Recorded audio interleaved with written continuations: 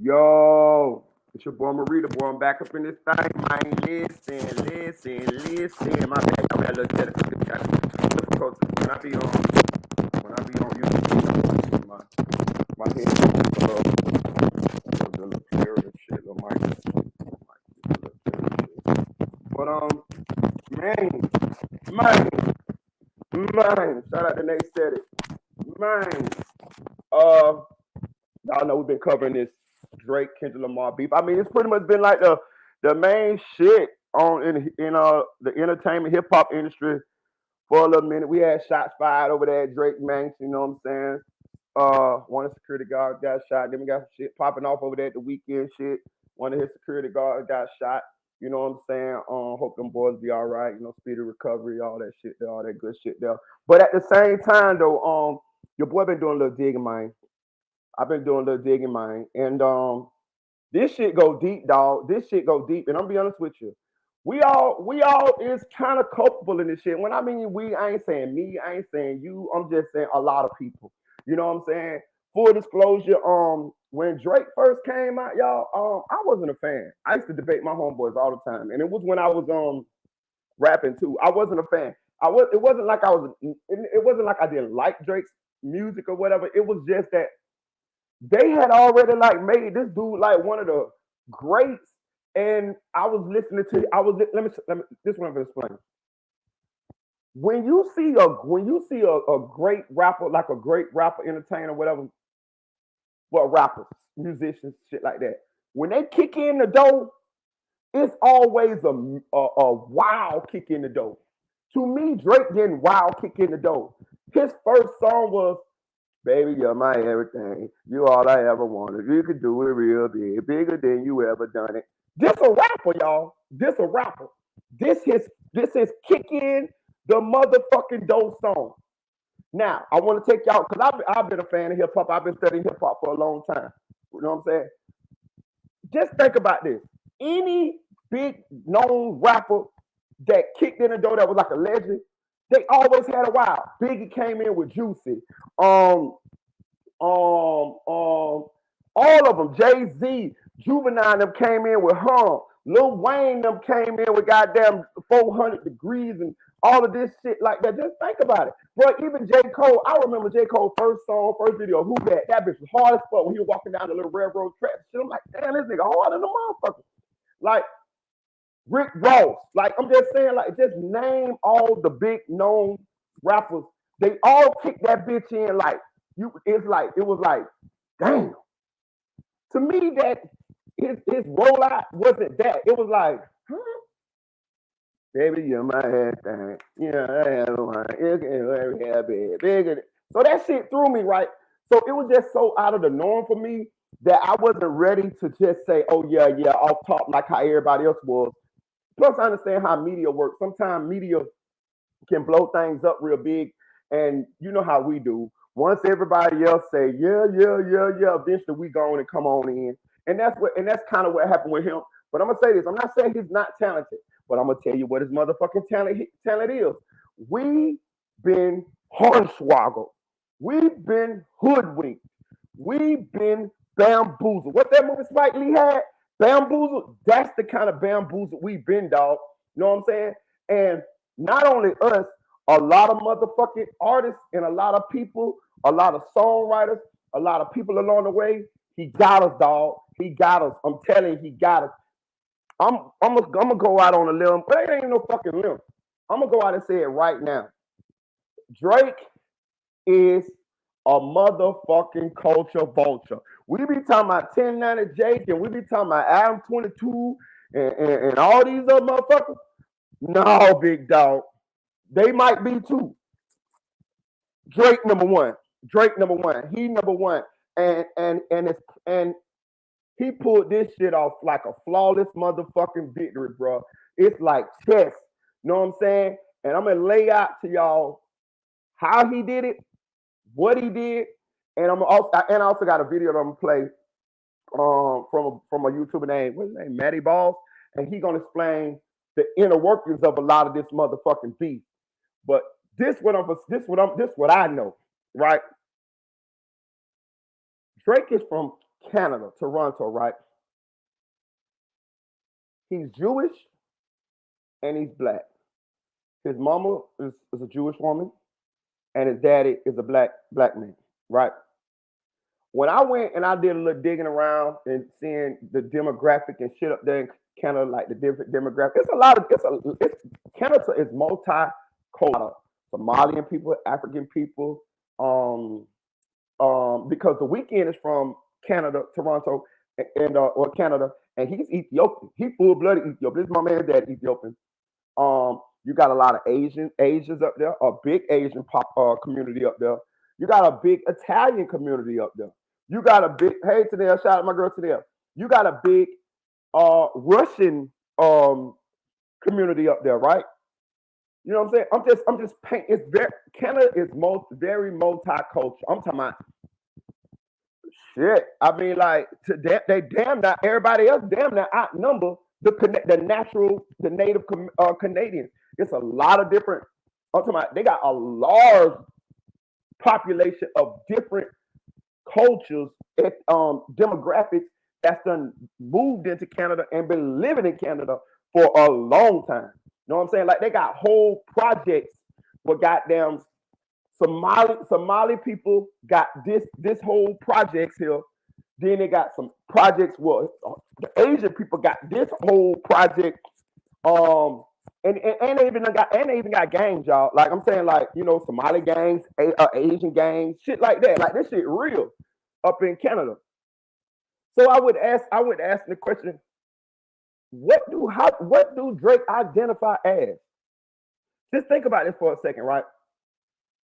Most people, when you raise in a household or whoever you raise with, that's what you kind of identify as. Like, okay, so my mom black, my daddy black, and I'm from the hood, and I'm from Florida, so that's why I act the way I act. That's why I talk the way I talk. My dialect, my slang, my accent is the way it is. So that's me. That's my culture. So if you're from Texas, that's your culture. You talk a certain kind of way, your dialect a certain kind of way, your slang a certain kind of way. Memphis, we already know Memphis, same thing. Atlanta, Charlotte, all that, same thing. New York, same thing. You see what I'm saying? Cali, same thing. But what is Drake's? What you Jewish and you black. You was raised primarily by your mama. Sometimes you'll go see your daddy, so you say, I think he said it was it Texas or Memphis or somewhere he used to go see his daddy at or whatever.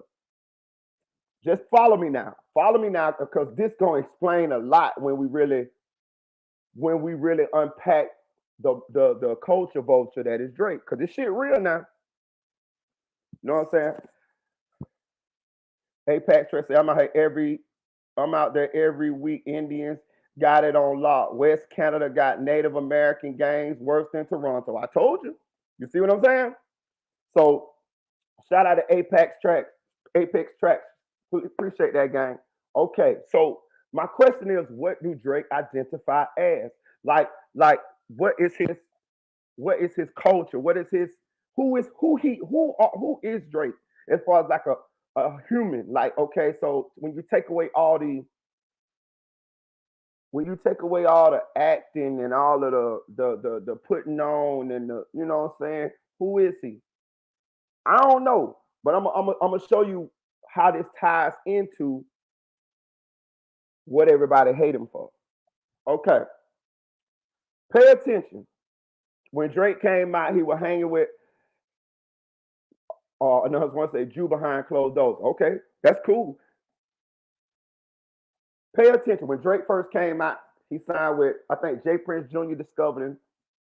I think then some kind of way he went to J. Prince, and then J. Prince did a joint venture deal with Cash Money, Young Money, something like that. Put it this way: J. Prince Jr., Lil Wayne, Big J. Prince, and Baby is all eating off, was at one point was all eating off of Drake, right?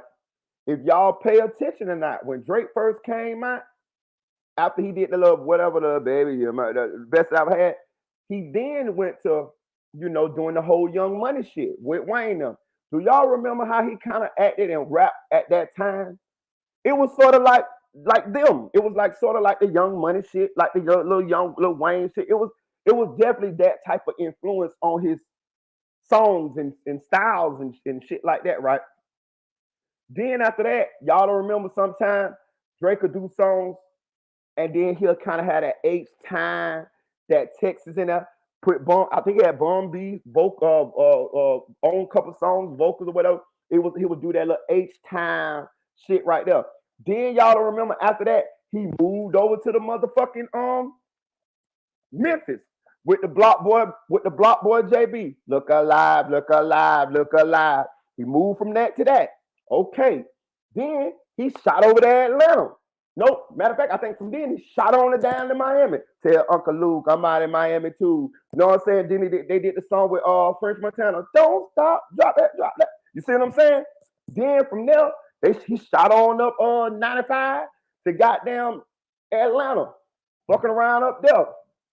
Peep the play, y'all. Peep the play. Peep the play. Peep the play. He did all that for a couple reasons.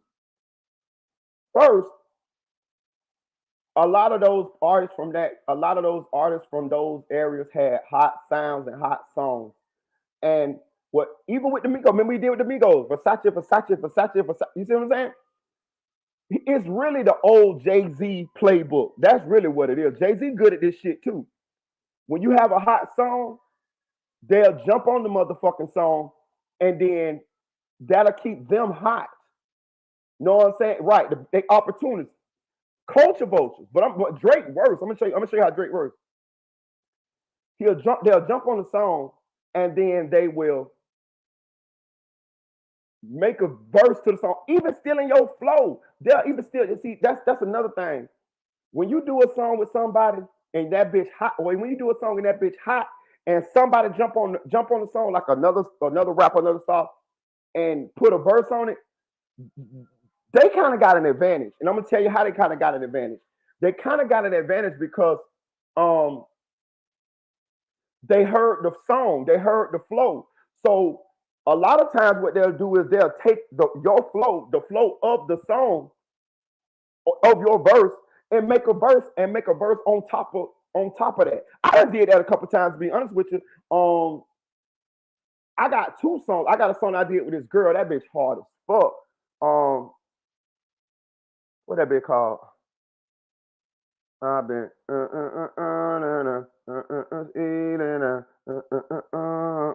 forgot the name of the song, but that bitch hard. But she wanted me to get on the song. So when I got on the song, all I did was I took her cadence, her voice, her flow for the song, and I made my own verse. But it was easy because she had already laid the groundwork for it. Drake did the same thing. I'm gonna tell you, I did it. I did my homeboy worse than that. But I'm just trying to show you how people do when you put them on songs. My homeboy had a song called Free Code, right? He wanted me to get on it. So when the song was so fire, so I couldn't figure out a verse to write on the goddamn song because I didn't want a flow because I didn't want to diminish the song. Tell you what I did. I took his whole verse and remixed that bitch. The whole verse. His whole verse. I took the whole verse and I put my own words in it. The whole verse. I'm talking about every ball was maybe it might have been 4 or 5 words of what he said, but every ending ball I switched it. But essentially it was his verse. I just remixed that bitch. Drake do the same shit, but I just did it all in fun or whatever. Songs didn't never come out or whatever. But I'm just saying, I'm just trying to show you how the tricks of the trade and what motherfuckers do. But he do this shit to the maximum. Okay, you got Block Boy JB. You know, you took that one. Okay, another thing, how he'll culture vulture. There's a rap up there called damn, what is this motherfucker name? I was just looking at him. G something. What is fucking name? I was just looking at it last night from Canada. Damn, I can't think of his name right now. It'll come to me. But it's a rapper. It was a rapper up there in Canada, bro. He was hot. Underground, right? And I'm saying you heard he stole the cadence. He stole from X. I'm telling you. And he do all that zesty. Yeah. I'm finna get that. That's where I'm going at. It's Aaron's Way. Shout out, it's Aaron's Way. Okay, so it's a rapper up there. I forgot what his name is, but I was just watching this whole documentary last night. Matter of fact, let me pull it up, man. His name G something. Damn, I can't think of his name. From Toronto. But anyway, hit that like button on the way in. We finna unpack this shit. I'm playing this video for y'all. Y'all gonna enjoy this shit. So that rapper right there was hot underground, right? So that rapper took Lil Jay's dance. Okay, so Lil Jay, he had the bop when he do that little neck roll shit. That shit look gay as fuck to me. I never like that shit, but hey, cool, whatever. Lil Jay, he did that shit. He did that shit to the maximum, and he made that shit up. But no, it wasn't Presser. It was another one, bro. I know his name. Hold on, let me put this nigga up. I watched this shit last night, dog. Let me go to my history, bro. The nigga made up. He took Lil J dance and remixed it and called it the Ginobili, right? Drake seen the shit. Let me see what this nigga name is. What? Moji. That's the nigga name. Moji, right there. Moji. The nigga from Toronto named Moji, right? So Drake took the nigga dance. Drake took Moji's dance and motherfucking went to doing it. Hit that little Ginobili with my hand up. Wow, he did all that on the goddamn Jumpman, right? He took the man shit, right? So check out what he do after that. He go to then he hit a nigga music. I ain't gonna lie, I ain't never been up on too many Toronto motherfucking artists like that. I seen a few of them, you know what I'm saying? Cause Academic be having a few of them on his goddamn live stream sometimes, so I get up on a couple of them that way. But I listen to Buddy shit. Buddy was cold, bro. I'm talking about Buddy was nice. He cold, Moji. And Drake befriended him. Now you gotta think he a up and coming artist. Here go Drake, the biggest artist out of Toronto, out of Canada. Drake get on there with him. Drake shot him out, put him on his Insta story, put some pictures up of him, put his name in a couple songs, shit like that, right? Now you got to put yourself in these people's shoes. You're an artist, you just coming out, and somebody like Drake is showing you love. You see what I'm saying? It's like damn, So Drake get in the studio with him. I think him and Drake wrote Summer 16. Him and Drake wrote Summer 16 together, right? The man did a video. He was like giving Drake props. He did an interview again, Drake props and this and that, this and that there. A week later, he went live and he was selling Drake out. He was selling Drake producer out, and he had receipts. He showed a DM where Drake DM'd him and told him, "We need more. We need a audio of your vocals. We need more hooks. We need more verses, and we need them now." So the dude say, "Y'all ain't pay me. You know what I'm saying? Y'all ain't pay me. Y'all ain't give me shit." So he said he wouldn't even exposed it had they paid him. He said they were trying. What Drake was doing was Drake was trying to get him to write songs, hooks, verses, and give reference tracks like Quentin Miller, like what Quentin Miller came out as reference tracks, so that he could listen to your cadence, he could listen to your flow, and he could use that to either make another song or either just refine your song, or even his writers can hear that and refine your song. Listen, let me tell y'all something, man. Y'all talking to somebody. I'm saying I ain't never was like big time, but I was local joker famous, real talk. Like in my city, I'm known as a rapper. Like this blogger, they don't even know me as a blogger. They know me as a rapper. Anywhere I go, and that's how I know a lot of these like couple industry people that I do know. because I'm known as a rapper. I've rapped for a long time. Like I'm talking about over 10 years, like in my city, like for a long time. I did songs with every motherfucker that came up out that bitch, except the new crew, except like Glock 9, Pootie, Hot Boy, them motherfuckers, them is the. If I would have still been in it, I would have had them. I would have got them too. You see what I'm saying? But that's the new crew. But anybody back there behind them, I did songs with all the motherfuckers. Armstrong, Moot Boy, D Boy, all of them. I got songs with all of them. This is crazy. What he's doing or did or doing, this is crazy. As a rapper, like it's cool for a single. That's fine. Everybody knows that Barry Gordy and all of these people wrote these songs for all of these people out of Motown and that all these singers and the Temptations and all. That's fine in singing. But in rapping, this is a fucking cardinal sin. I remember a time where you couldn't even say nothing that somebody else had said. Like, New York had such an influence on hip hop. They started it. So you couldn't even say nothing what somebody else said. You couldn't even use a metaphor or something that somebody else said. That shit was like a taboo, like no, no, no. So what Drake is doing is like number one. Yeah, he a shapeshifter. That shit like number one, no. But this is what he does, y'all.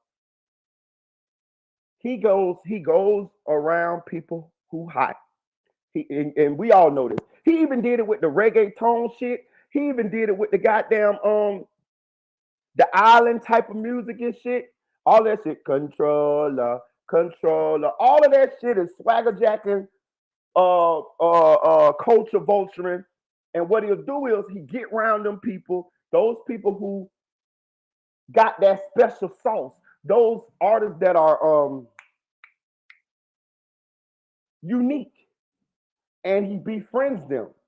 And of course, they take debate because he's Drake. He's Drake. For them to get an opportunity to work with Drake, they take debate. And that's a hard piece of bait not to take. You see what I'm saying? And then you gotta think all these people are hoping that Drake changed their lives, changed their careers, just to even affiliation. I'm gonna tell you what Drake also do too. He ain't doing this to compensate these people. He is leveraging his celebrity. It's like he feels like they should be happy to be working with him. So if I shot you out, if I put you on my Insta story for you writing these songs with me and for me, you should be grateful. You see what I'm saying? That's how he's doing it. The dude Mo G's wrote something with Drake ain't pay him a dime. A dime. He put him on an Insta story and shot him out all that. But that's the smoke and mirrors. That's the banana in the tailpipe. That's the goddamn aha, I got you. Where he make all these goddamn songs and he make all these millions of motherfucking dollars off these motherfucking songs. Culture vulture. Culture vulture. Think about this. Well, when Drake make these songs from all these different places and all these different artists and all that, it's always got a feel of them. The feel is all the swag, the style. It's all of those artists. It's always Drake piggybacking on them.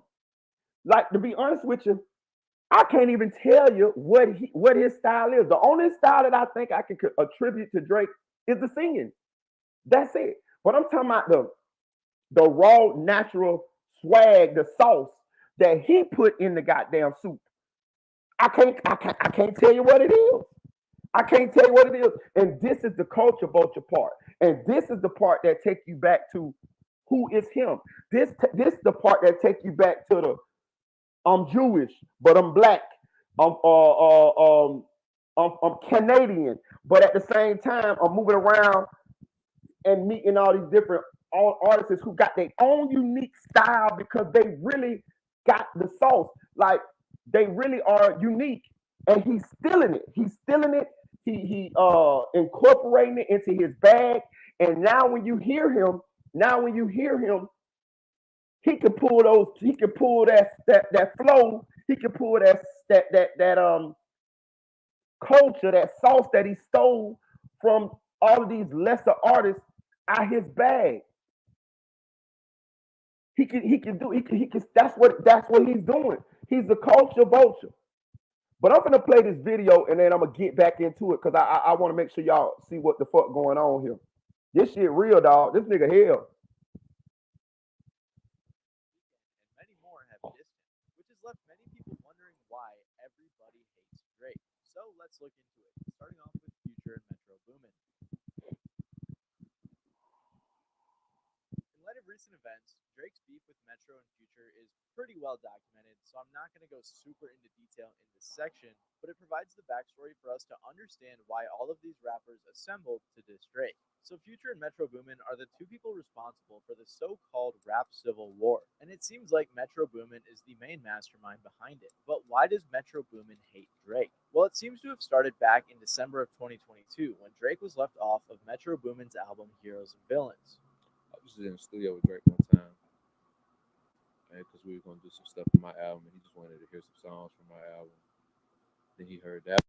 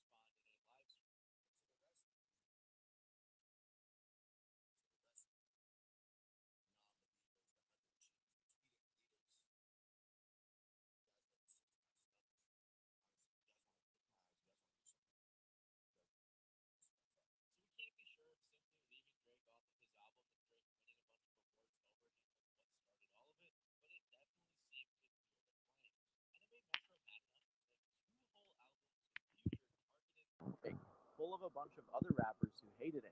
Hold on. You can hear it now. I'm gonna pause this shit real quick. Cause this shit interesting. Okay, let me see real quick.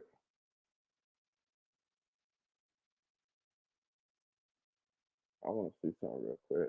Well, the origin of Future Drake is unknown, but we do have some ideas. The last time Drake and Future collabed was on Future's album I Never Liked You, but after that there was some speculation they had some problems. And I was saying.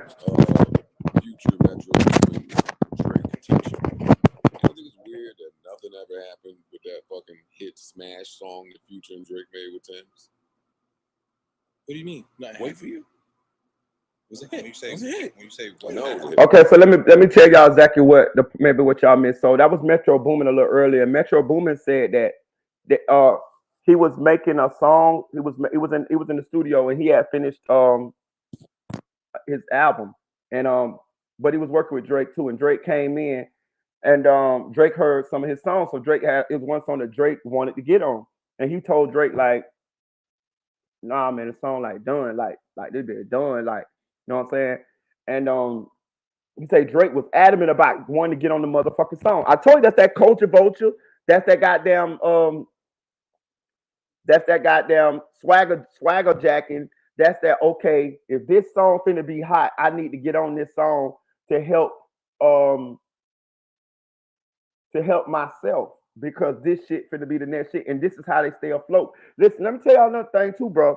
That's why we can't give Drake ever. We can never give him the best artist ever. He can never get that. He can never ever get that going forward. He can never get it. He can never get it. And I'm gonna tell you why he can't never get it. You can't never get it if you don't write your own shit, man.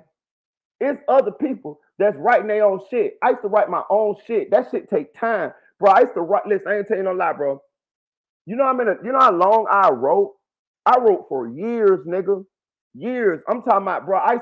Sometimes I used to write for 24 hours straight on my soul, nigga. If you go back on my Facebook, my old Facebook, you will see I used to make a post. I make a post. I say I'm finna stay up all night writing. This is in my early 20s. I'll be like, I'm finna stay up writing all night. I get me some liquor, I get me some weed, and I get me some pills, some X, and I'm up all night. Cause that X that been put you in like a creative type vibe, and I'm just writing. I'm talking about I'm in my house and I'm just writing. I'm just writing all night. I'm just writing. Shit that I might use, shit that I might not use. I'm playing beats. I'm on that old shit SoundClick. I'm on SoundClick going through beats. Right. Because it's like exercising. As long as you continue to write, you'll get better. You just gotta work that muscle. So that's what I did. I wrote. Girl, I got some. When I go to the studio, I had this before. You had phones and shit like that with your shit all in it. I used to have book bags, nigga, full of motherfucking raps. I never threw a rap away. I don't give. Sometimes I was like out and about. If I think of a couple bars in my head, I would write them bitches on a napkin and put them bitches in my pocket. And then when I get to the house, I put it in there with all the rest of my raps. Nigga, I had a dresser drawer full of raps that I wrote. And sometimes when I go to the studio, if I got stuck, I would pull them out and I could like continue on. And after a while, I learned how to write them in my head. Like I can write about a 16. I can write about a 16 in my head. I used to be at work and I'll be working and I have a flow in my head. I'm like da da da da da da da da, and then I put two balls. I put two balls to that bitch in my head while I'm working, and then I'm like okay da da da, and I keep saying that bitch in my head, and then I add two more balls to that bitch. But I'm remembering it. I keep repeating it so I can remember it, so I can say it in my head, so I can build on the verse. And I can't do a whole song or nothing like that, but I can do like a 16. It'll take a little time, probably take. I don't know. It depends on how I'm feeling it, but I can do a whole 16 in my head. But I'm just showing you how important writing is, man. It's the backbone. It's the backbone of what you do. It's the core of what you do. If you ain't writing your shit, you cheating. You got 5 fucking writers writing this shit. This all they do is sit around, and they probably steal flows too. They probably sit around, listen to the internet, listen to lesser rappers, not popular rappers, and then they steal them people motherfucking flows, and then they come back to Drake and they're like, yeah, Drake, listen to this. Da da da da da da da da da. And then Drake like, oh yeah, that's saucy. I like that. And then he get in there and then he might switch a couple words around. And before you know it, the song that these niggas heard on YouTube from a dude that got 5,000 views on his motherfucking song. They done took that flow, that sauce, and they done made a whole goddamn hit song out of it because it's 10 motherfuckers working on that shit right there. This is what this nigga doing.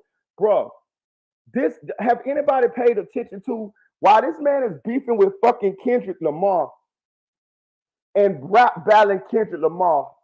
If you look at the credits on these motherfucking songs, it's 4 or 5 other people names on these shits other than Drake. If you look at the songs that Kendrick Lamar came out with, beefing and talking to Drake, it's fucking just Kendrick Lamar. Like that. Listen, he lost already. Okay, I'm gonna take it a step further now.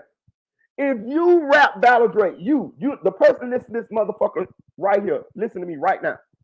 If you write a verse right now, and you rap battle Drake, and then Drake come out with a song, you win, in my opinion. You know why? Because he got 4 or 5 motherfuckers writing down that goddamn song, and it's just you. Like, I don't understand how we even let him get away with this shit. Like, and on top of that, the audacity of you, nigga, the audacity of you to go into a rap battle, a rap beef battle with a legend of a giant, and you got songs that other people wrote. Like, bro, this shows you this is disrespectful. This disrespectful to the culture. Somebody need to point this shit out. Like, when you go into a rap battle with somebody, it's supposed to be you against them. I have been involved in them, bro. I won. I only have been involved one, but I won. It's you against them. It's not no, hey, bro, I need all of y'all to write me the hardest shit, and then I'm going to say it like it's mine, and then I'm going to beat him in the rap battle.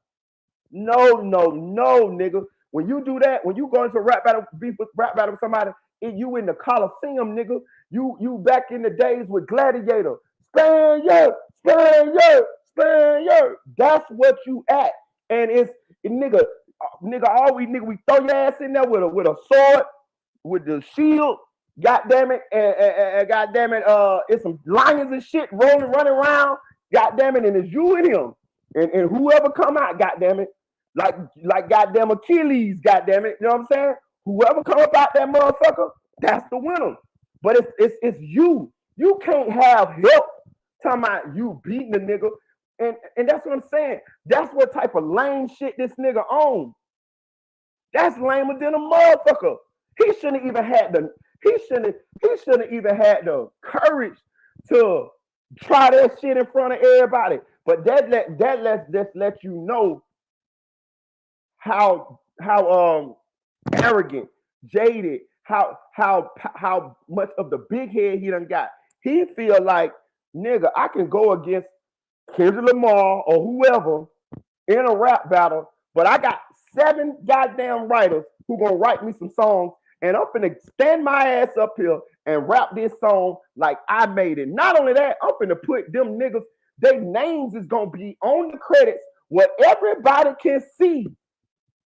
Like, that's like y'all understand? Like, that's crazy.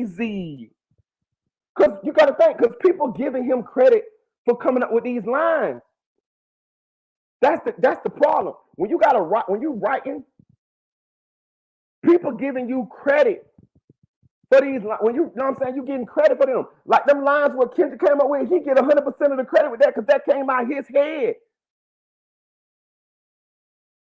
Drake is standing up here rapping against Kendrick and with bars and lines that other people wrote.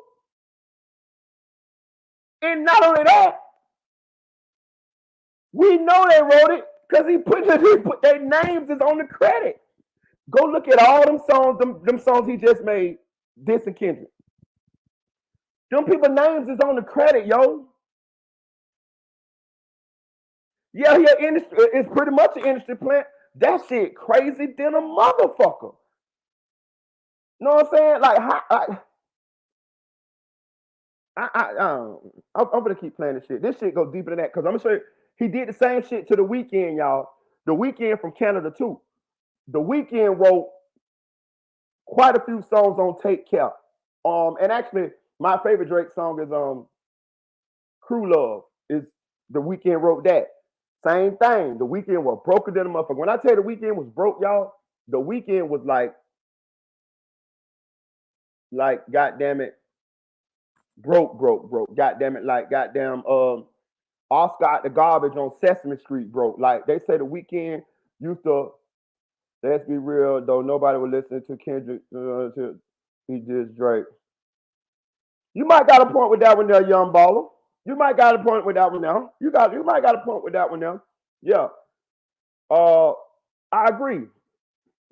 Yeah, hit that like button. Listen, I agree with you on that one there, young baller, but he exposed the charlatan. He exposed the fraud though. I'm with you on that. And I ain't gonna say nobody would listen to Kendrick. I'm gonna say this. We want to listen to Kendrick. I'm just keep it real like that, though. Like, I'm gonna be honest with you. Kendrick, he's great. He's great. He definitely got a lot of talent. Take it from me, somebody who know how hard it is to do the shit that these people do, that he does. But his problem with me is, to me, is he gets a little too artsy. He gets a little too goddamn. I seen a girl he used to date that was on Vlad. She called him a black hippie. That's what Kendrick is. Kendrick is a goddamn black hippie. And sometimes his talent, he gets a little too much caught off into his own head instead of what we want to hear. But that don't make him not a great artist. It just make him got to tone it down sometimes so that we can motherfucking enjoy the music. And he did that on what's the one? Sit Down, Be Humble. That's what he was doing on that whole album right there. He was dumbing it down. Jay-Z had to do the same goddamn thing. That's why he went to Big Pimp and all that shit that he said that I dumbed down the music and doubled my dollars. They criticized me for it, but they all holler. So yeah, that's what Kendrick problem is. But that's a whole nother thing. We'll talk about that shit later on. But yeah, I agree with that. I agree with that on that. But also, let's be real. Kendrick is from California. He don't have to sell to the whole United States. And he pretty big across the seas too. So you got certain demographics. I mean, certain regions of the United States. So you don't have to motherfucking sell to everybody in order to be successful. Texas like that. Do y'all notice that a lot of those rappers that came out of Texas when Texas had that movement, Slim Thug and all of them niggas was already rich. Them niggas was already rich. You know what I'm saying? Because their fan base, from where they're from, support their music, so they didn't have to sell outside of that. You don't have to sell outside of California in order to, if you're from California, in order to be successful. You can sell right motherfucking there and go platinum. You can go platinum on California alone, just like Texas. You can go platinum on Texas alone. If you're from Texas and you're a Texas rapper, you popular in Texas, you can go platinum right out of Texas, nigga. You don't gotta sell to another state, nowhere. All you gotta do is be popular in Texas. Same thing like California. And that's sort of like what happened with Nipsey. Like a lot of people didn't know about Nipsey like that until after he died. But Nipsey was goddamn a celebrity in California. Same shit with Kendrick. But yeah, I agree with you. I agree. Yeah, that's what I'm saying. But I do agree with what you said though, young baller. But he did the same thing to The Weeknd. The Weeknd was broke as fuck, right? The Weeknd used to work at a department store in the daytime. Dog, check this shit out, dog. This shit so motherfucking sad, dog. You know what he used to do at nighttime, bro? Because he ain't had nowhere to stay. That man used to ride the motherfucking subway, bro. Ride the train, bro. All night, bro. Because he ain't had nowhere to stay. He ain't had nowhere to sleep. Then sometimes he used to sleep on, where he sleep? He sleep like outside, sometimes in the parks and shit like that. Yup, he did the mace. Yup. Look, the Weeknd sleep outside and all this type of shit, right? But he kept pushing. He would drop little videos on the internet and shit like that. And Drake got wind on. Same shit. Pull him in the studio. Now you gotta think this man poor as fuck. He ain't have nothing. Like nothing. Excuse me. He working with Drake now. Drake doing the same little shit. He wrote. Drake say he wrote like 4 songs on Take Care, but it's reported that The Weeknd wrote almost all of that album. You see how Drake do? You see how he do? The Weeknd got that unique style. It's very unique. So anyway, Drake wanted to sign The Weeknd. I don't know if he signed him or he wanted to sign him. Yeah, I don't think he signed him. I think he wanted to sign him because he recognized that goddamn The Weeknd is motherfucking a star. Like he finna be big. He was grooming The Weeknd, kept talking like, yeah, he gonna be the first artist on OVO. I'm talking about he was working hard to recruit The Weeknd. But The Weeknd had his own vision. He knew where he wanted to go, and he saw that Drake was trying to use him to write songs for him, and some of the songs that on Take Care, Crew Love, and all of them songs, them was The Weeknd songs. He came out and said that he gave them songs to Drake, but he didn't. He regretted. But I can understand why he would do that. You broke, you poor, out this blue, here comes Drake, from where you from, the biggest artist out there, and you get an opportunity to work with him. You can get yourself from riding the goddamn train every night to go to sleep. You know, you can get your career started. So he gave the songs up. See what I'm saying? You see how Drake do? Oh, let me get them songs. Like a vampire.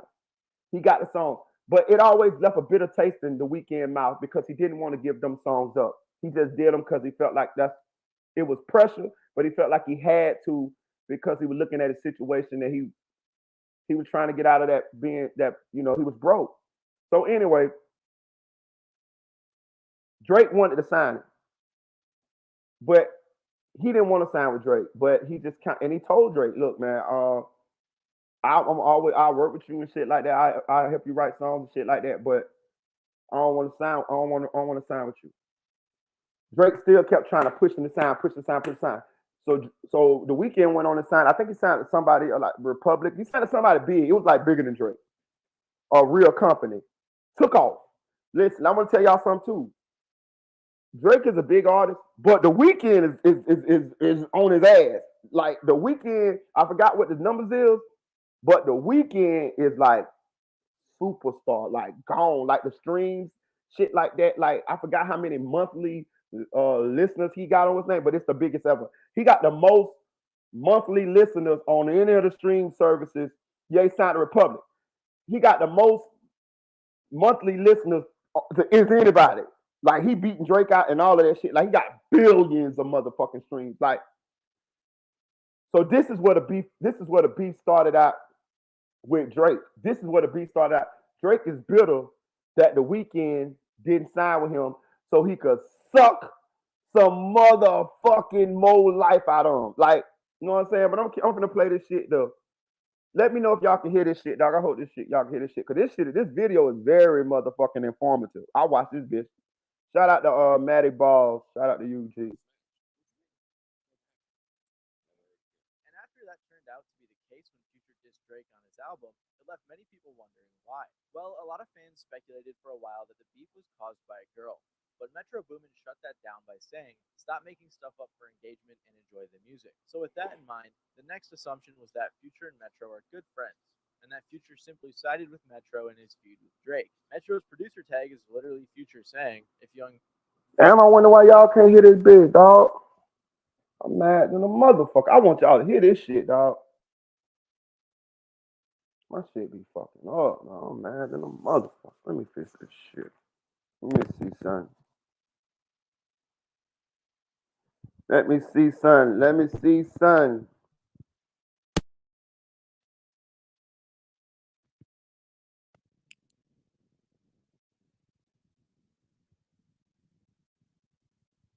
Metro don't trust you, I'm gonna shoot you.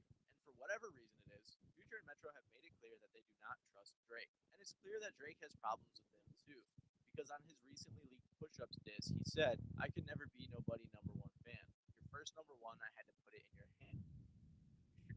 All he had to say to Metro was, shut your ass up and make some drums, which was pretty hilarious. So for whatever reason it started, that issue with Drake is why when they made the first album, they had to recruit another rapper who hates Drake. And that, of course, would be Kendrick Lamar. Again, Kendrick Lamar and Drake's beef is pretty well documented as of late, so I'm not going to go super in depth. So Kendrick and Drake started off as friends in the early 2010s, with Drake really helping him out early on by bringing him on tour with A$AP Rocky. They collaborated a few times together as well, but the beef all started when Kendrick and Big Sean released Control, and in Kendrick's verse he said he was coming at everyone in the rap game, including Drake. Most people weren't offended by this because Kendrick said he had love for them and figured it was just some friendly competition. But Drake took it a different way. Drake said, I didn't really have anything to say about it. It just sounded like an ambitious thought to me. That's all it was. I know good and well that Lamar's not murdering me at all in any platform. So when that day presents itself, I guess we can revisit the topic, which is pretty ironic looking back. This, along with Kendrick progressively blowing up and challenging Drake's status, kicked off a decade of subliminals between the two artists that I'm not going to get into. But if we fast forward to the late 2010s when Kendrick was on a hiatus after Damn, we can see Drake directly calling him out multiple times. You know, the other two guys that I'm constantly, up against, which is like Cole and Kendrick. I'm excited that the decade's about to turn and we're gonna see who can, who can go that extra stretch. Guys that go away 3, 4, 5 years, want to chill out, all that shit. That's not me. After First Person Shooter, a a song where Drake and Cole collabed and said they were the GOATs, Kendrick had to respond. That's when he featured on Like That with Future and Metro Boomin, in which he directly called out Drake. Kendrick said things like, "Mother F the big three, it's just big me. I'm really like that, and your best work is a light pack. Prince outlive Mike Jack. For all your dogs getting buried, that's okay with all these nines. He gonna see Pet Cemetery." As I'm sure most of you know, this diss sent everyone into a frenzy, and there was no way that Drake could not respond to it. So he did on the leaked diss song Push Ups, a song where most of the bars were directed at Kendrick, but he took some shots at everyone else dissing him as well. He said things like, "How you big steppin' with the size 7 men's on? Maroon 5 need a verse, you better make it witty. Then we need a verse for all the Swifties," and a bunch of other lines like that. On this song as well, Drake claimed that Like That is not what started the beef, but it's been brewing for a long time, which is evident in the decade of subliminals they've sent to each other. If you want a more in-depth video on Kendrick and Drake's relationship, I suggest this one by What's the Dirt, which I'll link down below. But Drake's recent response had a few other disses towards other artists in it, including The Weeknd.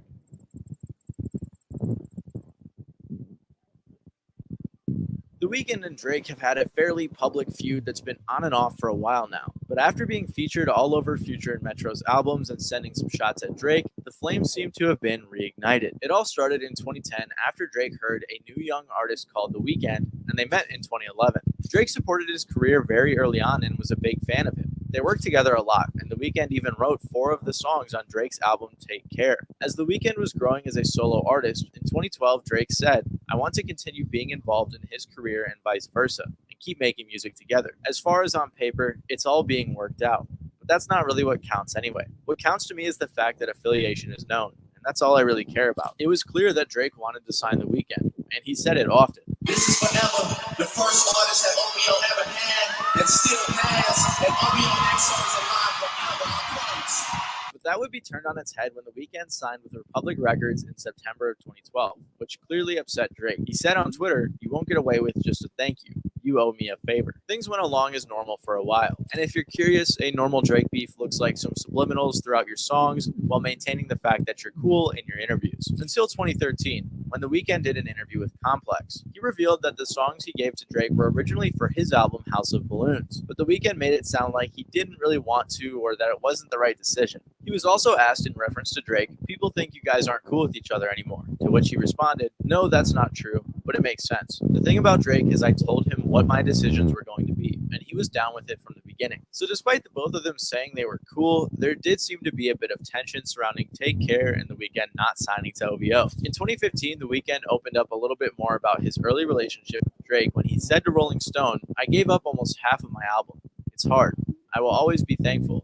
If it wasn't for the light he shined on me, who knows where I'd be? And everything happens for a reason. You never know what I would say if this success wasn't in front of me now." So even though he wasn't entirely happy about giving some of his songs to Drake, he was still able to appreciate and acknowledge the big boost that Drake gave him. Things were quiet for a while until 2017 when they both appeared on each other's shows, signifying that they were cool despite any previous tension. But then Drake was rumored to be dating The Weeknd's ex-girlfriend Bella Hadid, which definitely could have sparked some issues between the two. After that, Drake posted a throwback photo to Take Care, and someone wrote in the comments that said, "The Weeknd wrote the entire album," to which Drake responded, "Abel co-wrote on Shot For Me in Practice, obviously was featured on Crew Love and The Ride, and that's it. There's 20 songs on that album. Don't try me." Then The Weeknd actually got back with Bella Hadid for a while, which possibly upset Drake as many people speculated on his 2018 album Scorpion that he sent some more subliminals to The Weeknd. Then in 2019, The Weeknd seemingly dissed Drake back on his song Lost in the Fire, saying, "And I just want a baby with the right one, because I could never be the one to hide one," which is a reference to Pusha T revealing that Drake had a son that he was hiding from the world. The Weeknd also said on Nav's song Price on My Head, "You beefing with yourself, tell the truth. People on your side, they would ride for me too." But again, Drake would maintain that he had nothing but love for The Weeknd. To this day, I'm always excited, always super happy for all those guys.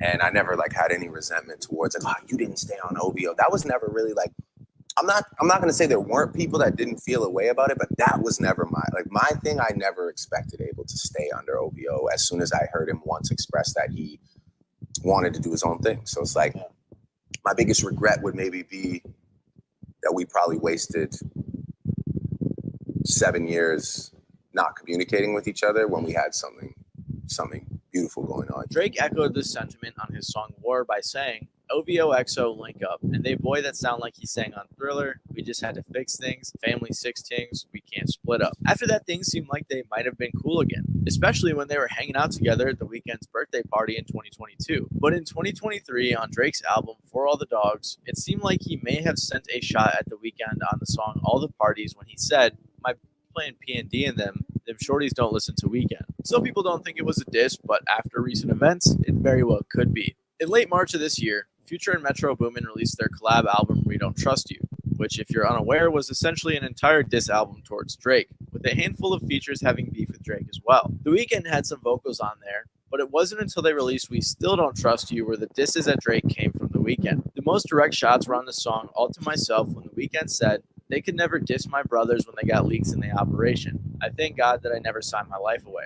And we never do the big talk. The shooters making TikToks got us laughing in the Lambo." This line references a few things, like OVO affiliates spilling the beans to Pusha T about Drake's son, and how The Weeknd is glad he never signed to OVO. And Drake, of course, was not a fan of this team-up, so he sent some shots back on his diss song that was recently leaked called Push-Ups. Drake said, "Your manager was Chubb's little blunt runner. Claimed the six and you boys ain't even come from it. And when you boys got rich, you had to run from it. Cash Flow and Able Bread out here tricking. Shit we do for is he doing for dudes." Cash XO is The Weeknd's manager, so basically Drake was making fun of both of them in this line. So now that we know the beef with Drake and The Weeknd is back on, we can't say for sure exactly why, but it definitely has something to do with some ex-girlfriend drama or The Weeknd not signing to OVO back in the day. And because he knew The Weeknd hates Drake, Metro Boomin made sure to get him on this album with Future. And another person he made sure to get on this album was A$AP Rocky.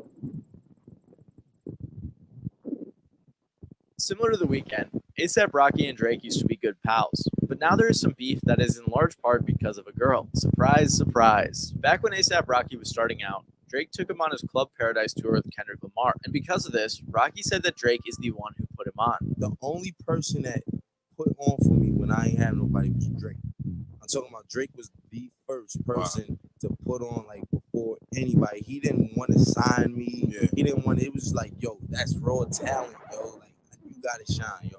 I'm a see to it. I forever owe Drake. They collabed together, most notably on songs like Effin' Problems, and were good buddies for a while. But as many of you probably know, Drake really liked Rihanna. They apparently dated briefly in 2009 and again in 2014, both of which Rihanna denied. But it seemed like Drake was obsessed with her, like when he gave a speech about her at the VMAs saying, "But most of all, we love the woman who hasn't changed since day one. She's someone I've been in love with since I was 22 years old. She's one of my best friends in the world. All my adult life, I've looked up to her even though she's younger than me. She's a living, breathing legend in our industry." Apparently, they even kissed on stage around this time. But there was a bit of a love triangle going on. A$AP Rocky and Rihanna met around 2011 and first collabed in 2012. He also toured with her in 2013. But then Rihanna and Rocky were seen hanging out a bit more in 2018 and 2019. And by 2020, there were rumors that they were dating after Rihanna had broken up with her previous boyfriend. Fast forward to 2022, and the couple is having a child together. Then another in 2023, and then Rihanna confirmed that their romantic relationship began in 2019. And there were even rumors they were going to get married. But one person seemed to be a tad bit jealous, and that was our good pal Drake.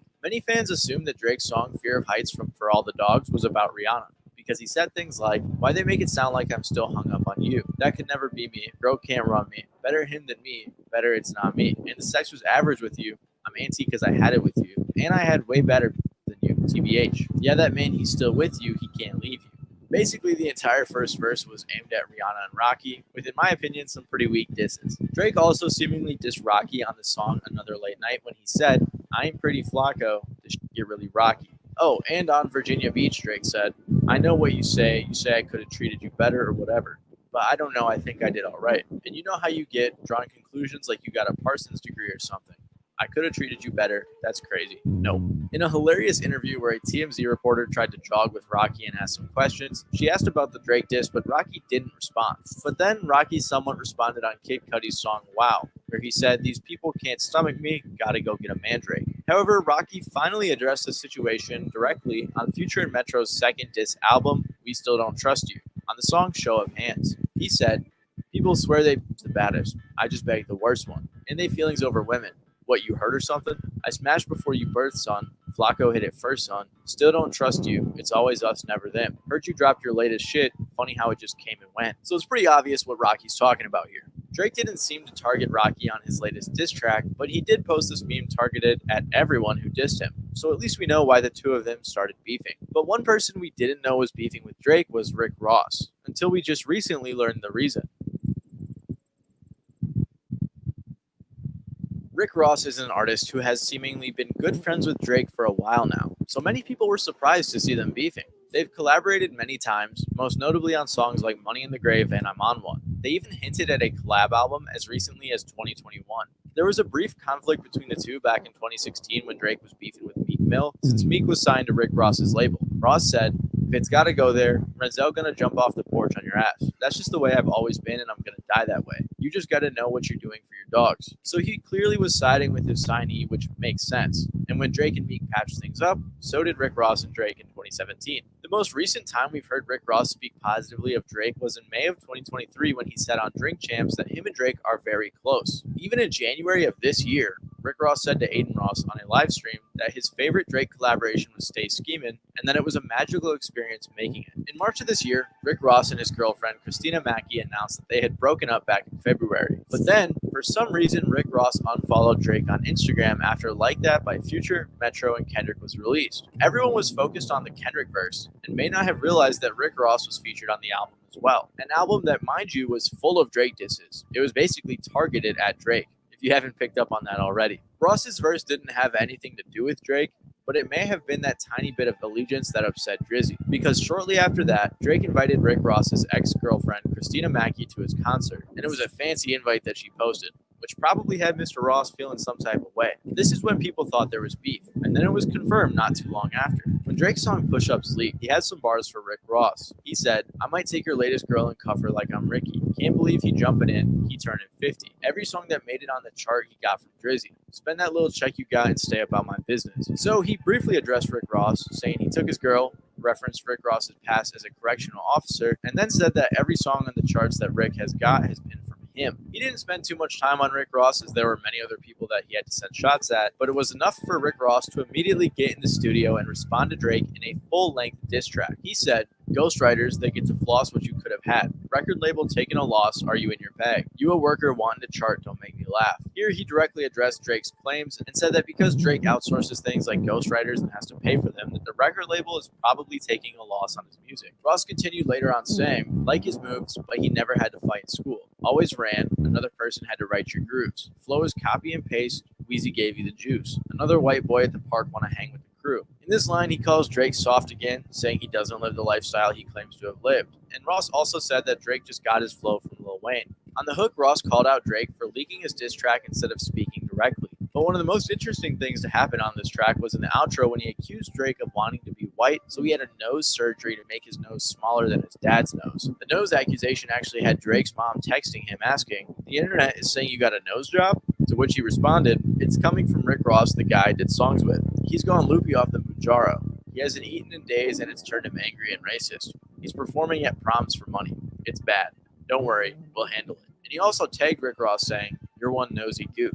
Then Rick Ross claimed that he unfollowed Drake because Drake sent a cease and desist to French Montana, which finally explained why the beef started in the first place. A lot of people were speculating that the song Splash Brothers from Mac and Cheese 5 by French Montana was supposed to have Drake on it because of a leak. There is a version of the song out right now with Rick Ross and Lil Wayne, but not one with Drake. So many people think that Drake sent a cease and desist so he wouldn't release it. Of course, we don't know the exact details. French Montana hasn't commented on the situation, but since Rick Ross said it and it doesn't really seem like something to lie about, it's likely that this is the reason why Rick Ross is beefing with Drake. Also, they've been arguing back and forth on Instagram talking about who's got the Baker Mansion and stuff like that. Crazy rich people arguments I couldn't imagine relating to, but it's not super relevant to the beef. But all it tells us is that Drake doesn't take Rick Ross seriously enough to address him anymore in his songs. However, there are a few more artists that fans speculate have some beef with Drake right now. Like everyone else on this list, Kanye and Drake were friends early in Drake's career. There was a little bit of tension here and there, especially after a Kanye rant from 2016 when he said the radio plays too much Drake, but for the most part, everything seemed good. Until in 2018, when Pusha T's beef was heating up with Drake and Kanye had just produced Pusha T's album Daytona, that's when there seemed to be some issues. Drake thought Kanye, who had released multiple albums that year that he had produced, had them all come out to mess up the release of Drake's album Scorpion. Kanye apologized for this, but then released the infamous song Lift Yourself. This song is funny because Drake said he liked the beat, so Kanye wasted it by saying things like poop diddy scoop on the song and releasing it. Then Kanye got mad at Drake for allegedly sneak dissing him on sicko mode and apparently threatening his family. There's some more petty stuff in 2021 and then even more in 2023 when Drake sampled Kim Kardashian, Kanye's ex-wife, on his song Search and Rescue. There have been a lot of rumors that Kim and Drake have been dating, but there isn't any confirmation. People also saw videos of Kim K at some Drake shows and have theorized some of his lyrics have been about her, which also could have upset Kanye. Over the years, Drake has sent many subliminals, and Kanye has gone on plenty of rants about Drake. So basically, their beef is over a bunch of pretty petty stuff, which isn't very surprising considering both of their personalities. And I wasn't going to include Kanye in this video until he recently inserted himself in the Drake dissing tag team by remixing the song that started it all, Like That. That's what it is. But I did do this Like That remix though. I think that's what you was wanting to lead into. And shit. Let me see. You got the Like That remix. I don't believe Gay jumped on the Like That remix. You know he had to get the hooligans up here. He's gonna take this pussy nigga out. Yo, Dot, I got you. And I'm tired of this nigga fucking with me and all this shit, man. So the fact that these niggas is coming together, finally, because it's not just about the elimination of Drake. You know, it's like we're gonna tear the head off whoever they got that they thought was in control on. Kanye said on his remix, "It's a rap for people. Where's Lucien? Serve your master. You caught a little bag for your masters, didn't you? Lifetime deal. I feel bad." Kanye said this because he isn't with the label anymore, but Drake is still working under UMG, whose CEO is Lucien Grange, which directly claps back at what Drake said about Kendrick dropping for Top. So it's crazy to see yet another person who doesn't like Drake jumping in on the beef. So now I think everyone is just waiting for Pusha T to jump back in. J. Cole also caught a stray on this song, which was tough, and he also posted this meme about J. Cole, so I feel pretty bad for him now. Now we are going to get into some people who are thought to have beef with Drake, although I personally don't think these are very likely, starting with J. Cole. So if you're somehow unaware still, Drake and J. Cole are pretty tight as of late. They just recently collabed on First Person Shooter and got off tour like a week ago, which makes it very unlikely that they're beefing. However, J. Cole did surprisingly feature on Metro and Future's We Still Don't Trust You on the song Red Leather, which made a lot of people think that J. Cole switched sides. But his verse had nothing to do with the beef, and neither did the song. Many people do think that Drake is the type to get in his feelings about this, but I highly doubt that Drake is upset as they were literally on tour together as the song dropped. Another person people think has beef with Drake is Travis Scott, in part because he also featured on We Don't Trust You. And despite his verse lacking any disses to Drake, some people saw this video of Drake fake shooting a Travis Scott head at his show and thought it meant he had problems with him. In reality though, he was performing one of the songs he has with Travis Scott, and has been doing this for the entire tour. Also, in Drake's diss, he literally shouted out Travis. So again, it's not very likely that they have beef, but it is possible that he may have some type of animosity towards Nav. After Like That dropped and Rick Ross unfollowed Drake, so did Nav. Shortly after that, Drake posted a picture on Instagram with the caption, "I ain't picking up, I'm in Turk's little baby," which is a quote from Nav's song Turks. There hasn't been anything that happened since then though, so we can't be sure if there's actually any beef. Nav didn't even hop on We Still Don't Trust You, so we really have no idea what's going on. Regardless, it's clear that Drake has upset a lot of people in the industry, and I'm excited to see how it all plays out.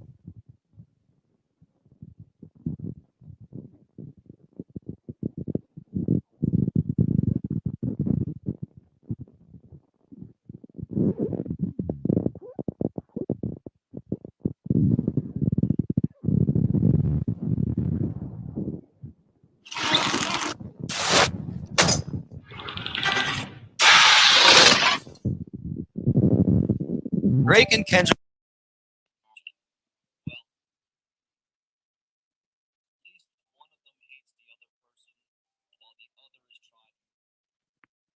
Oh, hey, look. So check it out. So there we go, goddammit. There we go, goddammit. In a nutshell. Now, I'm finna package this shit all up real quick. Now, can you imagine, right? If a lane, we're gonna go down there and say it's a lane. Can you imagine if it's a lane from the motherfucking suburbs start coming around and everybody like hit that like button, y'all hit that like button, please hit that like button, and everybody like, and you know he a lane, And some motherfucker like, man, what you got that lame ass nigga around us for? And you're like, nah, man, he cool. You know what I'm saying? He cool. He don't, you looking at him like he ain't no threat or nothing because he a lame. He don't know shit.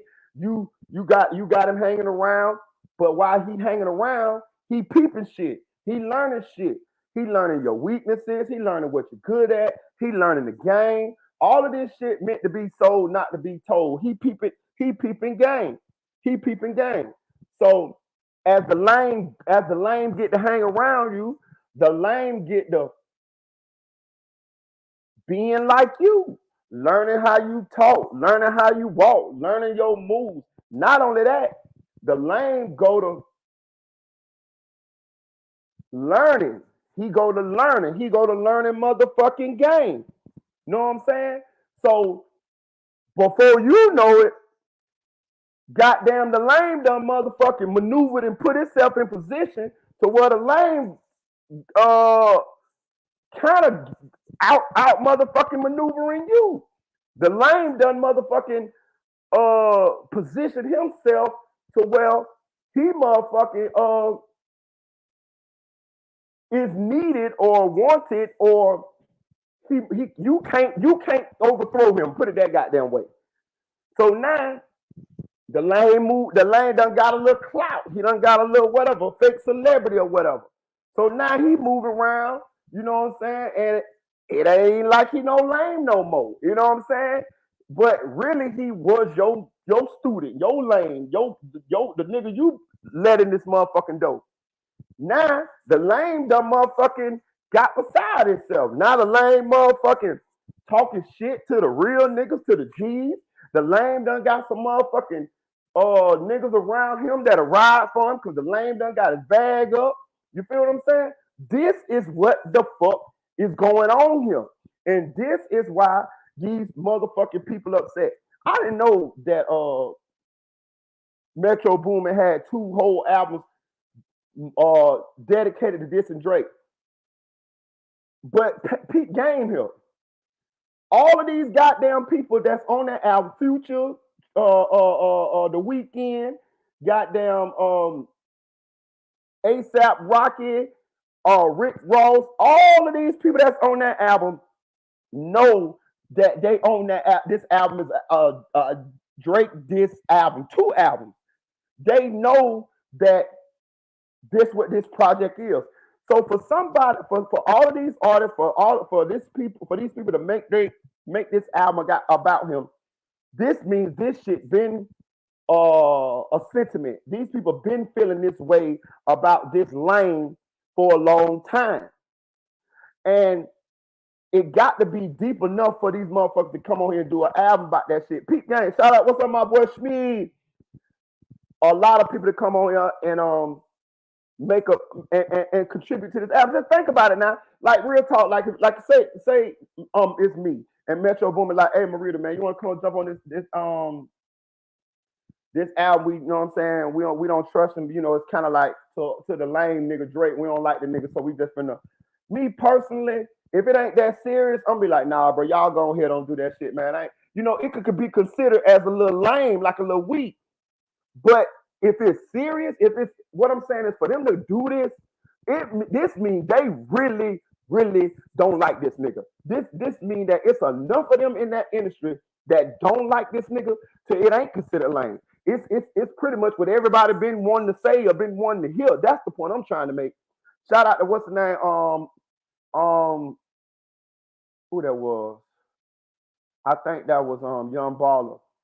He said, why ain't nobody coming to Drake defense? Because a lot of them don't like him. They just couldn't say nothing because they didn't want to motherfucking expose themselves and risk him blackballing them. Because let's be real, bro. Drake controls the whole music industry right now. It is nobody, rap industry, it is nobody that controls that bitch other than Drake. Not maybe Jay-Z. That's it. That's the only one person that's over Drake that can control it. Drake can get you blackballed. And to be honest with you, that's what he did to the dude Mo G's. The dude Mo G's got kicked out. No studio in Canada would allow Mo G's to record them. even if he did find a studio, the producers would fuck the music up and shit like that there. And it was all because of Drake. It was all because, you know, Drake had done put the word out, don't fuck with him. Radios wouldn't play his songs and nothing like that there. So Drake got a lot of power. So the people that don't come out and talk against Drake is because he got a lot of power. And a lot of these radio stations, DJs, producers, and things of that nature, they're not gonna risk their relationship or working with Drake for some of these other lesser artists because you know they just ain't gonna do it. That's how that shit always been. You know what I'm saying? But back what I was gonna say. But yeah, he a lame. He stole everybody's swag. He stole everybody's swag, everybody's sauce. And now he talking shit with it. Think about it. Somebody want to. I see why they shot the nigga. What's the name? Once I understood the whole dynamic of why people don't like this nigga, boy, he better let it a lot. Then let's add on top of the fact that this nigga go back and fuck everybody, bitch, after they had him, or even when they with him. Like that's some lame shit too, bro. You famous, you rich, you can have a lot of women. You mean to tell me and you cool, me and you my homeboy. Him and Wayne was, you know what I mean? Wayne put him on. You gonna fuck my bitch?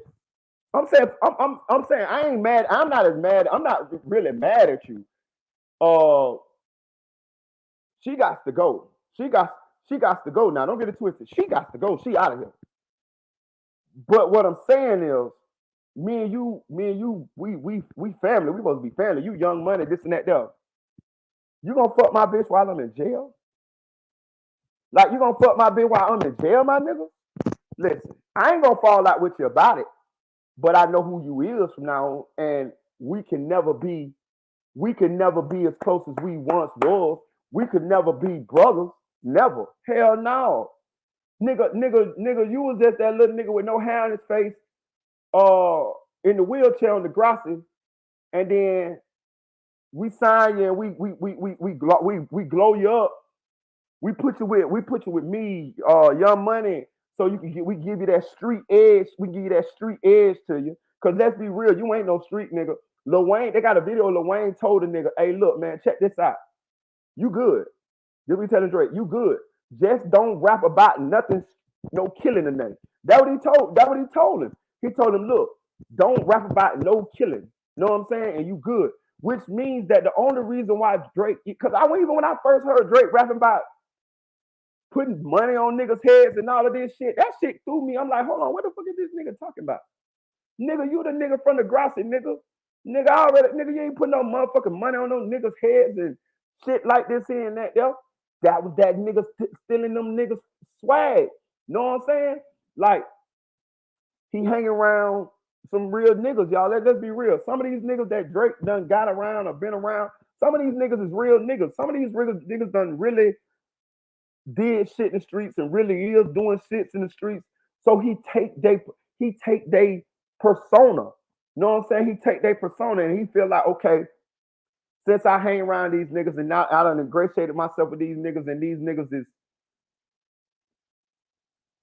he know these niggas fuck with him because who he is and his celebrity status, and he used them niggas. I'm talking about the street niggas. He used them niggas for their street cred and shit like that. And one thing about, listen, I'm be honest with you, and this is our problem too, street niggas. This is our problem, dog. This is our problem. Same shit like with 6ix9ine. We will get around some lame industry niggas or some lame niggas, and we will allow them to behave and move like they us because we see some financial gain or either to be in the entourage of these famous niggas. I'm telling you, we do this shit, dog. I'm telling you, like that's one thing us street niggas we gotta get out of, dog. Y'all know who y'all is. All y'all street niggas that's all over the industry, that's in the entourages of these motherfucking lame niggas that's rappers that's popping, but they ain't you. They not you, street nigga. But you is giving them their street cred by you being in a motherfucking crew. And what happens is them niggas go to trying you too. They try you too. But at the same time, you try your motherfucking self. You try your motherfucking self because you hanging around these niggas with the hopes of these niggas will show you that different life, that you'll get to live that celebrity life. But really they really lay like vampires too, bro. And they rapping this gangster shit because if some gangster shit pop off, that's when they'll pull you out. You the nigga in the entourage that they'll shout you out every now and then in a song, but don't nobody really know about you too much. But you everywhere with the niggas for protection and shit like that there. But if some gangster shit go down, oh, that's when you'll hear Drake hollering your name. Oh yeah, big such and such, big da da da da da da da da da. You know what I'm saying? But you're playing yourself. We allowing these lame niggas to portray like they street niggas, throw their weight round, no, it ain't. No, you got to earn that, Playboy. You got to earn that. Like the same way you earned your shit in the streets, them niggas got to earn it too. We giving these niggas a free pass, and the reason why we doing this shit is because we wanna go from the streets to that celebrity lifestyle, and we trying to use these niggas in order to get there. Same thing like 6ix9ine. Them niggas were trying to use 6ix9ine to get there. But the problem when you deal with a lame or a nigga like that, like 6ix9ine, or even like Drake, to be real with you, lame. They always do lame shit. Once they get established and they really don't have to need you no more, they'll try you too. You know what I'm saying? And they'll do it like lame. Like I'm talking about, cause once the bag get big enough, it ain't too many street niggas that's gonna be able to control a lane. You get what I'm saying? Like, I don't give a fuck who you is. You got to be like the mafia or some shit. Once that bag get bigger, motherfucking enough, once that bag get a couple $100,000, $200 million big, you know, he could say fuck you. It could be a real deal street nigga that Drake fuck with, that Drake had around him, and Drake used for protection. But at some point, Drake bag will get big enough to where he could just leave you home, my nigga. You know what I'm saying? He could just leave you home. How you gonna catch him? How you gonna catch him? This nigga all in Dubai, all type of shit. You see what I'm saying? And that's the problem with giving niggas like this passes and loaning them your street credit so that they can maneuver and come up. They gonna always most likely do some lame shit. This nigga done went and fucked Lil Wayne, bitch. Now, you know, we gotta keep it player. We gotta keep it player. So you can't fall out with a nigga about that. You know what I'm saying? Like, you can be mad about it, but if you gonna be real player, you gotta hold it in. And I'm just being real. That's the rules of the game. So a nigga can fuck your lady, real talk. But if you player, you gotta keep it in. You gotta hold it in. You could be mad in silence. You can be mad by yourself, but you can't. Oh, I ain't gonna say you can't. I'm gonna say you shouldn't. You shouldn't come across as bitter because, you know what I'm saying, the niggas cracked you for your bitch. Because real talk, he ain't take nothing from her. She gave it to him. So what you gotta do is you gotta cut her ass off. Don't fuck with her. She out of here. She's dead. But you gotta play him. You gotta play him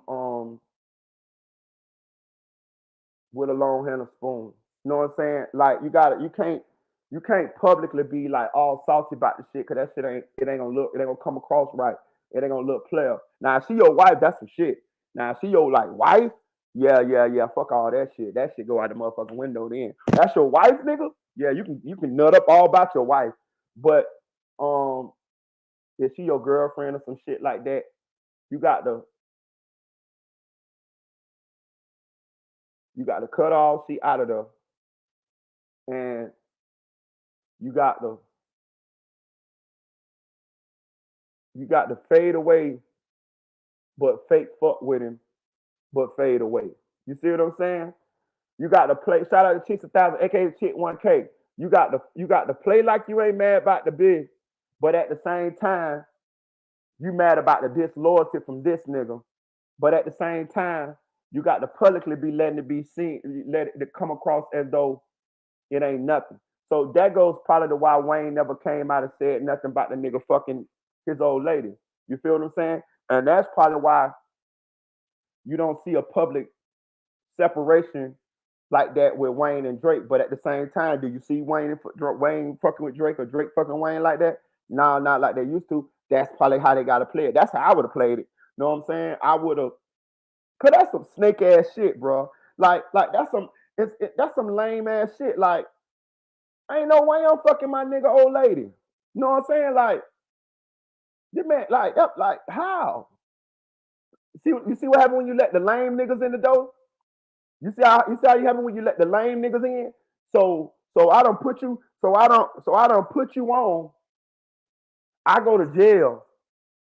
And you and the first thing you do is fuck my bitch. Let me tell you something. He would have been died. He'd have been dead if this was like the cartel or something. Like, nigga, you can't maneuver like that. Like, you know what I'm saying? Like, and that's how he should have looked at it. Nigga, I ain't saying, of course he had done kind of surpass Wayne, but Wayne the boss though. Wayne the boss. Wayne the nigga that helped put you on. Like, it should have been some sort of loyalty there. I don't give a fuck if this bitch throwing up pussy to me off the goddamn Empire State Building. I ain't fucking with you. Know what I'm saying? I wouldn't even, I'd be like, bro, you tripping, baby. Like, you tripping. Know what I'm saying? Like, you tripping. Nigga, I got all kind of women that I got access to. Why am I gonna risk fucking up the relationship between me and one of my friends, me and somebody that changed my life for some sex? This the lame shit. I'm telling you, this is the lame shit. This is the lame shit. Not only that, this nigga will actually beef with you about your biz. This man is legitimately beefing with ASAP Rocky about ASAP Rocky old lady.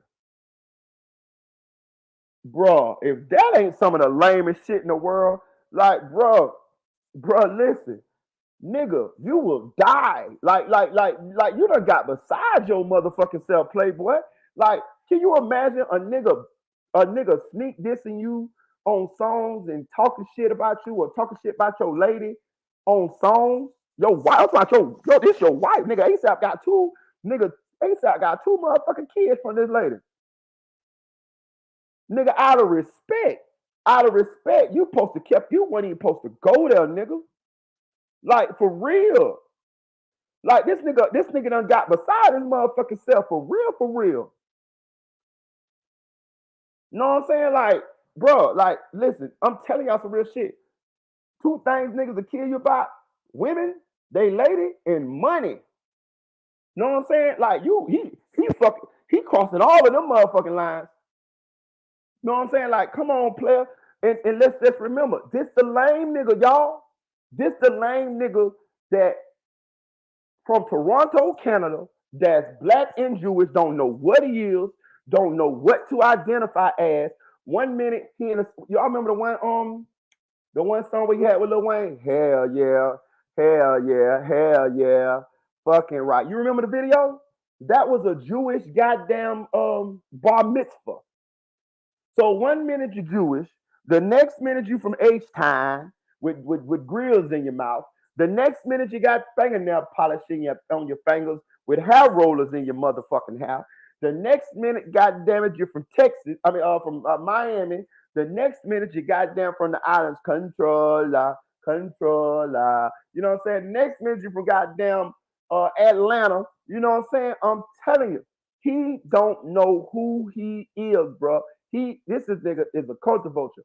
Once I seen the whole backstory and how he uses all of these people for their swag, for their style, for their sauce, and rides they wave.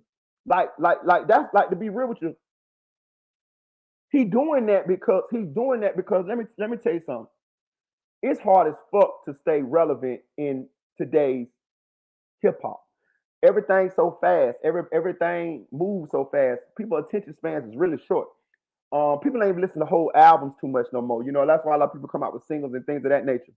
Now, can you imagine if he only had to depend on his own sauce, like his own swag, in order to stay relevant? To be real with you, Drake might have not, listen, he probably wouldn't be where he at right now had he not stole everybody else's wave, y'all. Peep game. Because let's be honest, what did he create? Like let's break it down here. Hit that like button, y'all. Hit that like button. We're gonna get into this shit. What did Drake create? Let's be real. We got Young Thug who created that sound. We got the Weeknd who created that sound. You know, the Weeknd he created that sound to where now you got it's a lot of rappers, a lot of people that kind of sound like the Weeknd. Now who came after the Weeknd? I can't remember, but it's a lot of people that came after the Weeknd. You got Chief Keef, you know, with the drill shit. You got Young Boy with that style. You even got Kodak with that style. Like, what did what did Drake create?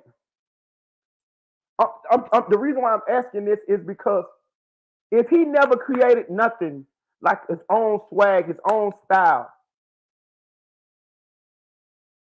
I can't believe that he would have survived this long, because we all know that styles and shit like that, they fade away. They fade out. You remember OJ the Juice Man had that ad lib that everybody did, hey, okay. I remember goddamn Lil Bow Wow bit the man goddamn ad lib. You see what I'm saying? You see what I'm saying? So you right too, Safari, he right. He say Drake top verses are from old rappers. He used to do that a lot too. I told you that's the Jay-Z playbook. Jay-Z used to do that shit a lot too. And I like Jay-Z. But I'm just saying, he used to do that shit too. They'll take old rappers' verses and they'll start them off with the old rapper verse, and you don't remember the verse. Like, you might not even motherfucker remember the verse. But if you a hip-hop head, or you like been studying, or you older like me, you remember these verses and you remember these lines previously. And Drake will do that shit too. He'll take an old motherfucking verse and he'll start it off, and then he'll put his shit on the end of that. Jay-Z will do it too. Jay-Z is motherfucking. You don't know when Cameron came out with that diss against Jay-Z, say, I'm not a writer, I'm a biter. I'm not a writer, I'm a biter. Jay-Z been doing that shit. He took a whole bunch of goddamn, and even Jay-Z addressed it. He said, what more can I say? He said, I say a big verse, I'm only bigging up my brother, bigging up my barrel, bigging up, I'm that thorough, I'm big enough to do it. Plus my own flow is foolish. So he addressed it too, because a lot of people saying, goddamn, you always using goddamn big verses, and you using goddamn all these other people's verses. Drake do the same shit. He do the same shit. He take other people's shit. He took a lot. Listen, bro. Now that we know, we unpack this shit, dog, and he exposed. We didn't even talk about the child shit yet. We ain't even got on that shit, because that shit is like set in stone too. I'm just talking about this nigga as a shapeshifter, culture vulture, that now we have enough evidence to pin him down and convict him on who he is. And this is why all of these artists are coming out against Drake now, because he done made his rounds around all of them, and they done had enough time to interact with him, and they done came up with the same conclusion, that he's a culture vulture, that he's somebody that can't be trusted. He steals. You know what I'm saying? And when you really break it down, it's an identity crisis, y'all. It's an identity crisis. He don't know who he is. But the man, listen, I seen urban politicians. Shout out to SLK, something like Clout TV, Eagle Wood. Shout out to Azriel, first of his name. Look, I seen urban politicians. Shout out to urban politicians out there in Texas. He said some real shit. He say, if you pay attention to Drake, Drake is a fan. Same thing like Kendrick said. Like, when you got swag, when you got sauce, I'm from Florida, y'all. I'm unapologetically from motherfucking Florida. I don't give a fuck, and I hope that you feel the same way about where you from, nigga. You from motherfucking Cali, nigga. Rep your shit. You from Texas, rep your shit. You from Memphis, rep your shit. You from Atlanta, rep your shit. New York, nigga. St. Louis, Indiana, Chicago, whatever. The islands, rep your shit. Africa, wherever, rep your shit. but we got him beat. You know, I'm gonna tell you why we got him beat. Cause we who we is. We from the soil. Wherever you from the soil, my nigga. Shout out to Wavy, shout out to Luminegro. So that's you. You know what I'm saying? Like, I stayed in Indianapolis for 2 years, bro. Swear to God, when I was in Indianapolis, you know everybody say, oh boy, you from Florida, boy, we tell your accent. I'm talking about they was on me. Plus I had the Wicks at the time too. They was on me. I'm talking about, nigga, I even white people. I'd be walking in the mall, nigga, little white kids say, oh, you from Florida, ain't you? I'm talking about, dog. And I ain't even realize I had that big of a accent or it was that obvious or whatever. But it was that, and because I never lived outside of Florida, so I really didn't never pay. It's just who I was. I never paid attention. It wasn't no act. It's just where I'm from. Drake don't have that. He don't have that. He don't have that. When I went and looked at the demographics and the large cultural diversity that is in Canada, is like migrant culture. You know what I'm saying? Like it's a large Somali community up there. It's a large Asian community up there, large Italian, African. I mean, it's a lot of different demographics up there. It's like a lot of demographics, because I don't like to say race, because it's only one race, y'all. It's only one race. It's the human race. It's just different demographics of humans. So a lot of different demographics of people migrated to Canada, and they've been there for a long time, and to the point where they're Canadian. Yes, a melting pot, to the point that they're Canadian. These people are Canadian, as Africans up there too. But I'm saying they done been there for so many generations, so they're Canadian now. So I'm just saying, like, what is Drake? What do he identify as? And I got to believe from me watching him, he don't have an identity. He don't have an identity. Because one thing about your identity, if you got an identity, that bitch gonna be the same, boy. Like if I take a Memphis nigga, I had a nigga that worked with me from Memphis, dog. That nigga was Memphis all the way motherfucking through, bro. That nigga, I'm talking about we was in Florida, nigga. That nigga was still saying the same slang, acting the same way, talking the same way, same thing like me when I moved in Indianapolis. Nigga, I fuck with y'all and I respect y'all. Who y'all is and y'all culture and y'all how y'all do things. But I'm from Florida, my nigga. I'm finna wear this shit like a badge, nigga. Nigga, be honest with you. When I get to go anywhere outside of Florida, I'm finna put on for Florida more so now than motherfucking when I'm in Florida. Because I ain't got to really put on like that when I'm around all my natives. Everybody doing it for us. We just naturally in our own natural habitat. But when I motherfucking get out, when you let the motherfucking niggas in Paris, oh yeah, I'm gonna put this Florida shit on display for you. First of all, because I'm repping. Second of all, you're gonna enjoy it anyway, being that somebody who's not from there. Because it's different, it's new to you. If you're from Cali and I take you to Florida, you're gonna get all the hoes. Because you knew. If you take a nigga from Atlanta and you take him to goddamn Cali, he gonna get all the hoes. Because you different from what they dealing with. You see what I'm saying? It's vice versa. Everybody it's like, you know what I'm saying? So be you.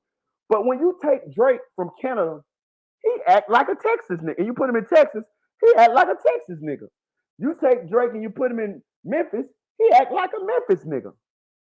You take Drake and you put him in Atlanta, he act like an Atlanta nigga. You take him and you put him in down there in Miami, he making a loop song with French Montana now. He act like a Miami nigga. You see what I'm saying? Listen, bro. He does not know. He has an identity problem. Shout out to Urban Politician. Urban Politician say Drake do fan shit. He say, bro, do you know that Drake just got a G-Unit chain made from TV Johnny? TV Johnny just made Drake a G-Unit chain a couple months back. Drake just picked that bitch up last week, nigga. Why? Niggas from G-Unit don't even wear G-Unit chains no more. Nigga, G-Unit niggas don't even wear G-Unit chains no more. Why is he taking time to pay TV Johnny to make a G-Unit chain? I'm going to tell you why. Because he's a motherfucking fan. He's a fan. He's low key. He's a fan. That's why he will study and pay attention to how you talk, how you walk. If you from a certain area, he will ingratiate himself with. He studies you, studies you. I'm gonna tell you another thing he did. He bought Pharrell jewelry. He lied and said he melted it down, but if you pay attention to the new video he just did, he got Pharrell jewelry on. Why did he buy Pharrell jewelry? Because he's a fucking fan. It's those are mementos to him. Those are it's like having something from Michael Jackson. You know what I'm saying? It's like because you gotta think the Pharrell's jewelry, that jewelry is outdated. You know, jewelry has style. The way they make it evolves. So that jewelry is gonna be outdated. It's like wearing some 1980s jewelry today. That shit, like, you know what I'm saying? But he bought it. You know why? Because he's a fucking fan. Because to him, this is for real. I want to have it. You see what I'm saying? Like, you get what I'm saying? Like, these are fan moves. These are moves that somebody would make that ain't used to this shit. It's like if I take you to the hood. It's like, say you from the suburbs, but you infatuated by the hood, but you like a white kid or something, or let's say a Jewish kid. You a Jewish kid, and you from Toronto, and you've been watching the hood on TV all your life. You've been watching Boys in the Hood, Menace to Society. You've been watching all this shit all your life, and then you meet me or you meet somebody from the hood, and they eventually take you to the hood. Oh, to you, this is like motherfucking a dream come true. To the people in the hood, this ain't shit. We don't even want to be here. We trying to get the fuck out of here. We trying to get where you motherfucking at, white boy. You know what I'm saying? We trying to get out there in that goddamn suburbs out there, goddamn it, where we ain't got to worry about these goddamn bullet shots and bullet holes and goddamn crackheads and shit walking all through this motherfucking bitches breaking in houses and shit like that. We trying to get the motherfucking gated communities. You know what I'm saying? But to the goddamn lane, to the goddamn to the fans, all he want to do is stay right there where we trying to get the fuck out of.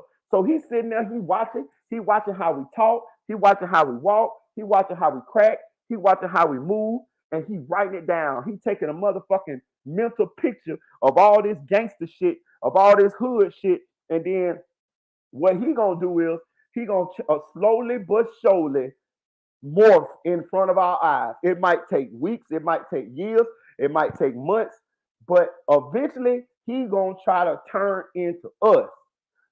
And the thing about it, we ain't trying to be nothing we ain't. We is who we is. But that motherfucker is turning into us because he's a fan. This is what this nigga is, bro. That is what this nigga is, bro.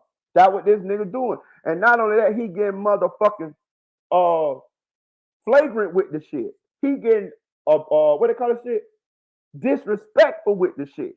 Like just be like, can you imagine how mad these niggas is that they let this motherfucking culture vulture sneak in on us? Not only that, this nigga got power. This nigga got control. This nigga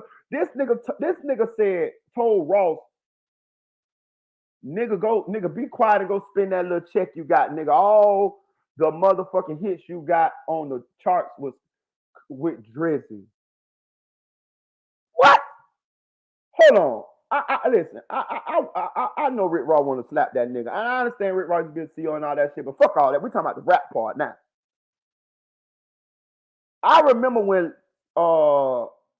Drake got on that goddamn Aston Martin music with Chrisette Michelle and goddamn Rick Ross.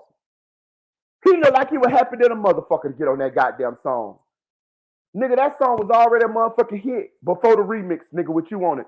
To be real with you, your verse on that bitch, it was fire, but it seemed like it was forced. It seemed like what Drake was rapping about on that motherfucking song didn't have shit to do with the goddamn song. It was just like a verse. You know what I'm saying? And it was a good verse, don't get it twisted. But it didn't fit. It was like the same thing what Metro Boomin said. It was like Drake was in that goddamn studio and he heard Ross playing Aston Martin music, and he said, "Man, let me get on that, man. Let me get on. I got to get on that. I got to get on that. I got to get on that." And Ross was like, "Yeah, go ahead, get on there and get on the remix." And that's what happened, because that verse did not motherfucking fit on that goddamn song. It was a hot verse, don't get it twisted, but it didn't fit. You know what I'm saying? And you could tell how long his verse was. It was like, "Go ahead, little bro, do your thing," because normally it would have been cut down to a 16. That nigga had a lot of goddamn bars on that motherfucker. So I feel like that was a lookout. That was a lookout from Ross. Like, "Hey man, go ahead, get on that, little bro." He knew Wayne Drake was up and coming, and he saw, you know what I'm saying, the potential. So he was like, "Go ahead, get on that, little bro." But hold on, let's backtrack here. He didn't even write the motherfucking verse. He ain't even write the motherfucking verse. Like they just, bro, this nigga a fraud, dog. Like, this nigga got us, bro. He got us, bro. He got us. He got us, man.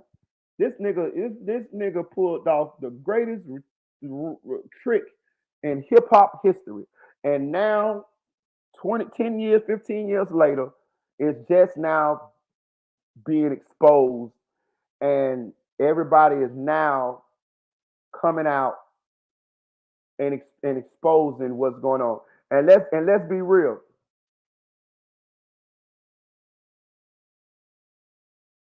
What Kendrick is doing, we sit here thinking that this beef is Kendrick and Drake, but pay attention to what Kendrick said. He say he what the culture feeling.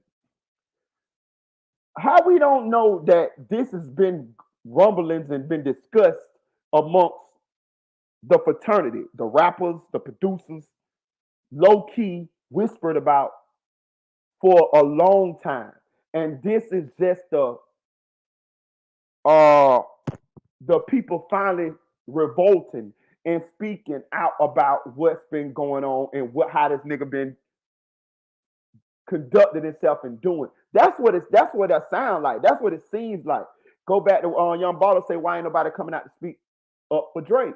Because it seemed like this is what everybody been feeling, been saying, but they just kept it to themselves and kept it inside. And now that Kendrick done came out and he done came out and started, he came out and did what he did. Now everybody is like, and I'm gonna tell you what they're doing too. Peak game. A lot of this shit coming out, it's like people throwing their rocks and hiding their hand. A lot of this information and shit that coming out about Drake, this shit coming from the artists and the producers too, but they sneaking this shit out through the media. They sneaking this information out through the bloggers and shit like that there. Academic is the only motherfucker that's still trying to kiss ass and all of that shit right there. You know what I'm saying? Like, and that goes back to another shit too. I've been trying to tell y'all, and I've been telling y'all that one thing. Motherfucker might not like Merita this and that, but one thing Merita always do is be real with y'all, and I give y'all the real deal. Hit that motherfucking like button. I told y'all a long time ago that a lot of these motherfucking bloggers is compromised by these motherfucking rappers and celebrities and all of this shit like that. Now look at motherfucking DJ Academic. He know goddamn well Drake ain't won no goddamn rap battle. How the fuck this nigga gonna win a rap battle when goddamn he got 5 goddamn writers writing these songs, and Kendrick motherfucking writing all his songs by his motherfucking self, and he still crushed this nigga. What he say? Mother on a beat, ho. They not like us. They not like us. When that nigga came out with that shit, nigga, I started crip walk. Nigga, I don't even know how to motherfucking crip walk. They like us. Nigga, I say, boy, I like this motherfucker right here. Nigga, they playing that bitch all at parties. Nigga, Rick Ross playing that bitch at party, playing that bitch at the stadium. Nigga, they playing that motherfucker, goddamn it, on the radio. All type of shit, nigga. This shit finna be motherfucking number 1, nigga. You think the West gonna let you disrespect Pop, nigga? Nigga, Kendrick came in that bitch, went to talking. You know how nigga wop. Let me turn up dub. Wop. Let me do what the that nigga went crazy in that bitch, dog, for real. Like, you know what I mean? That little weird ass nigga went crazy. Nigga, that little black hippie from the West Coast went crazy in that bitch, nigga, straight up. Like, Not only that, he was speaking facts. Like I knew Drake wasn't gonna win this shit off top because I knew too many motherfucking situations where Drake had got exposed on. You know what I'm saying? Nigga, T.I. homeboy peed on the nigga. Nigga, motherfucking T.I. homeboy peed on Drake, nigga. Nigga, you can't beat me doing nothing if you let a nigga pee on you. Nigga, T.I. homeboy peed on Drake, y'all, on my soul, nigga. Peed on that nigga. Look, bro. Oh, listen, y'all know me. I damn near have a story for everything. I done seen a lot of shit. I ain't never seen a nigga get peed on, dog. I ain't never seen it in my life. Shout out to T-1000, right? That nigga, and then Diddy slapped you. Nigga, you let Diddy slap you. Listen, I never shout out to Tyson Garcia. I never seen a nigga get peed on in the street, dog. I seen nigga get shot. I seen nigga get slapped. I seen nigga get robbed. I seen nigga get hit by a car. I seen goddamn nigga have a seizure. I seen all kind of shit. But I ain't never seen nigga get peed on, dog. Like, that's a fresh first for me. Like, nigga, you pee on me, you got to die. Like T-Pain said, you got to die. You pee on me, nigga, I'm outside your house dressed like a bomb, nigga.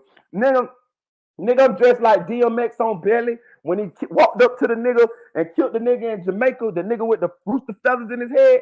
Nigga, if you pee on me, it's nothing, it's no coming back from that. If you pee on me, I'm dressing like a woman with a wig on, an old ass bomb lady, and I'm walking around your neighborhood until I catch you coming out that goddamn gated community in that goddamn Benz, and I'm gonna walk up to that window and I'm gonna motherfucking shoot that motherfucking bitch up. I'm going to prison. If you pee on me, I would much rather nigga knock me out than pee on me. I would much rather, for real, I would much rather nigga knock me out. Like, I never been knocked out. But I'm saying, I can accept that other than to get peed on. Like, peed on and slap me and peed on me, that's definitely the same boat. Nigga, no. If you slap me, you got to die. Like, because if a nigga slap you, that's like you saying, like, you a bitch, you ain't gonna do nothing. Yeah, you got to die. I'm going to jail. Like, I ain't gonna never, I'm gonna be on TV and y'all gonna be saying, boy, Marita's so goddamn dumb. Boy, he just throwed it all away. God damn, he crashed out. Yeah, I'm telling you, motherfucking now. You motherfucking right. You motherfucking right. I'm crashing out. I'm throwing it all away for some dumb shit. Fuck the goddamn free air. Fuck the goddamn I can go where I want to go. All of that shit. That's some shit you just can't motherfucking. You can't let that slide. That nigga got peed on, yo. So how this nigga gonna beat motherfucking Kendrick Lamar? Only thing he come out saying, he talk about, oh, he beat on women and this and that. Listen, man. Listen, hey, man. Listen, man. I don't know if he beat on women. If he beat on women, I'm sorry. That's a fucked up thing, this and that. But, and I ain't trying to diminish that because a lot of women have been victims of abuse. You know what I'm saying? I used to watch my mama get abused and shit like that, though. But that shit ain't that. We don't give a fuck about that shit. We don't give a fuck about it. Let me just go out and say it right now.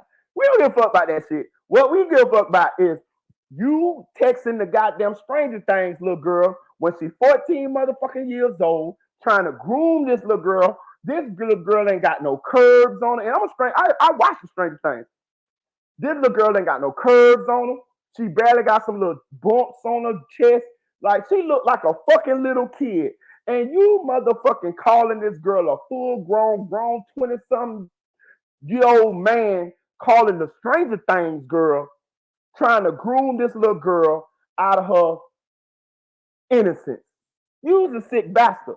You was on stage with the girl. See, that's another thing. Like, he talk all this bullshit, but nigga, we got video proof that you was on stage with a 17-year-old girl. You asked her what her motherfucking age is. She said 17. You said, oh man, I ain't supposed to be doing this. This shit gonna get me put in jail. Oh, I can't be doing this. Oh no. Then went to rubbing up on her, talking about, oh yeah, man, your breast feels good on my chest and this and that. Oh man, I ain't supposed to be doing this. 17. How you get so thick like that? You doing this on stage in front of motherfucking got hundreds of thousands of motherfucking people. Then you go to feeling on the girl, and then you kiss the fucking girl. And then you want to sit here and play like Kendrick made up all this pedo shit? You got like fucked up, man. You got like fucked up, bro. Like, you did this shit. You, cause you's a lame nigga. You's a lame nigga, and you done got all this power and all this shit now. So how you behaving, you making it up in your head. You don't realize now that you can make up some rules now, or you think you can make up rules now. So this is why you'll fuck your homeboy, ex-old lady, or you'll fuck your homeboy, old lady when he in jail. If you ever pay attention, every girl that these niggas get, and I don't want to put it all on Drake with this one, but this part of it is on him, because the women get to choose where they want to go. So they ain't got to fuck with this nigga if they don't want to fuck with this nigga. They can be like, nah, I used to fuck with your homie, so I ain't gonna fuck with you. I'm gonna go fuck with somebody else who is not cool with my ex, or who is not friends with my ex, right? So that's how they can handle that too. But we ain't talking about them bitches. We talking about you, motherfucker. We talking about you. We talking about certified lover boy. We talking about freak ass nigga and the 69 God. Whatever say, freak ass nigga 69 God. You know what I'm saying? Look, this nigga go back and double back and try to fuck every woman that some of his associates or friends used to fuck with. Goddamn Rick Ross broke up with Christina Mackey, nigga. It wasn't a week. This nigga already done gave a son of tickets to the concert, flew her ass out to the goddamn concert. Boy, you want everybody scraps, don't you, boy? Boy, you want motherfucking everybody leftovers, don't you, boy? God damn, certified lover boy, certified scrap boy. I'm talking about that means that when you is chilling with your lady and you got this nigga around you, this nigga fantasizing about your bitch. Look, listen, I'm telling you something, I'm be real with you. I don't take my women around my homeboys. You know what I'm saying? Like, I'm be honest with you, like, you got to be real, like really one of my friends for me to, and me and my lady had to be rocking for a little bit for me to even, you know what I'm saying? Like, you got to have a lady your motherfucking self, and y'all been locked in for some years. Y'all got about 4 kids, like that type of shit. Like, by the time I take my lady around my friends, nigga, we about 3 years into a relationship, nigga. Swear to God, I'm talking about we got kids and all type of shit. Like, I'm telling you, like, because of this type of shit. Because you wouldn't know Drake if it wasn't for me. You see what I'm saying?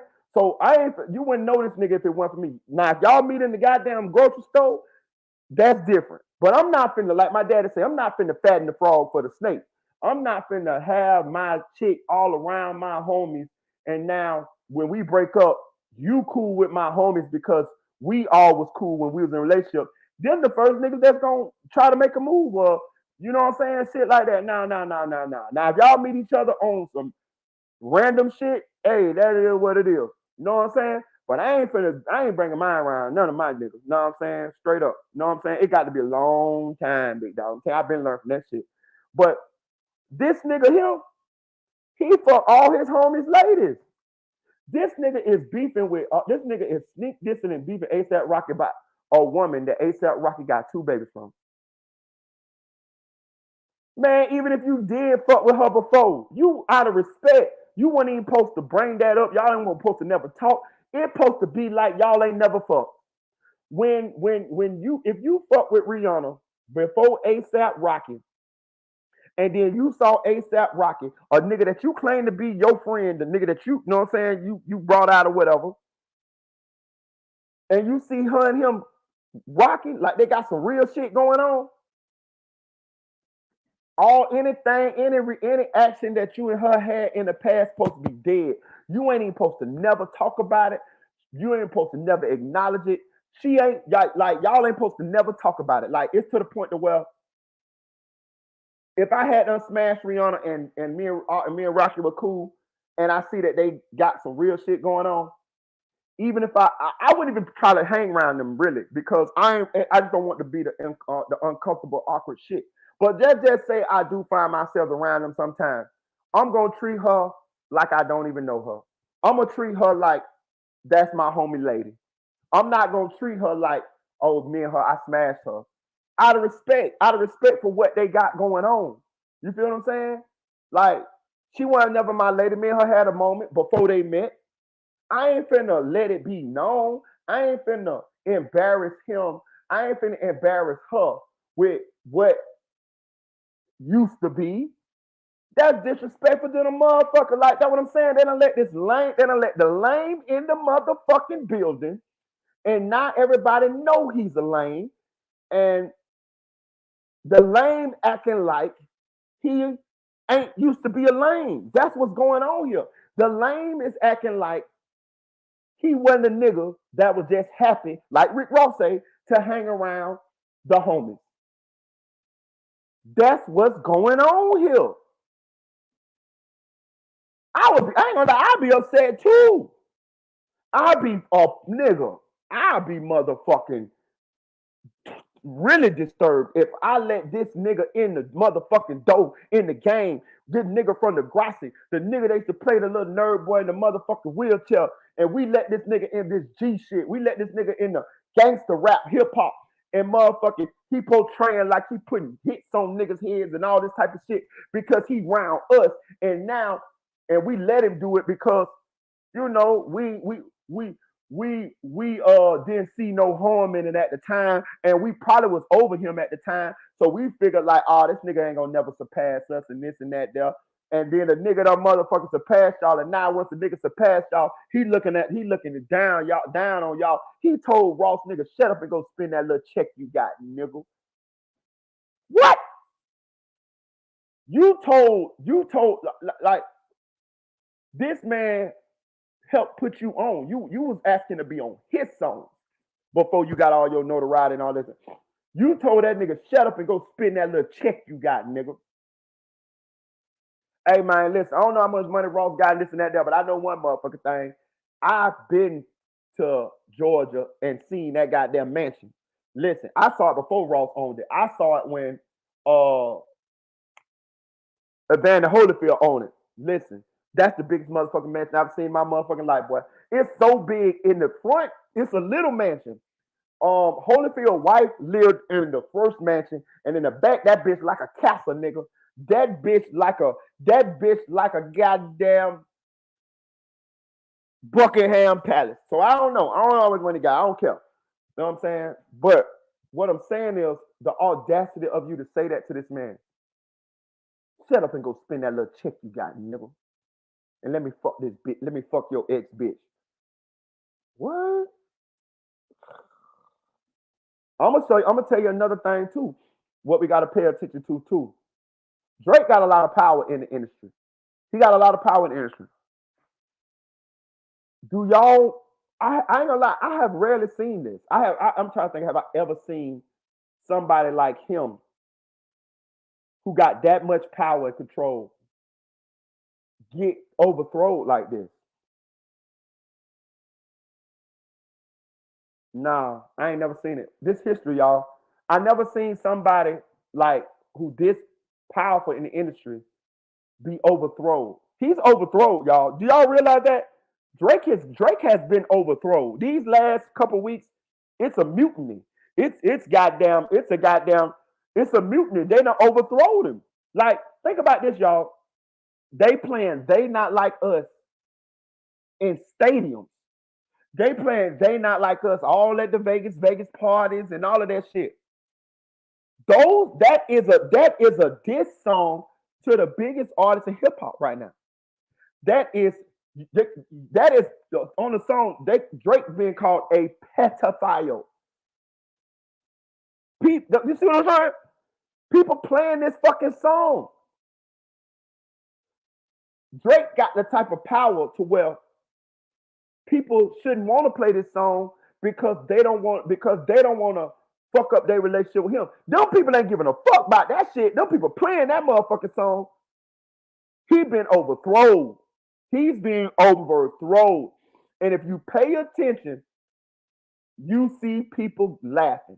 You see people slowly but surely, they coming out the woodwork. The same people that was some of them same people that was talking shit about Drake before, but it was unpopular.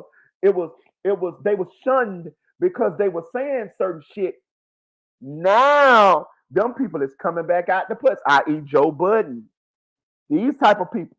You see what I'm saying? A lot of these motherfuckers. You know what I'm saying? A lot of these motherfuckers is like, yeah, now, yeah. You see what I'm saying? You see what I'm saying? I heard UMG was Kendrick to back down because them and Nike already losing money. I could believe that. I could believe that too. So, shout out to Anonymous Ones. Everybody, listen, in hip hop, in the music industry, it's only three major companies, y'all. It's only three major companies. All of the rest of the companies, Def Jam and all of them shits, they under the three major companies. I forgot what their name is. But all of this music in all of it, hip hop, all of it, is controlled by three companies. I forgot what the names of them, but it's only three companies. Everybody else is signed under these companies or on the companies of under these companies. All of them. Everybody. Every fucking body you can name. So in actuality, Drake and Kendrick is on the same label. In actuality. So they just at different steps on the ladder. I think you know what I mean? I think Drake maybe got a better deal. You know what I'm saying? He might be signed to a more parent company than Kendrick, something like that. But either way, they all controlled by the same shit. So the music companies make money. The music, yeah, it's something like that. Yeah. The music companies making money off this shit. You know what I'm saying? They making money off this shit regardless. You know what I'm saying? All the album sales, all that shit, they're making money off this shit regardless. No matter how this goes, they're making money off of it because they got such a monopoly on the music. To the money has to go back to them anyway. Now, you know how people said that this rap beef was fake, like it was like orchestrated. I knew this shit wasn't fake once the shit about the little kids came out. You can't sit here and tell me that I'm gonna be like, yeah, let's Drake gonna be like, yeah, let's start a beef. And you talk about me with the little girls and all that shit. Hell fuck no. Listen, that could potentially cost him millions. Think about this. Who the fuck wants to partner with you and it's publicly known that you like little kids? Listen, Kendrick ain't lost in this. That's how you could tell Kendrick ain't lose this battle. He ain't lost nothing. He ain't lost nothing in this battle. He actually done elevated. Cause that goes back to who that was said a little bit earlier, man. Let's be honest, when nobody listened to Kendrick. I'm gonna concede that to a certain extent. This done elevated Kendrick back up. And now when Kendrick come out with an album, we're going to be more receptive to it. We want to hear it. We want to hear it now because he's our champion now. Kendrick is the champion now. He is the de facto champion. He has slain the beast. He beat Ivan Drago in Rocky IV. God damn it. He goddamn done knocked out the Russian. God damn it. The big mighty Drake that a lot of artists wanted to do this to anyway, but didn't have the clout, didn't have the power in order to do it. You see what I'm saying? Like like a lot of rappers tried to do it. You know what I'm saying? Even though Pusha T beat him in the rap battle, let's be real, bro. Pusha T, as an artist, he's not as good as Drake. Let's just be real with you. He's not as good as Drake. Let's just be a rapper. Yeah, sure, he can rap. But when we meet an artist, and see, that's why I want to take this shit with a grain of salt too, because Drake got writers. Like, so I gotta keep catching my motherfucking self. Because when I say that these people ain't better artists than Drake, maybe they is. Maybe the fuck they is. They just ain't got a team of motherfuckers writing songs for them because they purists. Because they understand the same thing that I'm trying to tell everybody. Or that the hip hop gods, the rules that the hip hop gods put in place. Nigga, you supposed to write your own shit, nigga. Now I can see if y'all in the studio and you stuck on the line and a nigga say, hey man, say this right here. You say, oh yeah, I appreciate that. Yeah, I like that. That's different. But we talking about how the Weeknd say the Weeknd say he lost half of his fucking album writing Take Care. He lost half of them songs on Take Care was his. Now, if you listen to Drake came out and said, "Oh, he only wrote on 4 songs."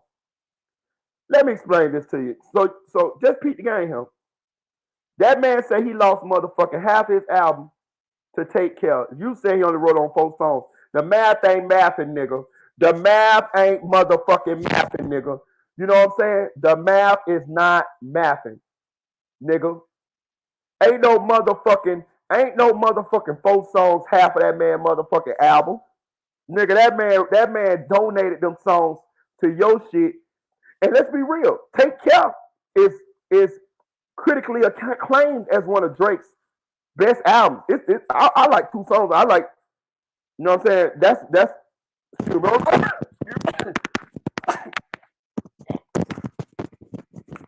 me now. Hit that like button, y'all.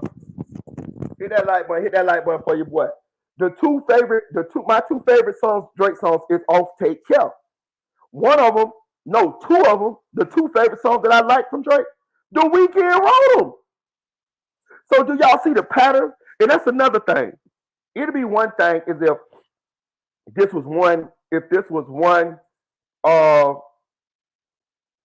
allegation.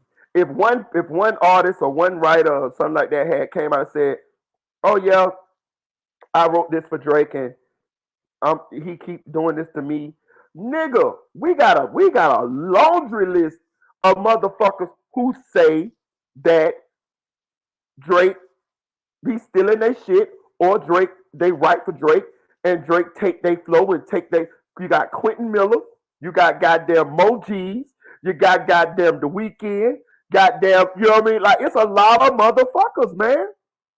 It's more motherfuckers than we know. It's probably some motherfuckers that got NDAs or where they can't talk about it.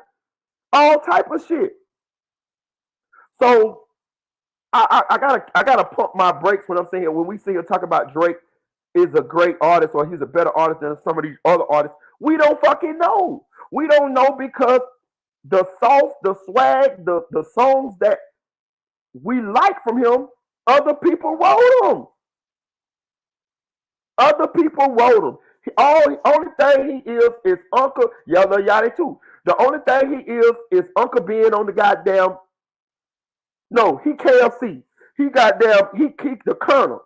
You know, like you watch the Kentucky Fried Chicken. You know, you see the white man up there, the Colonel. He the Colonel. Know what I'm saying? But be real with you, the recipe for Kentucky Fried Chicken was some black people goddamn recipe. This is fact.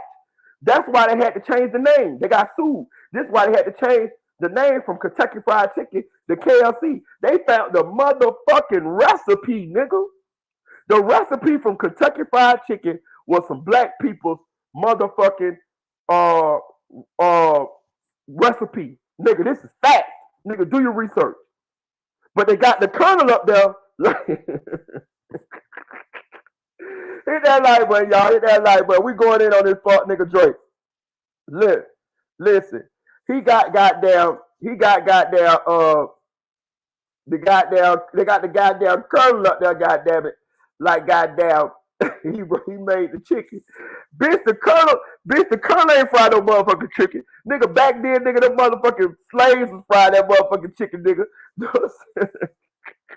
Nigga, Drake is KFC, y'all. He is the goddamn Colonel on the goddamn chicken box, portraying like he came up with the recipe for all this good chicken, but it was them goddamn black people, goddamn it, know what I'm saying, that came up with that goddamn recipe and ain't get no goddamn motherfucking credit for it, dog. That's who the fuck is. We call this nigga the Colonel.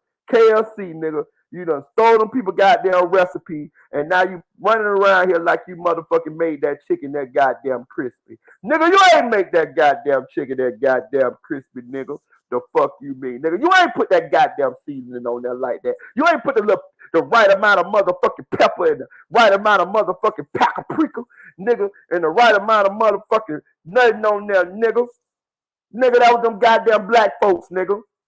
Nigga, you ain't come up with this motherfucking swag, Drake. Nigga, it was them people out of motherfucking Memphis, nigga. It was them people out of motherfucking Texas, nigga. It was them people out of motherfucking Atlanta, nigga. It was them people out of motherfucking Florida, nigga. You know what I'm saying? For real, nigga. It was them people from the islands, nigga. All of that shit that you motherfucking giving us like it's you, it ain't you, nigga. It's everybody else but you, nigga. Louisiana, straight up. Louisiana too, nigga. Yeah, he like Chick-fil-A. Yeah, nigga. Nigga, you done stole everybody motherfucking secret sauce and you run around this motherfucker with the big head like it's you. What did you create? Can somebody get in the comment section? Hit that like button, please. We going in on this culture vulture Drake. Cause he exposed now, y'all. He exposed. He bleeds. He bleeds. You see? He is a man. He is a man. He bleeds. Like that black dude said on Rocket when Rocket fuck around and hit Dolph Lundgren and we see some blood come off that motherfucker. We thought he was a goddamn robot. We thought he could be motherfucking hurt. Nigga, this nigga bleed. Nigga, this nigga a real motherfucking human being. And we finna slay this motherfucking dragon. Cause nigga, this is what's been going on. And the nigga been stealing y'all culture, my nigga. If you from Memphis, you supposed to be mad. That's that goddamn Goya. That guy over there, nigga. You don't know about put that motherfucking Sazon Goya, nigga, the little pack, nigga. You don't know nothing about that, nigga. Fuck you mean, nigga. That's for my motherfucking Latino people, nigga. But anyway, this nigga, if you from Memphis, you from any of these places, this nigga done touched down and motherfucking used some of that culture into his songs. He stole from you too. Nigga, that's your shit. That's your shit. Nigga, I seen a lady last night on the documentary I watched talk about Drake. Nigga, I didn't even notice. The nigga got songs where he rapping in Somalian. Swear to God, nigga. The nigga rapping in motherfucking Somalian, nigga. I say, kiss my motherfucking ass. Listen, the nigga is rapping in Somalian, y'all. I was motherfucking floored. The lady said, I don't even know where these songs at. This nigga must release them bitches in Somalia or something. You know what I'm saying? Like, for real. I said, goddamn, I ain't never seen this goddamn Drake video right here. I'm talking, this nigga like killing that shit too. I'm talking about, I say, get the fuck out of this nigga bilingual. This nigga's a bilingual thief. You know what I'm saying? Damn. This nigga's a hell of a goddamn culture vulture. This nigga will learn your language to steal your goddamn flow, to steal your sauce. God damn. This nigga would this nigga would do goddamn Google Translator to understand your creative flow. God damn, bro. I'm not a writer, I'm a writer.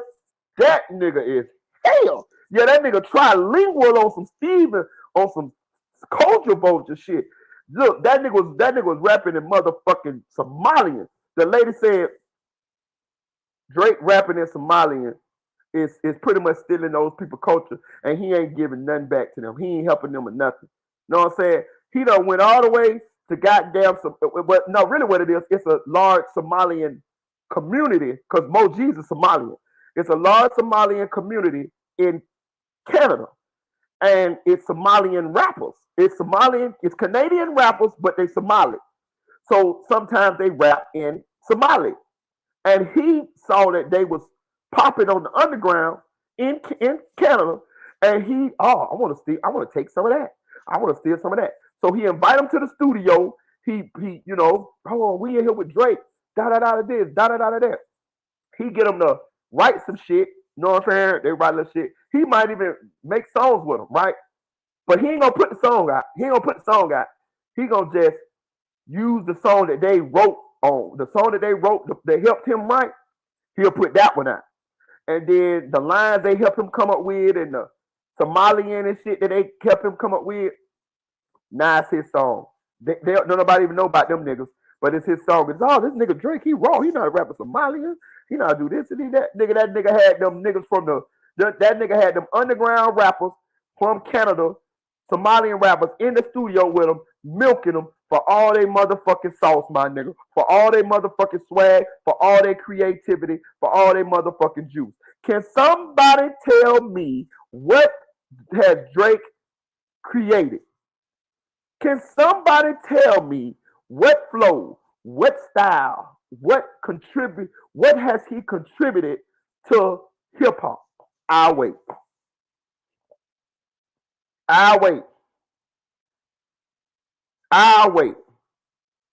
Nigga, when Chief Keef came out with that motherfucker, I don't like that. That's the shit I don't like. You know what I'm talking about? Like that's him. That's Chicago. That's their culture. He brought that to the masses. I understand Drill was around a little bit before Chief Keef. You know, they got a nigga named Pac-Man, a couple other niggas.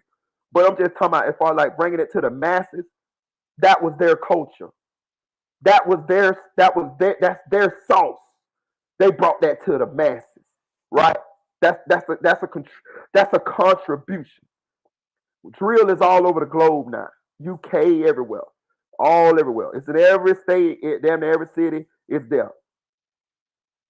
Hate it or love it, they contributed that to the game. When I heard goddamn Young Thug, I did not motherfucking like that goddamn sound. I didn't like that. I didn't like that shit. It was too feminine for me. He was wearing the dresses and all of this shit and that though. But even Young Thug contributed.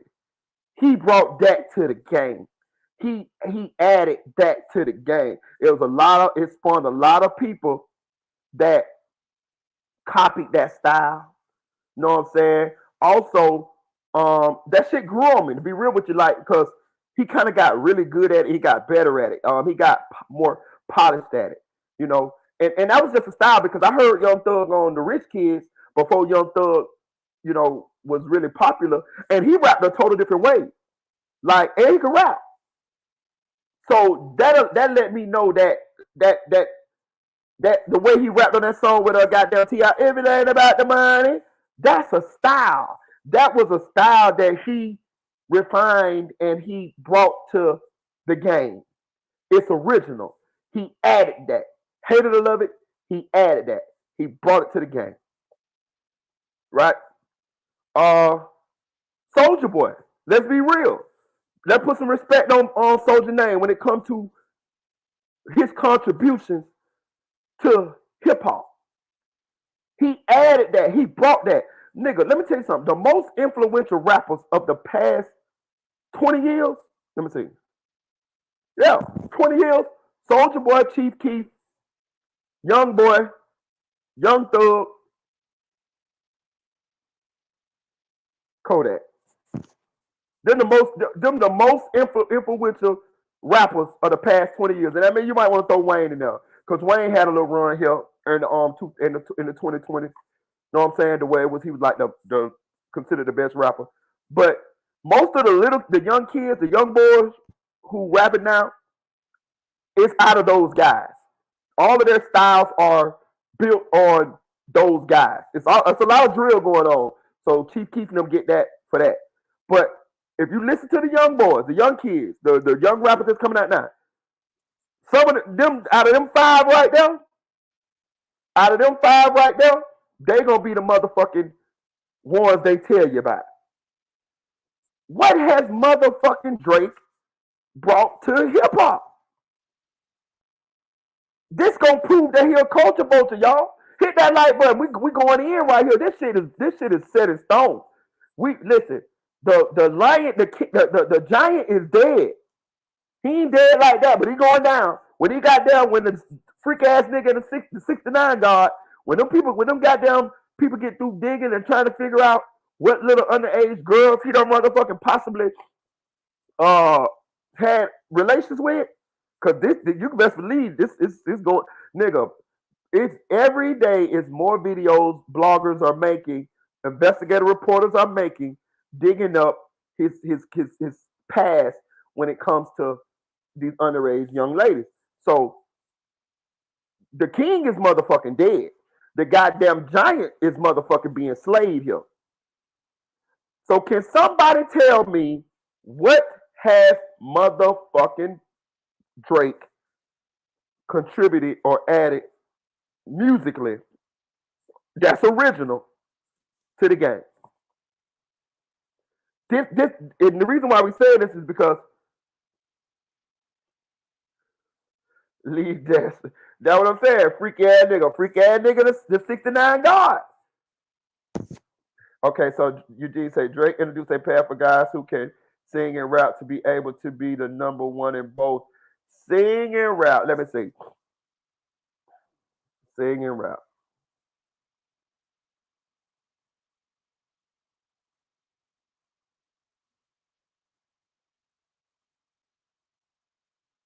I'm trying to think. Was it somebody singing and rapping before him? That's it. The singing. That's the only thing. That's the only thing that I can say. The singing. Now that I think about it, is there anybody was singing and rapping before Drake? Y'all get in the comment section. Let me know. But I think the singing is on the point. I can't give him credit for the rapping. I can't give him credit for the rapping because he ain't write the raps. And like rapping, like, you know what I'm saying? Like rapping been around. So I can't give him credit. Like none of the styles, none of the flows that he rapped is original. Them somebody else wrote them. But I will give him credit for the singing. I would give him credit for singing and rapping together if I can't find nobody else that was singing and rapping before him. Somebody jump in the comment section. Oh, yep, Bone Thugs and Harmony. Yep, oh, that's it. He ain't bring nothing to the game. He ain't bring shit to the game. Bone Thugs and Harmony beat it to. Hey, what I said, now follow the rules, so yeah. I was just about to give him some credit, y'all. I can't hear this nigga. And then he talking about he one of the greats. Bro, he just changing the rules of the shit. He changing the rules of the shit, and we allowing him to change the rules. The gatekeepers or whoever else are allowing him to change the rules of the shit because of the money, of the popularity. He has finagled himself to be very popular, powerful. So so this is what people doing. People ain't trying to sink they wasn't. Now they is. But before they wasn't trying to sink the battleship. You know why they wasn't trying to sink the battleship? Because they wanted to make money off the motherfucking battleship. Like why sink this nigga when this nigga is popping? So what I do is I link in and do some kind of business with this nigga so I could possibly make money doing business with this nigga. But what happened was he maneuvered around in the industry so long and he did so much fuck shit. He stole so much creativity from other people and did all kind of underhanded shit. Fucking with people, ladies, and all kind of lame ass petty shit to where he built up so many enemies to where now people just want him gone. They want him gone. Oh yeah, CeeLo. Yup, CeeLo too. Yup. That's what I'm saying.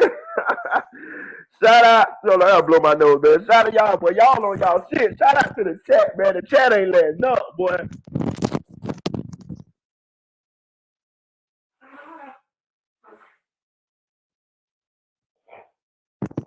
Shout out to the chat, boy. Y'all on y'all shit. I'm finna read y'all comments, man. I'm finna show y'all some love, cause y'all on y'all shit today. Eugene say awesome kind of GD. Awesome King D. Okay, so Drake is the ultimate energy plant on business level. He is the perfection of Millie Vanilli and yeah, man, and Vanilla Ice. Hey man, y'all can get off all Vanilla Ice. Hey, look, we can go with the Millie Vanilli. But listen, I know a lot of people like to talk about Henry Von Winkle or whatever the fuck that nigga real name is. But nigga, I was alive, motherfucking when goddamn Ice Baby came out, nigga. And goddamn it, nigga, that shit was the hardest shit, goddamn, nigga, since MC Hammer. Nigga, everybody was trying to motherfucking dance like that goddamn white boy. Listen, know what I'm saying? And let's be real. Henry Von Winkelstein or whatever that nigga name is. I think he's from Miami, ain't he? Ain't Vanilla Ice from Miami? I think he's from Miami. So, we'll give him a little pass. But yeah, Milli Vanilli, I agree. Milli Vanilli, but hold on. Matter of fact, I'm gonna slow my roll. Eugene, did Vanilla Ice write Ice Baby? Or did somebody else write it? Give me, school me on this shit. Cause if he ain't write Ice Baby, then I'm gonna take that shit back, my nigga. I'm gonna give you your motherfucking flowers, dog. I'm gonna give you your motherfucking flowers. I got to be able to be stand corrected, my nigga. Okay, Chip Tooth Eagle. I like your name, Chip Tooth Eagle. Say, people act like this goofy put on a bunch of small time young dudes, but act like them same young dudes then keep his 37-year-old motherfucker relevant. Man, preach. Okay, so Black Vita says Spike Lee sued him for Ice. Oh man, so yeah, we got to throw goddamn Henry Von Winkelstein or whatever goddamn Vanilla Ice name is in there. Here's another motherfucking industry plant. God damn, y'all win, boy. Listen, goddamn it, my chat, y'all is on fire today. Y'all got me. Y'all won that one. Yeah, man. Hey, fuck that nigga. That nigga the same like Ice Baby, and goddamn Vanilla. Goddamn it, them niggas. Bro, listen, Milli Vanilli was hot. Bro, I remember them niggas came out, bro. Nigga, them niggas was like Moogle mega stars. Nigga, them niggas got on that bitch and that shit. Goddamn, went the motherfucking skipping on them niggas' ass. Hey, that shit went a skipping on them niggas, boy. Nigga like, oh hell no. Look, okay, but Sean Taylor said Vanilla Ice wrote no part of Ice Baby. Damn, y'all got me, dog. Y'all got me. Yeah, fuck that nigga then. Okay, I'm gonna read some of y'all comments. Mike Lowe say Drake is a colonizer. He a colonizer, man. He a colonizer. He a freak ass nigga, 69 God. Know what I'm saying? That's him. He's a fan. He's a fan. Listen, when you go back and listen to that goddamn Kendrick Lamar song, and then you really and then you do a little. Just say y'all do a little digging. I know now since the media has been saturated with a lot of Drake shit, right? But if you do a little digging and listen and fucking around and educate yourself on the backstory of this shit, and you listen to that song again, They Not Like Us. It's like wow. It's like now you understand, or you can catch on to all the little subliminals and shit that Kendrick was saying. Excuse me, y'all.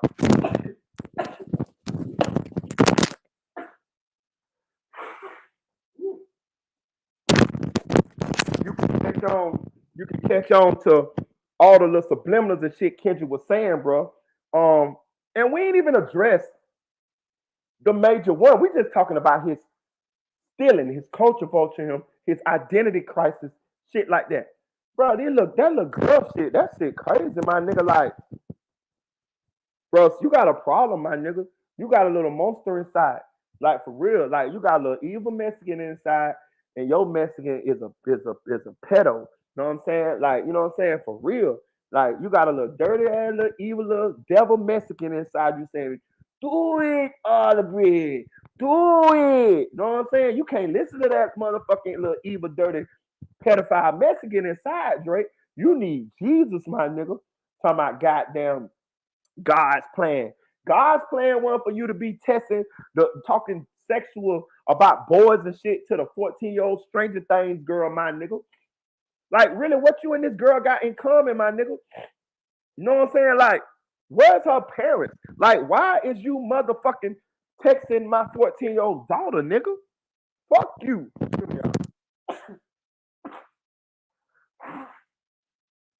Like that shit motherfucking creepy as fuck, nigga. Like, that's grooming. Like, what do y'all have in common? What are you finna talk about? You trying to play like you her friend because you want to fuck. Like, for real, dog. Bro, I don't have no 14-year-old phone numbers. None. Not even my motherfucking nephews, nieces, and that little motherfuckers, nigga. Shit. For real. Like, what am I talking to a 14-year-old from a grown ass man? Like, what's the point? It's that shit obvious.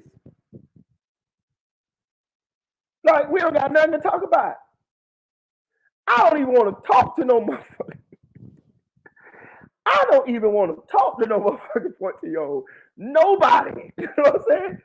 I talk to my children and my little nephews and nieces and shit because I got to. But I really don't. I don't want to talk to motherfuckers either. You know what I'm saying? Not really. I mean, I'm talking to because I got to teach them and shit like that. But I don't got. Listen, bro. Even at the age I'm at, I don't really want to talk to no 21-year-old girl. Like, you know what I'm saying? Like I got sinuses and shit. Hey, nah, I ain't fucking with that cut. I don't do no blow, nigga. I got sinuses. That shit was a no-no. My nigga, how we growed up, that shit, but cocaine was a no-no. We only did ecstasy, smoke weed, drunk. I never even took a perk, y'all. I never did a perk. I never did a Xanax. Cause I got goddamn sleep apnea. I be scared, goddamn bitch. I go to sleep and motherfucker don't even wake up, nigga. Swear to God, I be scared than a motherfucker. Drake, Milli Vanilli hip hop with his, for real, with his writing. But he like this child shit. This shit gonna stick, my nigga. And the reason why it's gonna stick, shout out nephew for real. And the reason why this shit gonna stick is because we have evidence. We have evidence. It'd have been different if Kendrick would have just came out with these allegations and it wasn't no visual video proof. Nigga, we got you on stage, motherfucking feeling on a little girl. You asked, listen, we can't make this shit up, y'all. Hit that like button, hit that like button. We can't make this shit up. Motherfucking, he asked that motherfucking girl, how old you is? She said, 17. I ain't gonna tell you no lie. At first, I say, this can't be real. I said, this can't be motherfucking real. I say, this got to be like some kind of fake shit. He got the girl, this girl is really 21 years old and she was playing it in the audience and he pulled her up and he playing like this is the play and this and that. That's what I thought. Then I said, hold on. Slow down, Marita. You goddamn out thinking your motherfucking self. Who the fuck finna portray? Who the fuck finna fake like they're a pedophile on stage in front of all they fans? Who the fuck finna do that? Who the fuck finna call a girl out of the audience, a 21-year-old girl out of the audience and say, come up here and play like you is 17 and I'm gonna play like I'm some creepy ass pedophile and feel all on you and shit in front of everybody. So once I stopped overthinking, I said, oh, this shit real. That nigga say, how old are you? She say 17. He said, oh, why you so thick like that? What? Listen, I will say this. The age of consent in some states is 17, but fuck that nigga. You is a grown 20-some-year-old nigga. You is a famous rich nigga. Like you have access to a lot of different women, a lot of adult women, a lot of grown women, mature women. You cannot be motherfucking around here pushing the age limit. Because if you pushing the age limit, you know what we're gonna think, right? We're gonna think that you done dip below that motherfucker. It's a lady that Drake motherfucking talked to. She was 18, black girl. Everybody assuming that he would fuck with that girl before she was 18. Because normally this how this goes. Like you can't be out here scraping the goddamn bottom of the goddamn dating pool, age limit wise. Like that shit don't look cool, cuz like for real. I'm telling y'all, listen, y'all, I'm 40 years old, right? I'm gonna be honest with you, bro. My daughter is 21, finna be 22. I can't be fucking with no motherfucking 21-year-olds, man. Like for real. Like I done been around my daughter and her friends sometimes, and we're in the car together, whatever, and I be listening to them talking shit like that. And I'm just saying, these girls is my daughter age. I understand they legal and this and that, but I can't be fucking with no 21-year-olds. But listen, I just listen. I'll be in the car sometime and I just tell them talk, right? And I don't say shit. I just, I'm the old nigga, so I just let them do their thing. You know what I mean? They young, I ain't cramping their style. I'm listening to him talk though, and I just be thinking, and I was just like, what the fuck am I gonna talk to a 21-year-old about? What like what do we what can we even like? How can I even? You know what I'm saying? Like I done seen so much of life. My mentality is different. It's this and that. There, they thinking about goddamn college and goddamn boys and little bullshit. You know, no, I'm saying it's some mature young people, but for the most part, we don't got nothing in common. So what the fuck am I finna be in a relationship or even talking to one of them for? The only thing you could possibly do is try to fuck on one of them. But then you got to think about this too. What the fuck am I fucking with? That's my daughter age. You know what I'm saying? Like that's my daughter age. I'm an old nigga now. Like, you know what I'm saying? I'm an old head, so they say. And to be honest with you, I like me a full-fledged motherfucking woman. Bro, I'm gonna tell you some full disclosure. I have never had sex with a virgin in my life. Never, ever, period. And really kind of how it was is because when I didn't lose my virginity, I was like 16, right? And of course, it was somebody that wasn't a virgin. It was an older person, older girl, about 17, 18. So by the time I started having sex, I was damn near aging out of the age limit to catch a virgin. You see what I'm saying? And I'll be honest with you. I don't think I would have wanted a virgin. I have heard people, I have heard girls tell me how they lost their virginity, shit like that. And it just didn't seem it didn't seem attractive or anything to me. I like a full like my little Mexican partner at work said, what a woman. I like a full-fledged woman. I like a goddamn woman who in that motherfucker rocking and rolling with me. I don't want no little motherfucking kid. Know what I'm saying? Oh, like that's no, nigga. It's a difference, bro. Know what I'm saying? Like, I don't get it. Hey, man. Well, that, whatever. Hey, whatever, man. But this shit, this freak ass nigga, this 69 guard, you exposed, my nigga. Know what I'm saying? And you have a little monster inside. And that little monster is the same little monster that had you call that goddamn Stranger Things little girl and talk to her about boys. Like that's over the line. Boy, you ain't finna be calling my 14-year-old daughter or 20-some-year-old man and talking to her about boys, my nigga. Where these people parents at, my nigga?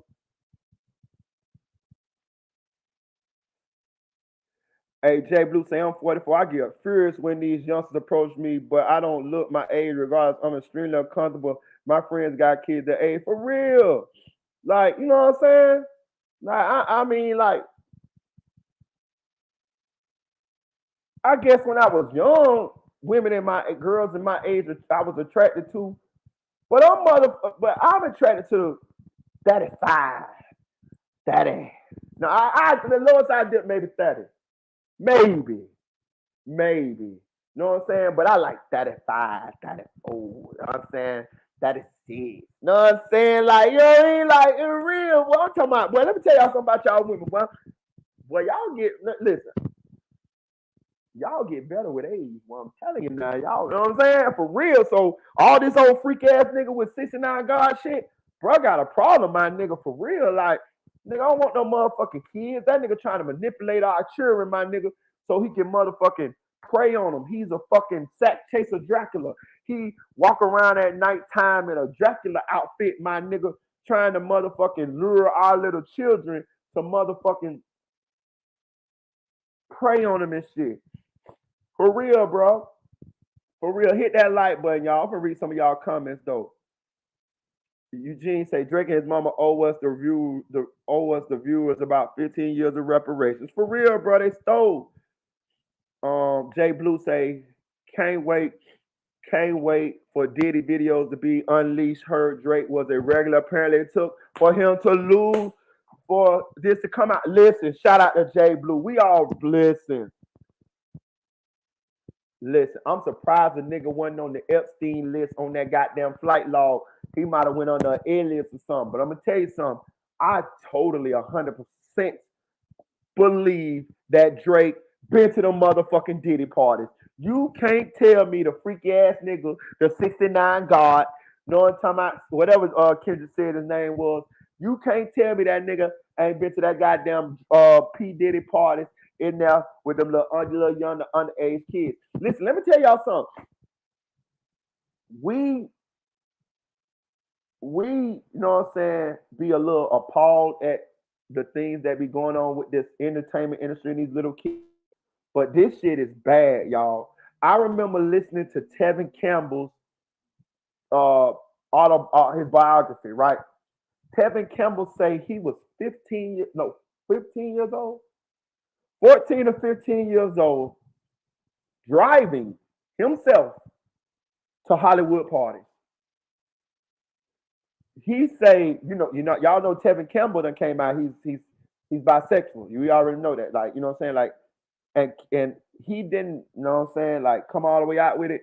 But I would assume that from what he said, but kind of read between the lines, that when he was going to these adult Hollywood parties, entertainment parties, that they got a hold to him in there, my nigga. Know what I'm saying? Like, know what I'm saying? Them motherfucking them Drakes, you know what I'm saying? Them P. Diddy's, the Diddlers. They got a hold to him in there, y'all. Know what I'm saying? Listen, Tevin Campbell is one of the. Hold on, y'all. 1 second.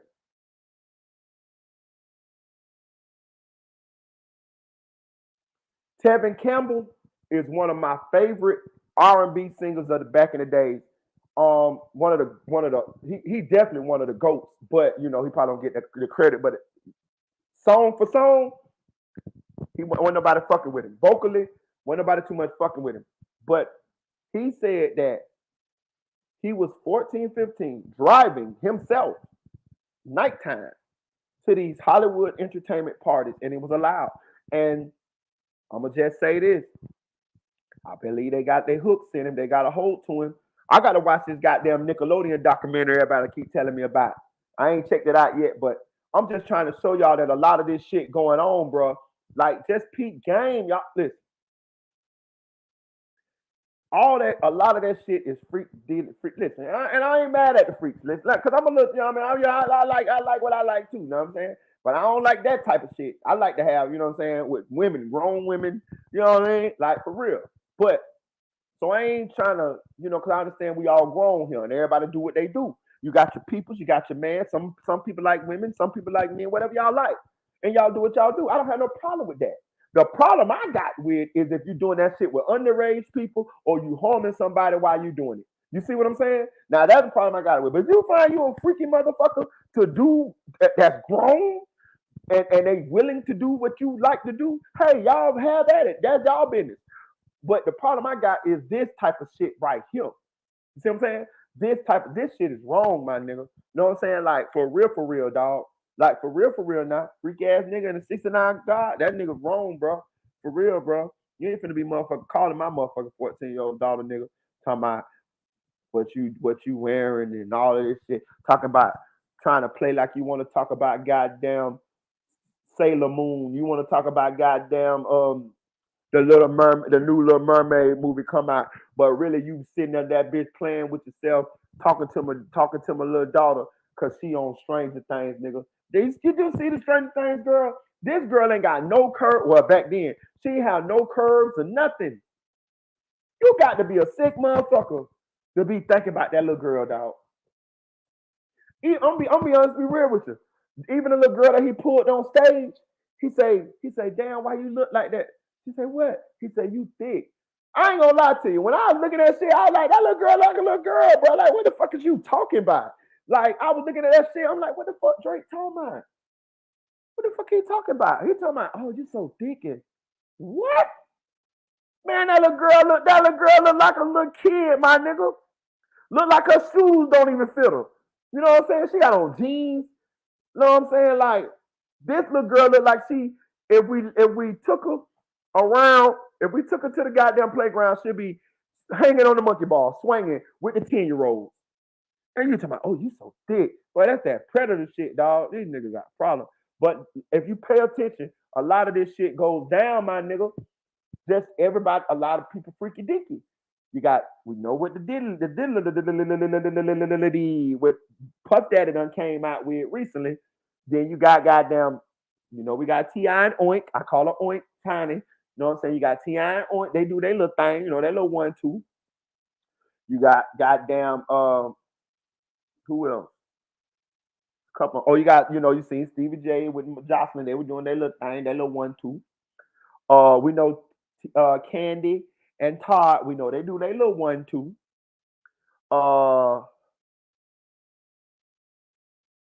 Who else we got? Nikki, she'll dab a little bit. We know Meg the Stallion out of both motherfucking pants legs. We know this. She's just an industry thought. You know what I'm saying? That's all you gotta do is get her some Henny, and goddamn it, she goddamn busting it open. I know she madder than the motherfucker at Sexy Red, because Sexy Red done took that whole wave, that whole shine from her. But yeah, these people freaky dicky, man. You know what I'm saying? And I ain't hating on the freaky dicky. What I'm just saying is, do the shit with grown people, dog. Do the shit with people who into what you into. Cause I ain't trying to hate on nobody, because we got people that's like different shit. You got people like men, you got people like women, you got people that like to get tied up and all of this kind of shit. Hey, I ain't knocking it. I ain't with it. But I ain't knocking it, because that's you grown. Do your shit. You know what I'm saying? I don't want to alienate nobody. You know what I'm saying? Because I just know we grown, and grown people do what grown people do. Let me read what he got that thing, but that goddamn pedo shit, I ain't with that shit. For real, I got motherfucking kids. One thing about Marita for the kids on this motherfucking thing. Y'all know how I am about a motherfucker fucking with the kids. Y'all see what I stopped fucking with a nigga about that type of shit. You feel what I'm saying? So y'all already know. I ain't with that shit. Fuck that. Nigga, I told my son, nigga, this real talk. He'll monitor this channel. I say, son, one thing about me, I say, I love you. I say, I'm gonna be with you regardless of anything, any trouble you get into in life. The only two things that I'm not fucking with you with is if you ever do something to a little kid, or you ever take some pussy from a grown woman. If he was on this channel right now, he'll tell you. He'll tell you. Them the two things that I told him. Is you ever do that, you're cut off, nigga. You're excommunicado, nigga. Nigga, you like goddamn like John Wick, nigga. You cut off from the Continental, nigga. You're excommunicado, nigga. I'm not fucking with you. So I put that in his head so that he'll never even you'll never even go down that road. And if you do, it's over, nigga. I'm telling you, you're on your own out this bitch, nigga. For real. I ain't fucking with you that. Straight up. You know what I mean? You gotta teach these kids. But Sean Taylor said, an academic trying to defend him. Yeah. Academic trying to defend him, but defend the ball, talking about the age consent, it can't 16. Man, listen, man, I'm gonna say this too, dog. Listen, I know I might be rubbling some motherfucking feathers here today, but I don't give a fuck. And I'm gonna tell you why I don't motherfucking give a fuck. Because somebody got to say the shit. Nigga, I'm like Bernie Mac on the motherfucking end of the Kings of Comedy, nigga. They scared to give me a TV show. They scared to give me a TV show. Know why? Because they scared of what I'm gonna say. But you know what? They motherfucking right. They motherfucking right. But I'm gonna tell you, let's go to Academic. Academic and Drake been talking back and forth through this whole goddamn rap battle. Drake and Academic been talking this whole time through this motherfucking rap battle. I'm gonna tell you another thing too. Have you paid attention to that? Academic first said that what if Drake fed Kendrick the lines about the daughter to throw him off? So, and then if you paid attention, the very next song, Drake came out and said, "Oh yeah, we fed you the lines about the 11-year-old daughter. Yeah, let's see if he takes it." Come on, lame ass nigga, 69 God, freaky ass nigga. It's clear that Academic had relayed that information to him, and he came right out and ran with it after that. On top of that, he said that he fed the man the information, but then he also said that he trying to figure out who the moles is. That's what Drake said.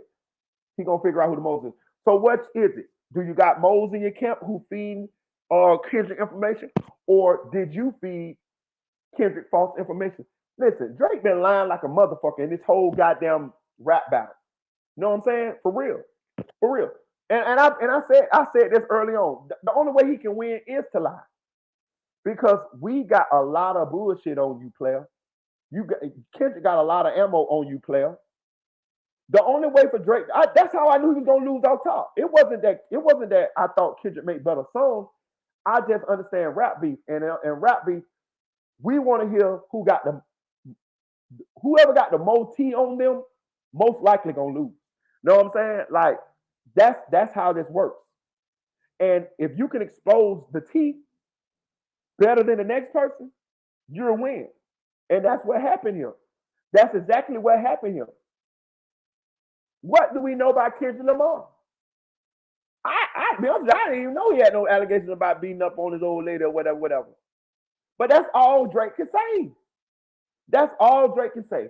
Nigga, do you see the layout that the goddamn the full course meal spread that Kendrick laid out on goddamn Drake ass? Nigga, you a pedo. Nigga, you steal people shit. You're a culture vulture. Nigga, like you all kind of shit. He laid all kind of, you got a full buffet of fuck shit that Drake has been doing and involved in. And then he made a hit song with it. They not like us. Nigga, I want the Crip Walk. They not like us. Freaky ass nigga. And that's you A minor. Man, it's over with, man. Hey, man. You know what I'm saying? So, yeah, Academic is he is definitely in the Drake camp. If that's how we're gonna say it. And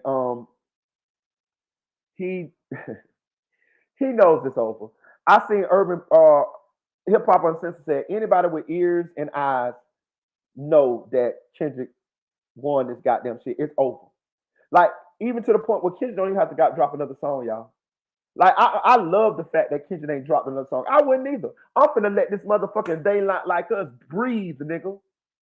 I'm finna let this bitch breathe, nigga. I'm finna let this bitch circulate. I ain't even finna overshadow this song with no other songs.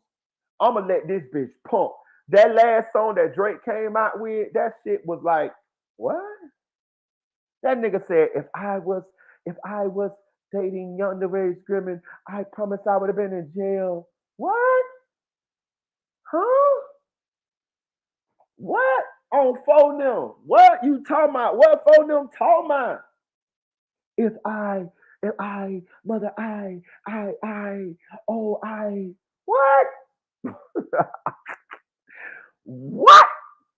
I say, what the fucking Drake? What the fucking Drizzy talking about? This nigga, what is this nigga done blew his koofy? This nigga, what the fuck is this nigga? Mother, may if I was a pedophile, I promise I would have been in jail. What?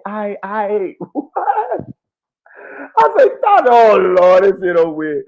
Oh, it's over with. This nigga don't even know. This nigga can't even get his sentences out. This nigga stuck on mother, Oh, your writers is stuck on mother, What? I said, oh yeah, it's over with, man. This shit over with, dog. This shit over with. So Academic don't want to. He's biased. I mean, it's clear he's biased. He's aligned himself with Drake, OVO, and he bet on the wrong horse. You know, he try to sometimes portray like he's not biased, and sometimes he'll bring people on there who will kind of be a contrast or have a difference of opinion than him, i.e. Joe Budden, i.e. some people from his chat, from his Discord, because he understands that he's biased and he understands that he's picked a side. So he can't. He feels he can do what the fuck you want to do, but he feels he can't come out and publicly say what everybody else been saying because he's kissing ass. He's kissing ass. Like hip hop, the dude from Hip Hop Uncensored said, he got Drake nuts down his fucking throat. He's gargling on the motherfuckers. You know what I'm saying? And That's just what it is. That's just what it is, man. You know what I'm saying? That's just what it is. Let me read some more of y'all comments. Eugene, I like this comment. It say Drake real talent is successful copy and pasting from others and making it look original. He finessed the whole industry from 2008 to now. I agree. This is his real talent. Definitely. 100%. This is his real talent. His real talent is exactly what Eugene said. Drake real talent is successful copy and pasting from others and making it look original. He finessed the whole industry from 2008 till now. I agree. Totally agree. He like a goddamn parrot. He like a goddamn parrot. You know what I'm saying? He repeat goddamn lingo, uh slang, tones, accents, cadences, all of that. Bruh, that nigga was doing that goddamn Ginobili, which is the Little J bop. That's Little J. We got to give goddamn Little J. We got to give King Little J, freaky nigga, freaky dicky nigga, freaky man, zesty man, beating up the transmissions in the Cook County jail. We got to get a nigga the Chirac Wolverine nigga. We got to give Lil J his motherfucking prop. Lil J came up with that goddamn neck roll diddy bop dance. We got to get a nigga credit now. And so many people was paying attention to the drill culture, Chicago and the drill culture. Till they swagger jack them too. Let's be real, y'all. They swagger jack Chicago. Everybody, every state, every country, nigga, it's drill everywhere, nigga. They got Asian drill rappers, nigga. They got UK drill rappers. They got Canada drill rappers. Nigga, you got Chicago drill. Nigga, you got New York drill. Nigga, you got Atlanta drill. Nigga, we got Florida drill. We got Julio, Fulio. You know what I'm saying? It's everywhere. That come from Chicago. You know what I'm saying? And that goddamn neck roll that they switched it to the Ginobili. The nigga Mo G swagger jacked it from goddamn Lil J and switched the name of it to the Ginobili. And goddamn Drake swagger jacked it from Mo G, a Canadian rapper, and made it go popular. He said, hit that Ginobili with my hand up wild on the Jumpman. Yeah, that look that's you know what I'm saying? They stole the fucking shit. These niggas wild, man. Boy, nigga, who is you, nigga? These niggas ain't creative worth a fuck, bro. Bro, let me tell you something. When I was rapping, bro, it was all original. Like everything was me. You know what I'm saying? Like that's what makes it's art, y'all. It's art. It's art. It's just like painting. It's just like any form of art. It's art. So it needs to be authentic. It needs to be. Don't get it twisted. Sometimes you influenced by other people. That's normal. But it needs to be you. It needs to be an expression of you. You know what I'm saying? Like that's the beauty of the whole thing. And if you can create something that can what's the word I'm looking for? If you can create something that resonates with the masses, that is the ultimate thing. If you can create something that other people can connect with, and I ain't talking about just music. I'm talking about like painting, any type of art, sculpturing, any type of art, any poems, books, writing, any art form, music, any art form. If you can create something that's original that other people can connect with, that's the dream. That's what you want. But if you're not creating, if it's not original, if it's somebody else and you portraying it off like it's yours, again, Kentucky Fried Chicken, you KFC, you the Colonel, nigga. This your recipe. No, it ain't, nigga. No, it ain't. You just plagiarism. That's culture vulture. And that's swagger jacket. And that's man. We got Trap Latino. Okay. J Blue say, unfortunately, the small hats will regroup and assist in helping wreak havoc on Kendrick. I'm gonna say this. Shout out to J Blue. I'm gonna say this. I think Kendrick goddamn show better make sure this goddamn next album is fire enough to where it's accepted across the country. All of this goddamn like I'm gonna be honest with you. I didn't like that goddamn pour another the pool of the liquor and I dive in that pool of the liquor and I dive. I ain't like that shit. I like the goddamn I wanna be with you. Hey, I wanna be with I'm on the way. Love me. That shit there. I like it. That song. I like that sit down, be humble. Like, you know what I'm saying? I like it. I like when Kendrick dumb it down for us. You know what I'm saying? All that goddamn super rich, freaking calories and yellow dose of shit. Listen, I get it. I understand. Then you got bars, nigga. You got double entendres, nigga. I get it.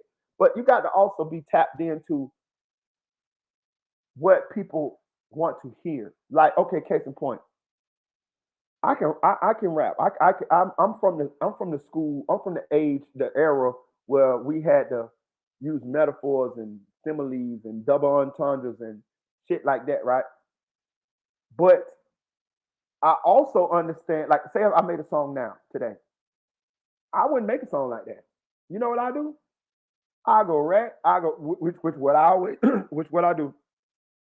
First, you got to stay in tune with the lingo. You got to stay in tune with the words, the phrases, the terms that the young people say now. Like before we had gun, gat, all of that. Now you got pole, blicky,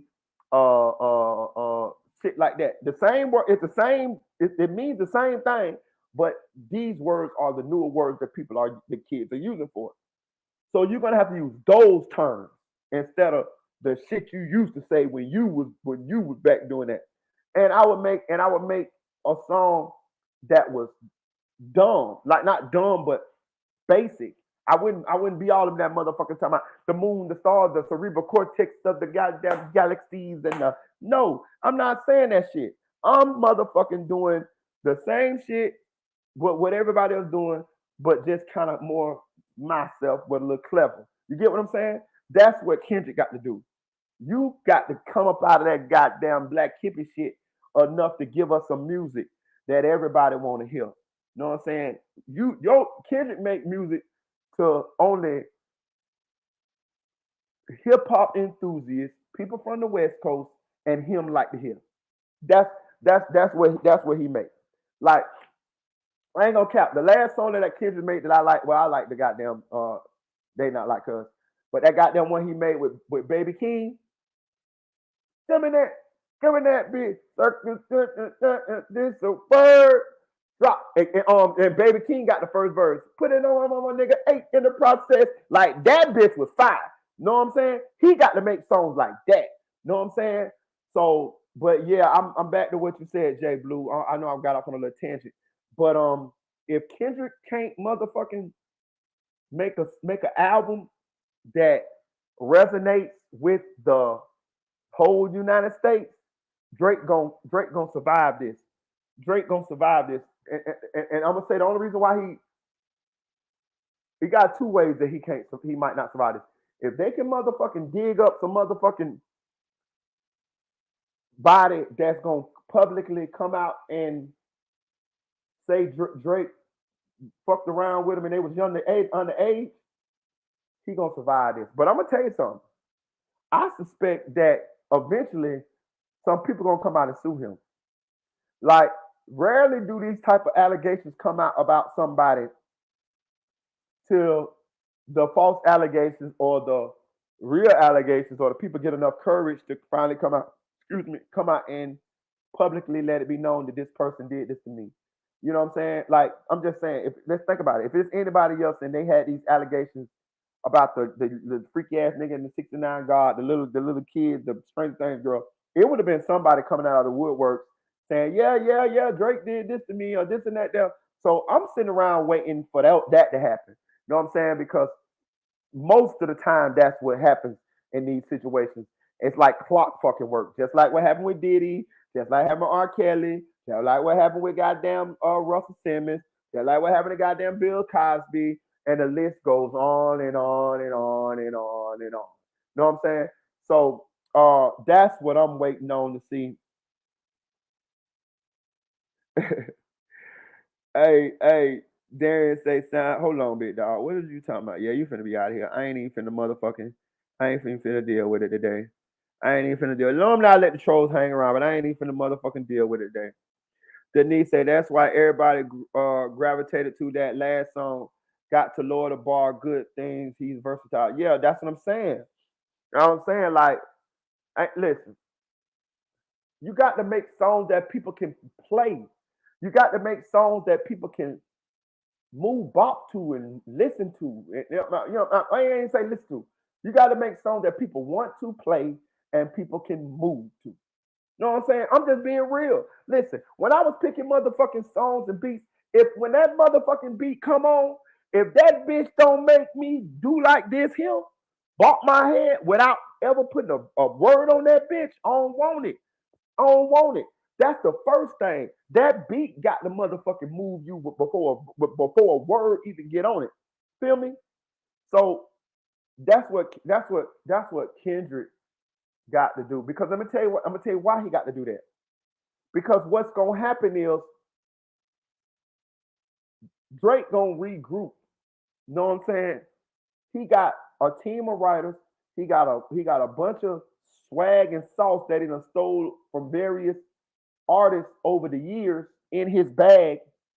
So he's going to be able to come up with more hit songs. He just got too many resources. He got too many resources not to.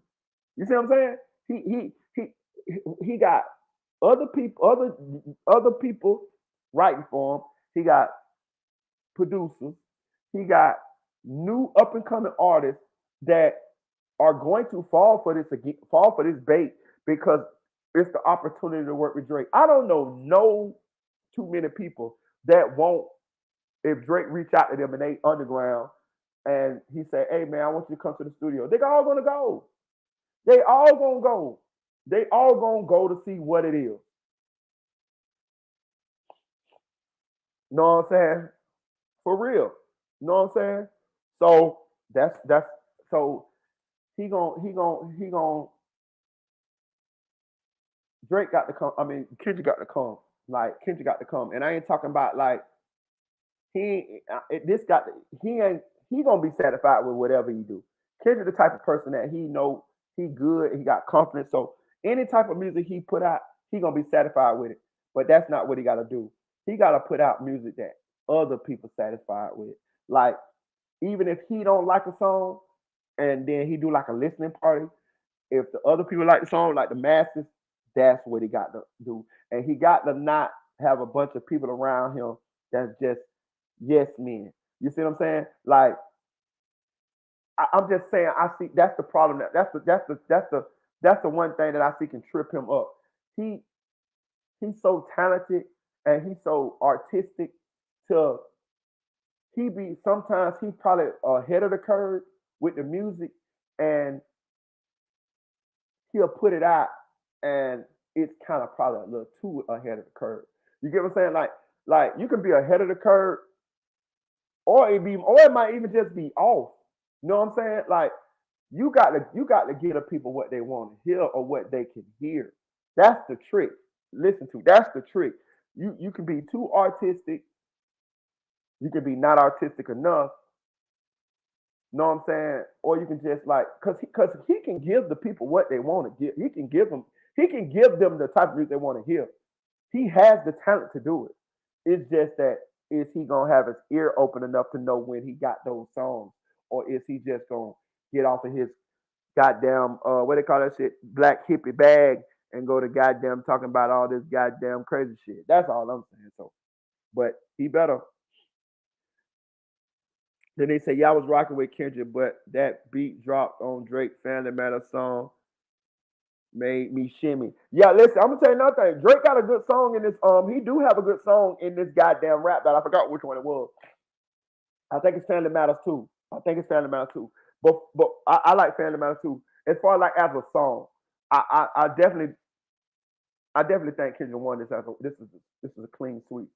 But I did like Family Matters as a song. You know what I'm saying? And so yeah, okay. Put it this way: if going forward we had to bet on these two guys who would consistently come out with songs that you would most likely play, it to me it's gonna be Drake.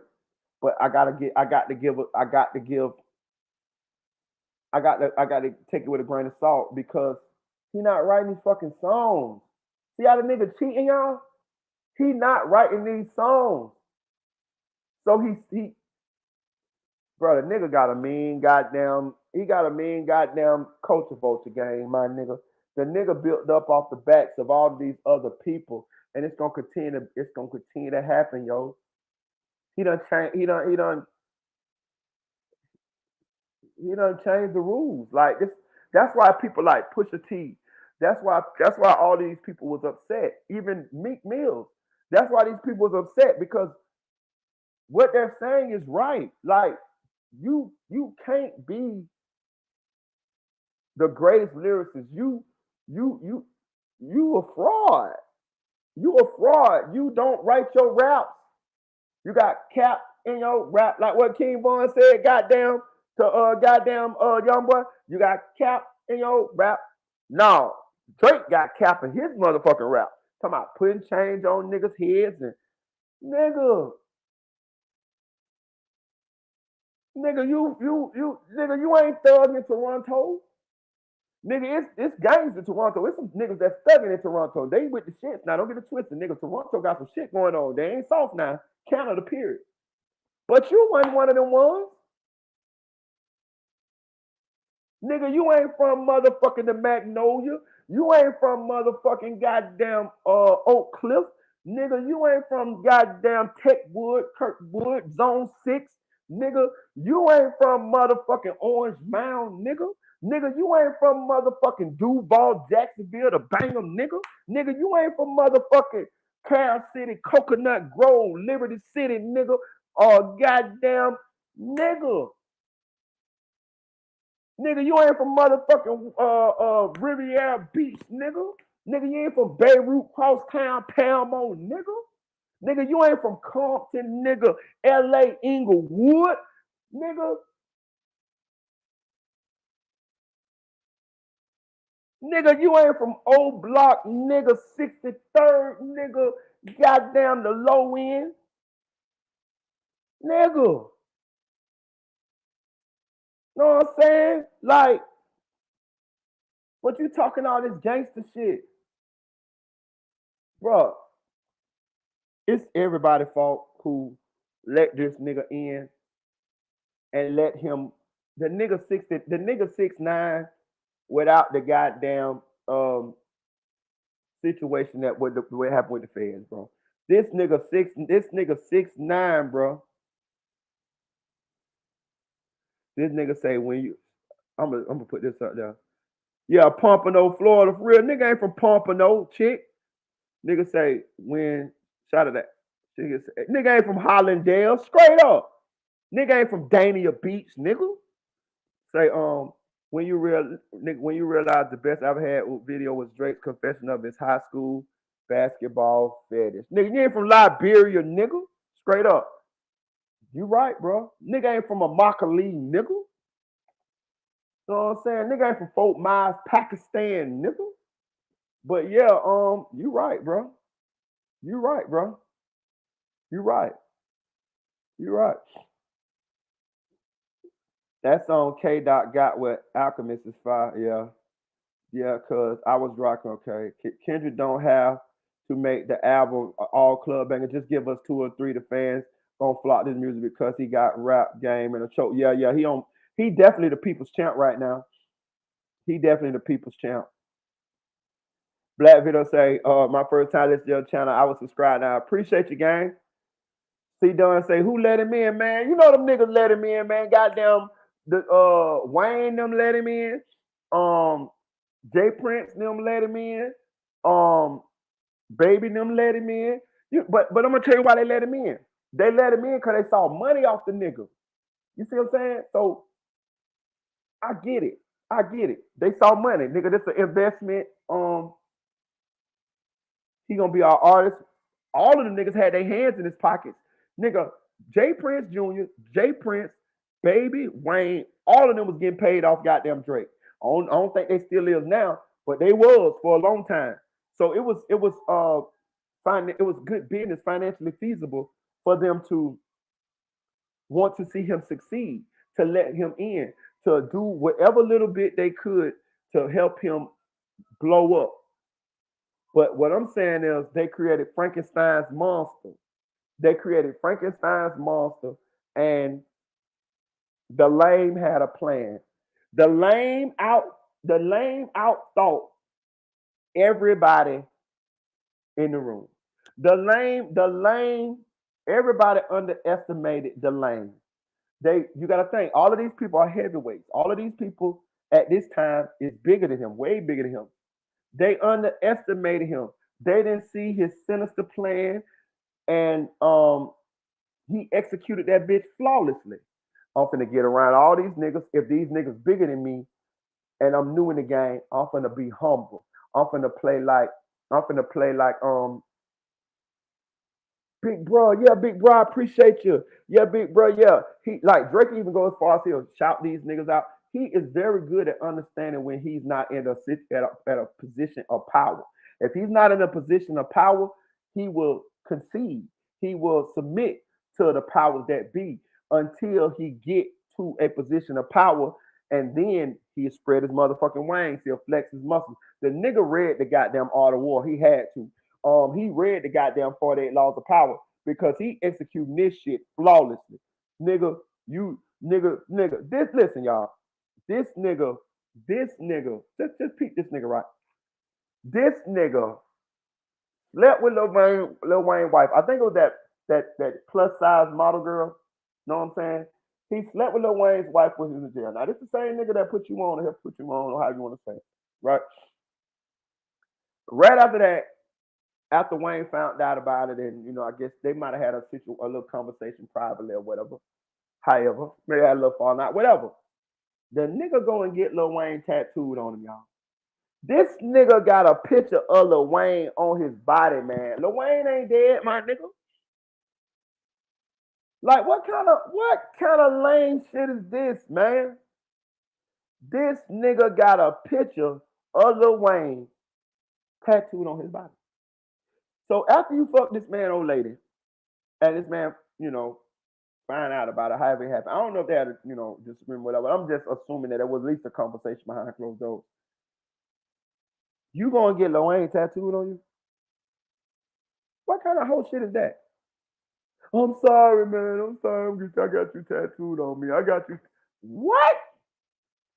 Bro, I don't know no niggas that got no other man tattooed on them that's living, bro. None. What kind of shit is that, man? Know what I'm saying? But yeah, shout out to Denise. That's what he did. He played everybody. He played everybody until he got to a position of power. And now he flexing on them all. He fucking they bitches. He calling them little niggas. He saying they broke.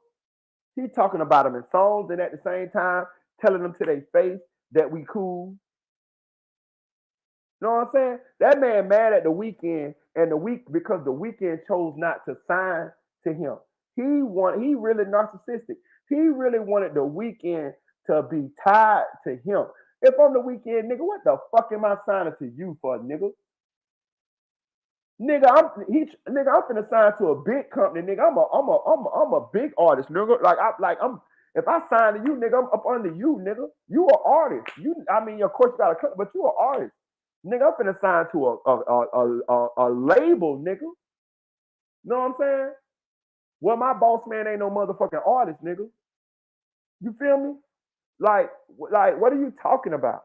Then he got mad at the Weeknd for after the Weeknd done gave you half of his songs off his album and wrote a lot of your shit on Take Care, which is one of your critically acclaimed best albums.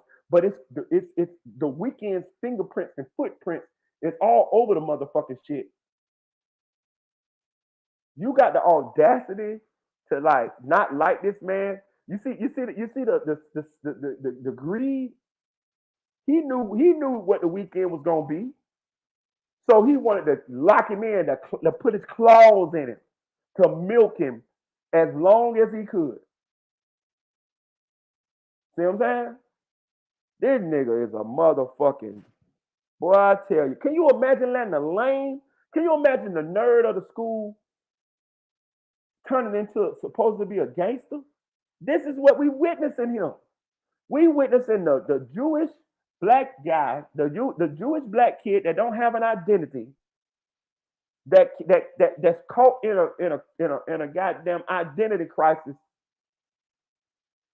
I'm gonna tell you what he is. He is the talented Mr. Ripley. Y'all ever seen that movie, The Talented Mr. Ripley, where the dude go around and kill people and take their identities and then keep motherfucking moving on like he them people? That's what this nigga is. He is the goddamn talented Mr. Ripley.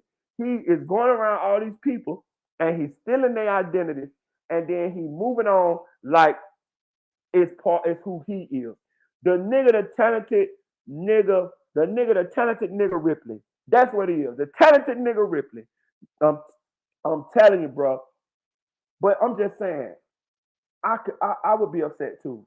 I would be upset too if the nerd of the school, if the nerd in the playground that we used to keep people from beating up, if I was the one nigga that nah, man, leave him alone, man, leave Jit alone, man. We ain't we don't like no bully, nah. And then you befriend the nigga, and then you put your protection over this nigga, and then he started hanging with you, and by him hanging with you, people don't fuck with him as far as they don't pick on him no more. And then he started acting like you because he's around you, and then he elevate, and now he talking shit to you. You talking shit to me? You fucking my old lady? You fucking Wayne old lady? Yo, brother? Making sure the young money ship is never sinking. About to said it all, Jay the Pinky. What? You making sure, nigga, you fucking this man old lady? All these bitches you can have. That's some personal sick shit. I'm telling y'all some real shit here, y'all. Just follow me now. Now follow me, Rose, Joe, nigga. You have money. You have fame. You have notoriety. Wayne is your brother. Y'all tied in. Y'all locked in. Y'all have a relationship. Y'all have a bond.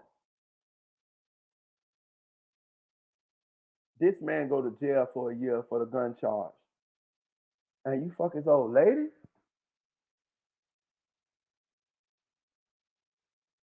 Listen, Wayne old lady, and the one they talking about the plus size model lady. Listen, I'm gonna say this too.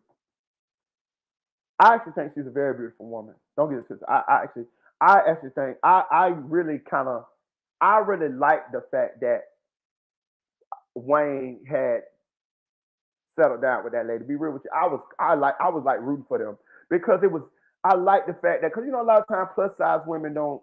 They don't get a lot. They get they get the bad end of the stick. You know what I'm saying? So, and she's a beautiful lady. So I was like, okay, that's real. I like that shit. But the point I'm trying to make is, if she wasn't Wayne's old lady, I don't think Drake would have looked twice at that lady. You see what I'm saying? Like Drake, she's a model. She's a model now. But I don't think Drake would have oh yeah, I want to fuck her, and went and got her. I think Drake is one of them sneaky, nasty, slimy, lasting motherfuckers that he want a bitch once you done have it. I know niggas like that. It's a couple niggas that done fuck with a couple chicks after I had them. It's a lot of, believe it or not, bro, it's people that they such fans of you or whatever they call it, whatever you want to call it, fans, till they do shit like that. I had people do me like that. And I ain't catch on to it till maybe 2 or 3 girls in. I'm like, damn, you fucking with us now? The same nigga? God damn, well, how many chicks I used to fuck with this nigga gonna fuck with? You see what I'm saying? Hey, y'all, hit that like button, hit that like button, hit that like button. That nigga fucking with all the chicks that his partners or friends used to fuck with. That's some sick shit, bro. Like it's a thrill to him. Because these women you don't even have to fuck with. You got access to all these type of video bitches and all type of shit. Why are you trying to fuck your friend or your ex-homie or your associate ex-old lady? I understand she gave the pussy. You ain't taking that. Now, I ain't saying all that. We ain't talking about her end though. She's culpable in this too. But we talking about you. You friends with a nigga. You associates with a nigga. You know what I'm saying? You ain't got it. You could turn her down. You see what I'm saying? Hey, baby, nah, baby, listen. You know what I'm saying? Listen, I much respect to you, but I respect for my homie. That can't even happen, baby. Now, I'm gonna tell you what we're gonna do. I ain't gonna never speak of this no more. You know what I'm saying? I ain't gonna say nothing to my homie, and we just never even, we forget this even happened. That's how we gonna do this thing. You know what I'm saying? So no disrespect to you, you know, but I'm not doing, I can't do that. You know what I'm saying? And then just leave it at that.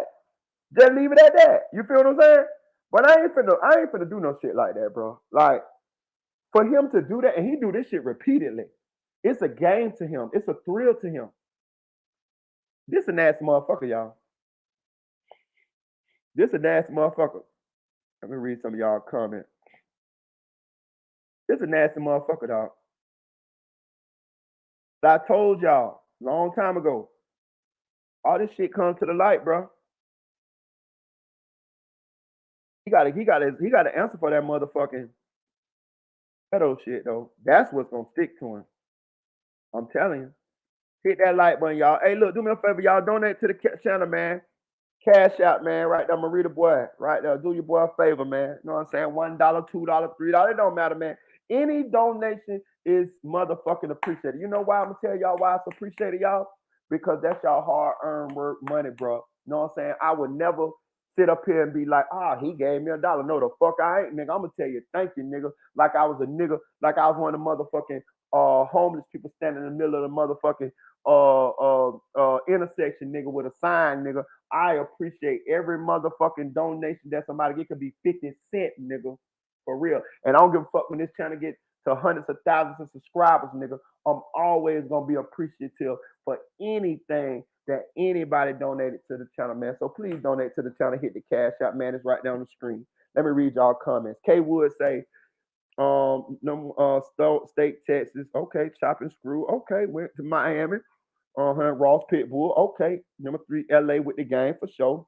Number 4, Memphis is daddy family. Okay. Canada made fake hood the 6. Man, for real, bro. And listen, I want to say this too. You know, he didn't even make up the 6. He didn't even make the name for the 6.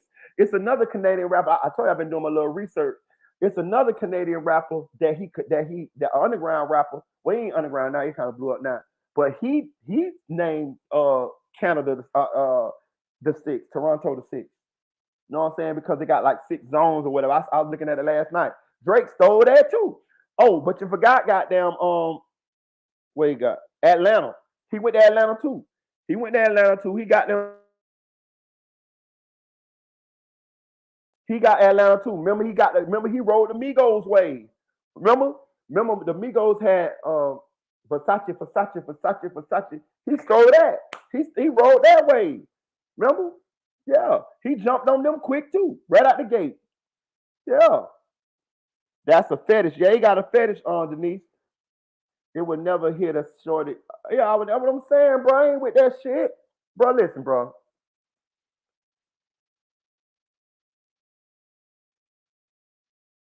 I'm not crossing my partners about no sex, my nigga, about not no bitch, dog, no woman. I'm gonna say female.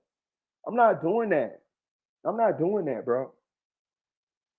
I'm not doing that. Nah, I'm not doing that. Like that, but I'm gonna show you something. That just show you how much he don't give a fuck, though. Look, this nigga will. My phone. It rains. That nigga will risk never having a relationship with Wayne again by pissing Wayne off just to have sex with a woman that he not even gonna be with. You see what I'm saying? That's a problem. That's sicker than a motherfucker. That's some hell of a decision making. Think about this, y'all. This woman is gonna be an afterthought eventually. Drake don't settle down with nobody. He ain't settling down with nobody. So this woman is gonna be an afterthought. So you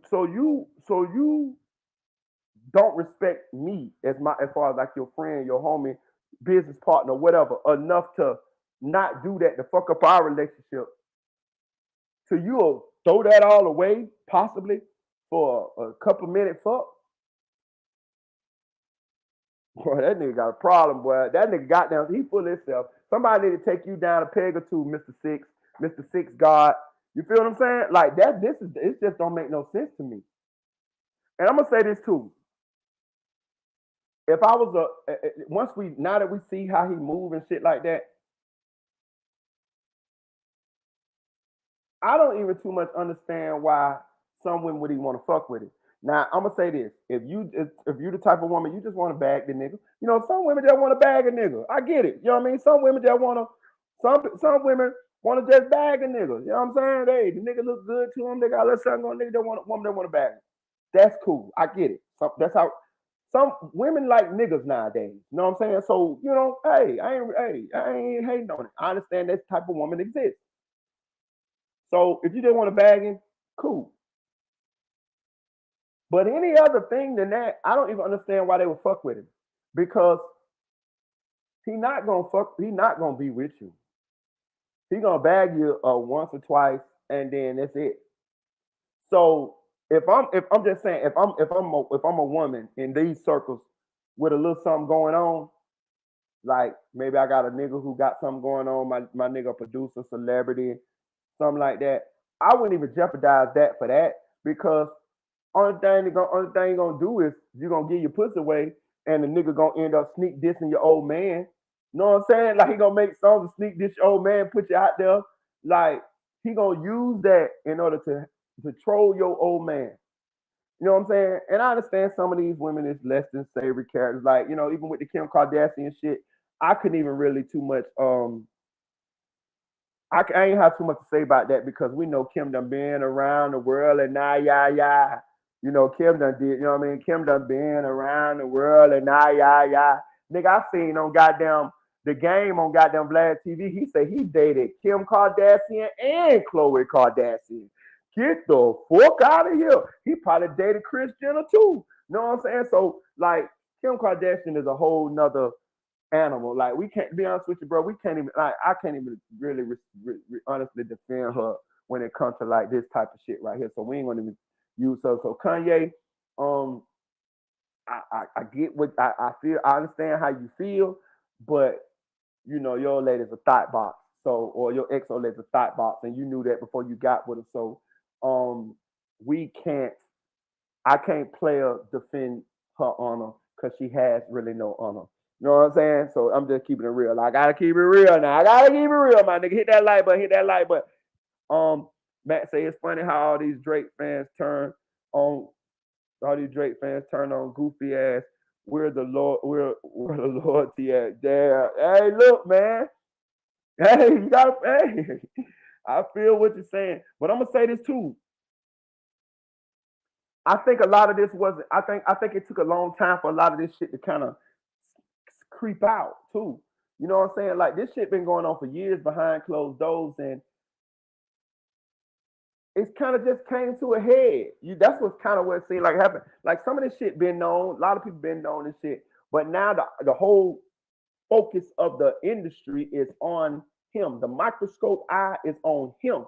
So now everybody it's all on the table now. Everything is out there now. Everything is being spoke about at one time. Uh, everybody is telling what they know, the evidence of he doing this. Sort of like the Diddy shit. The Diddy shit been known, you know what I'm saying? But it's now it all came to a head with that Cassie shit. You know what I'm saying? And now it's all out there. You know, sometimes this shit take time for some reason. I don't understand why. Maybe some people be afraid to talk. Maybe but it all happens. What all done in the dark it comes to the light. All that fuck shit, it all comes to the light. I promise you. Any fuck shit that I done did, I done been caught for it and had to pay the piper for it. And that ain't no different than anybody motherfucking else. And that's what happened to this nigga.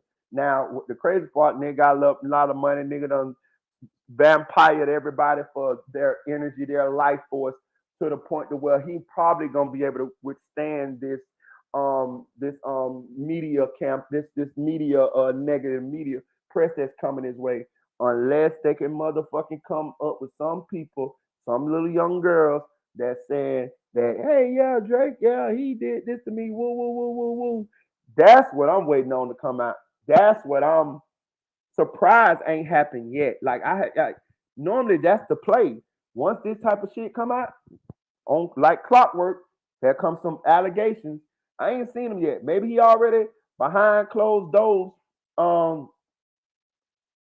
paying people off. Who I think won the battle? Kendrick. Kendrick won this motherfucker hands down, hands down, hands down, running away. Usain Bolt to this nigga. He got down lapped this nigga. Like for real. Like this shit over with, yo. Hey, Cowboys don't complain. So everybody really forgetting Block Boy JB feature. That's when Drake really started trying to be street. I know that Block Boy JB feature was him motherfucking riding somebody else's wave like he always do.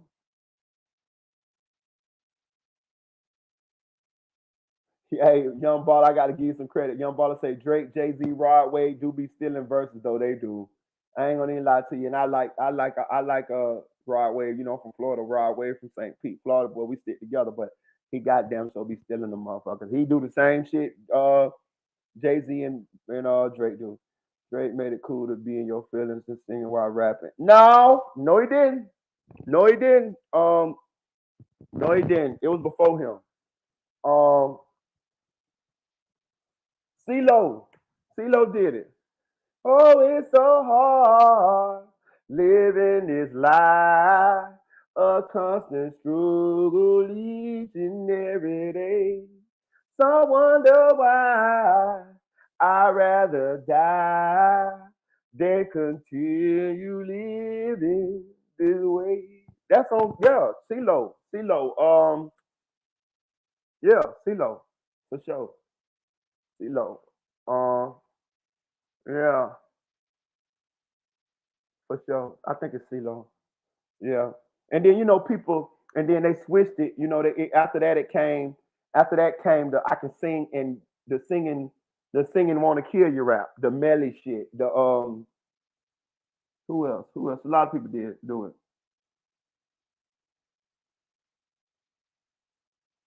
It's a couple people do it. Young Thug. It's a couple people do it though. That the drill singing shit. You know what I'm saying? I'm gonna sing to you, but I'm singing to you about killing you with a Draco and shit. These niggas do it. Hey, SLK say he'll be Jack Harlow for real. Let me put my boy shit up there. Shout out to my boy Audio Crack 22. The Weeknd can sing. Hell yeah, the Weeknd can sing.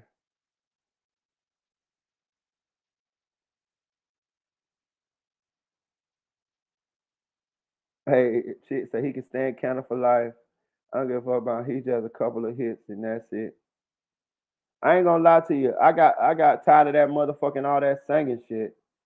Like for real, all that. I don't like that singing shit. You getting bodied by a singing nigga, man. I don't want to hear all that. That nigga got an old album with just singing shit. I don't get all that shit. But I'm gonna say something. Y'all ain't peeped the play though. Not too long ago. He had went off into that goddamn Caribbean bag. Him and Rihanna, but you know Rihanna, she from Barbados, so you know she can do that. But I'm saying, y'all didn't pay attention. He had he kept doing songs with Rihanna. Y'all don't remember that? Like he kept doing them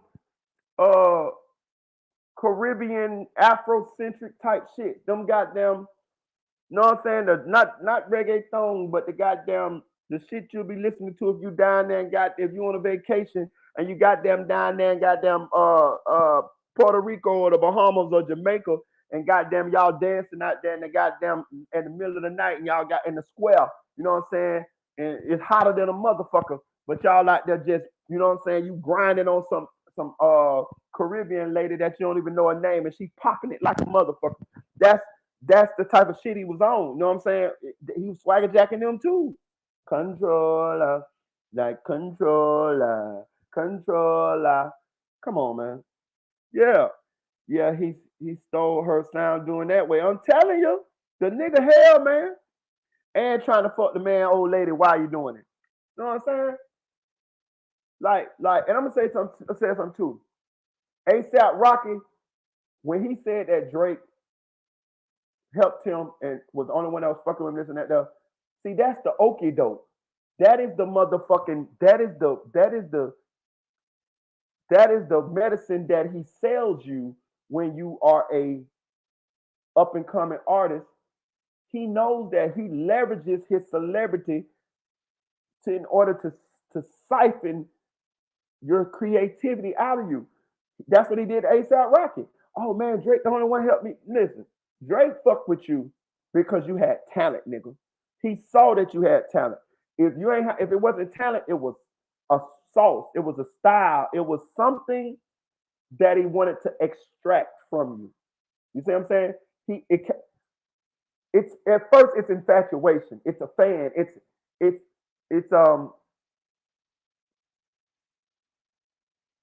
who you are, the uniqueness that you are.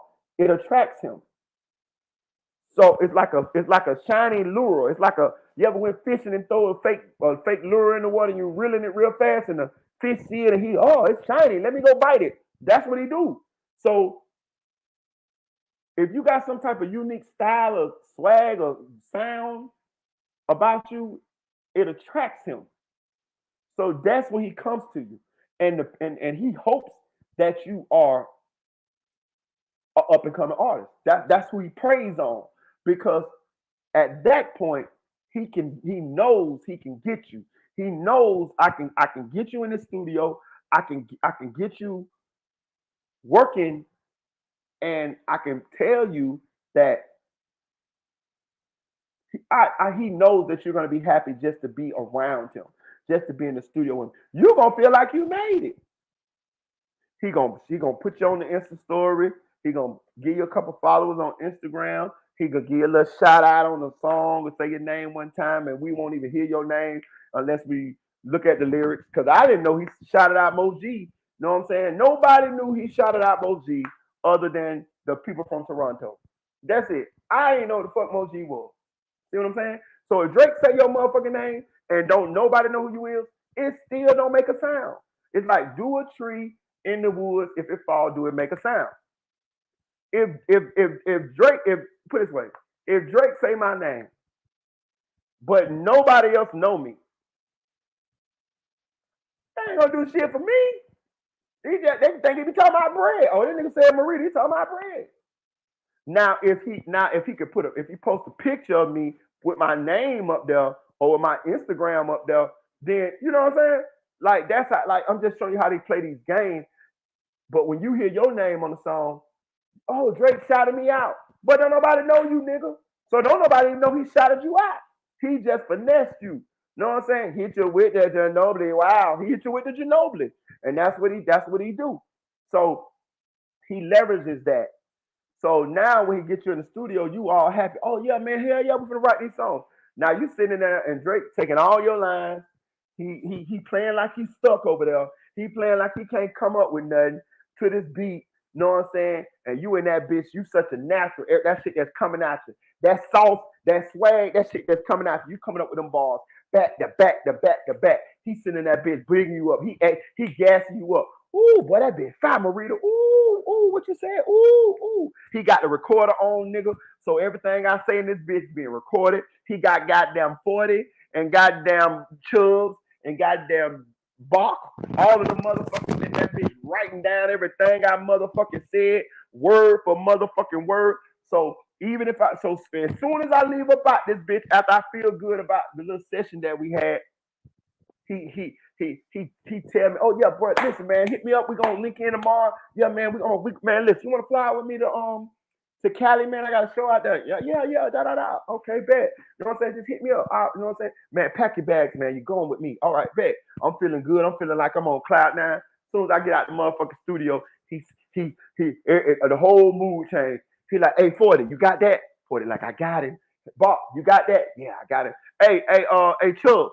You wrote that shit down what Marita said? Yeah, hell yeah. Boy, I think we got at least 3 songs out of this nigga, y'all. I think we can make 3 songs out of this shit that Marita was saying. Did you hear the shit he was mumbling that he said wasn't good enough? Man, that shit is fire.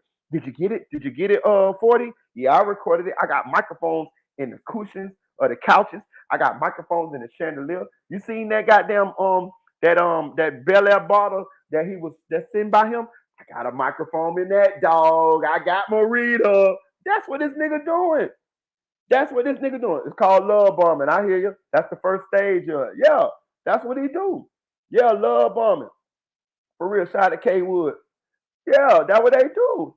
He's great study of people as an actor and can imitate your style. That's what he do. That's what he do. That's what his talent is, bro. That's what he do. And you know, for real, the colonizer. He the colonizer. Shout out K Wood. Hit that like button, y'all.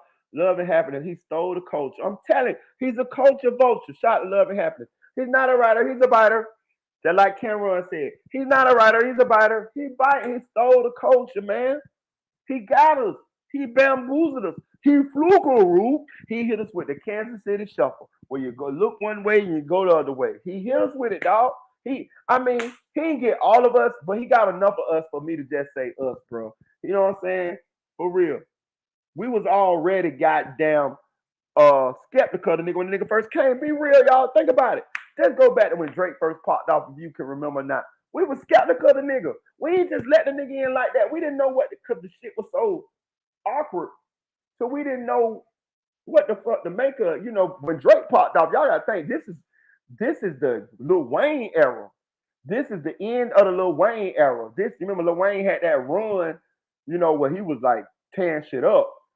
This was the Lil Wayne era. This was the end of the Lil Wayne era. This was the DJ Khaled, Lil Wayne, Rick Ross.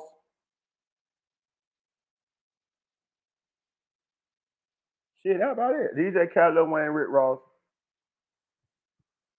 Yeah, that was like that era. This was the Florida movement. That was the Florida era. You know, Atlanta had that shit going on, but I can't remember exactly who was popping off from Atlanta. I'm sure Atlanta had some shit going on. They've been popping forever.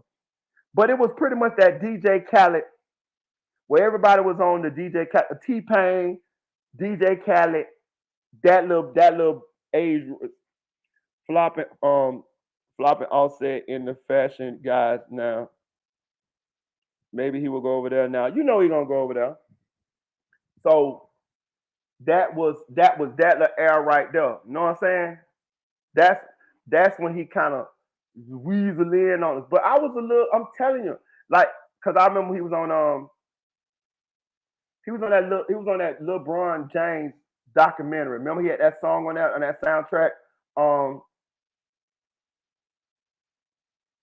I used to want this shit forever. What is it? Last name ever, first name greatest. like a sprained ankle, boy, ain't nothing to play with. That shit there. Really doesn't matter to y'all. And understand nothing is done for me. I want this shit forever, mine. That shit right there. That shit right there. That was him coming in. But think about it. We still kind of didn't understand it really. I ain't gonna lie to you. I listened to that shit. It was on the radio and shit, but it wasn't nothing I'm finna ride around and play. It was like, where's this young nigga going with this shit? It was like, what the fuck is we listening to? Like, is this like what this nigga singing? Okay, but he kind of trying to rap gangster shit, but at the same time with Lil Wayne them, like he be with Lil Rick Ross them sometimes. Like I'm trying to figure out like what we was trying to. I know I was trying to figure out what the fuck what was this thing that I was looking at. Dude, what is this thing, Agu? Agu, what is this thing? Do this thing for me, Agu. Do this thing for me, Agu. Agu, what is this thing, Agu? I was trying to figure out what is this motherfucking thing here.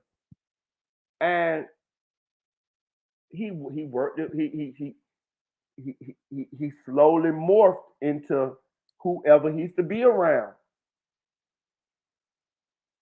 And there it is. And there it is, dude. We got y'all. We had 4 hours, y'all. I'm finna end this bitch. We've been rocking out. But I think we broke down Aubrey pretty good here.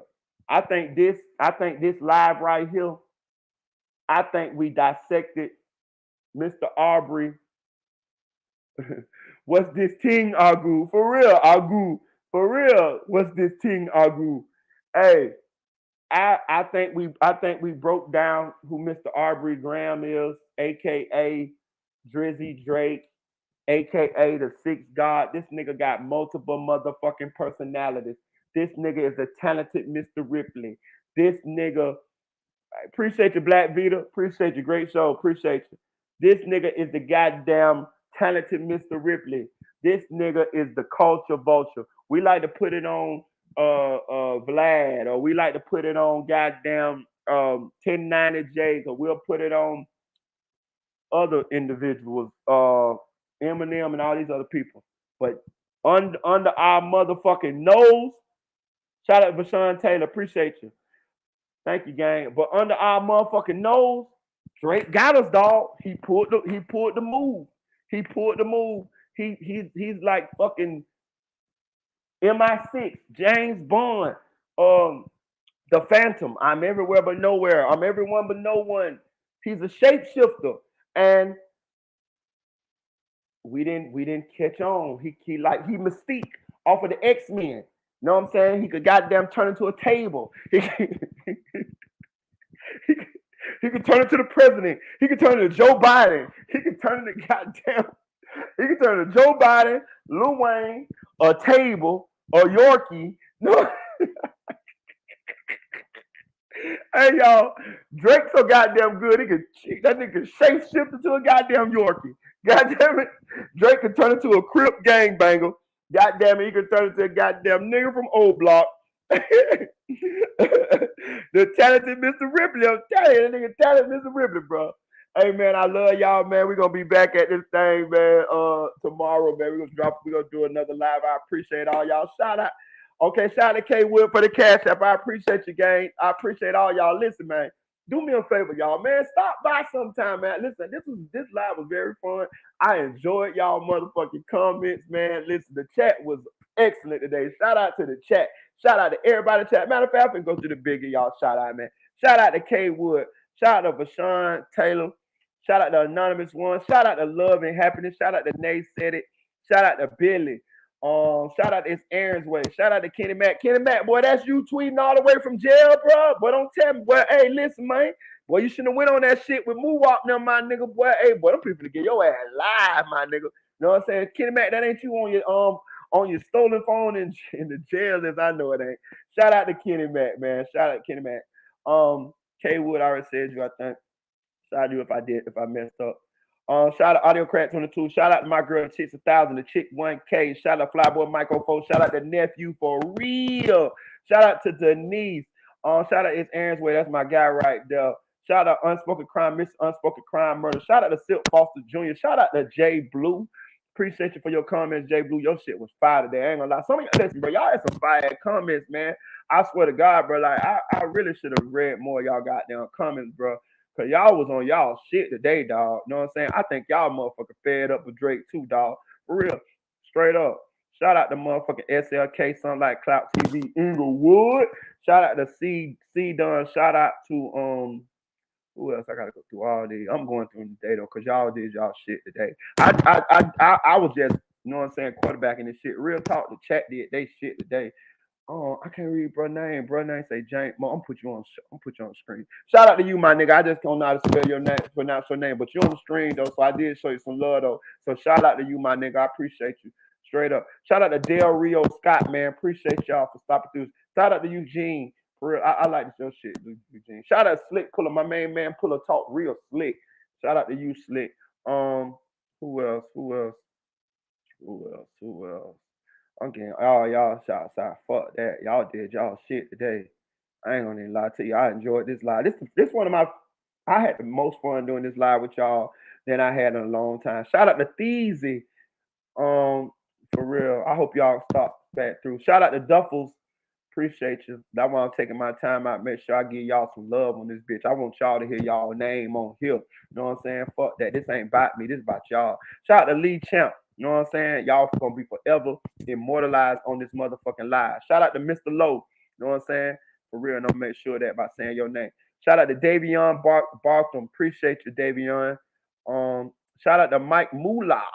Appreciate you, gang, for stopping through. Hit that like button, y'all. I appreciate y'all for real, for real. This nigga motherfucking stole everybody motherfucking swag. Shout out to 360 NFT Sports. Appreciate you. This nigga stole y'all swag too, because I know y'all coming from some of these places, my nigga. And y'all the real deal. Y'all the real authentic motherfuckers from these areas and places that Drake done motherfucking swagger jack. Shout out to Tyson Garcia.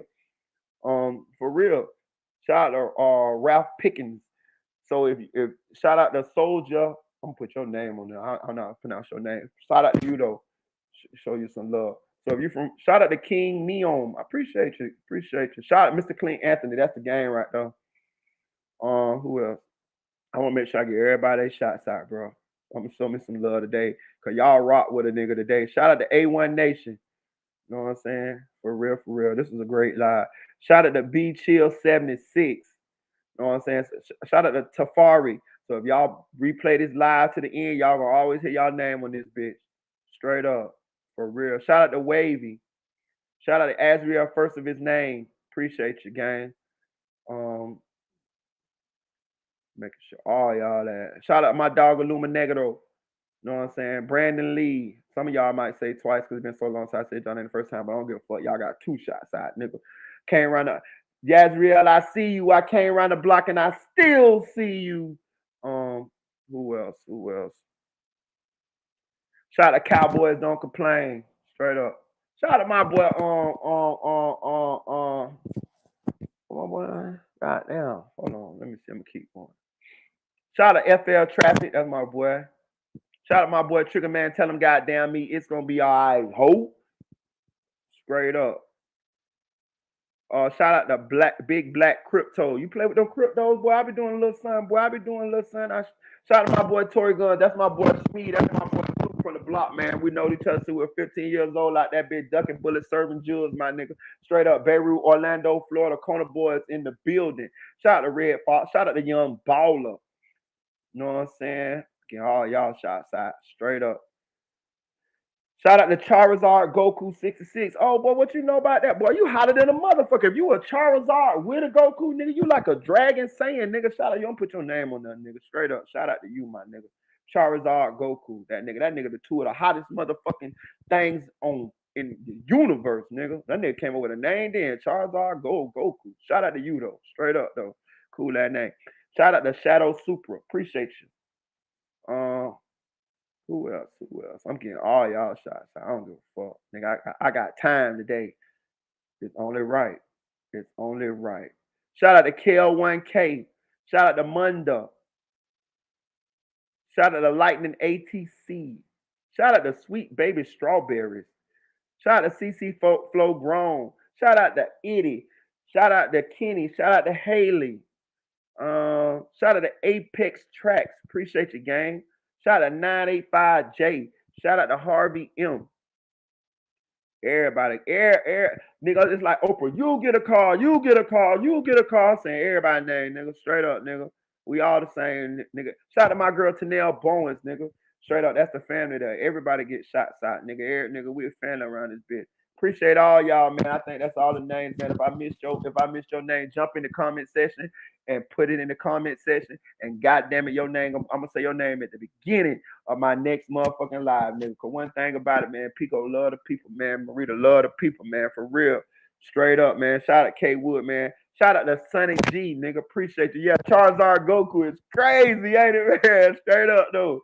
For real. I appreciate all y'all, man. Shout out Anonymous Ones. I love y'all, man. Y'all take it easy, man. Y'all have a great day. Be blessed, my nigga. And please come back now.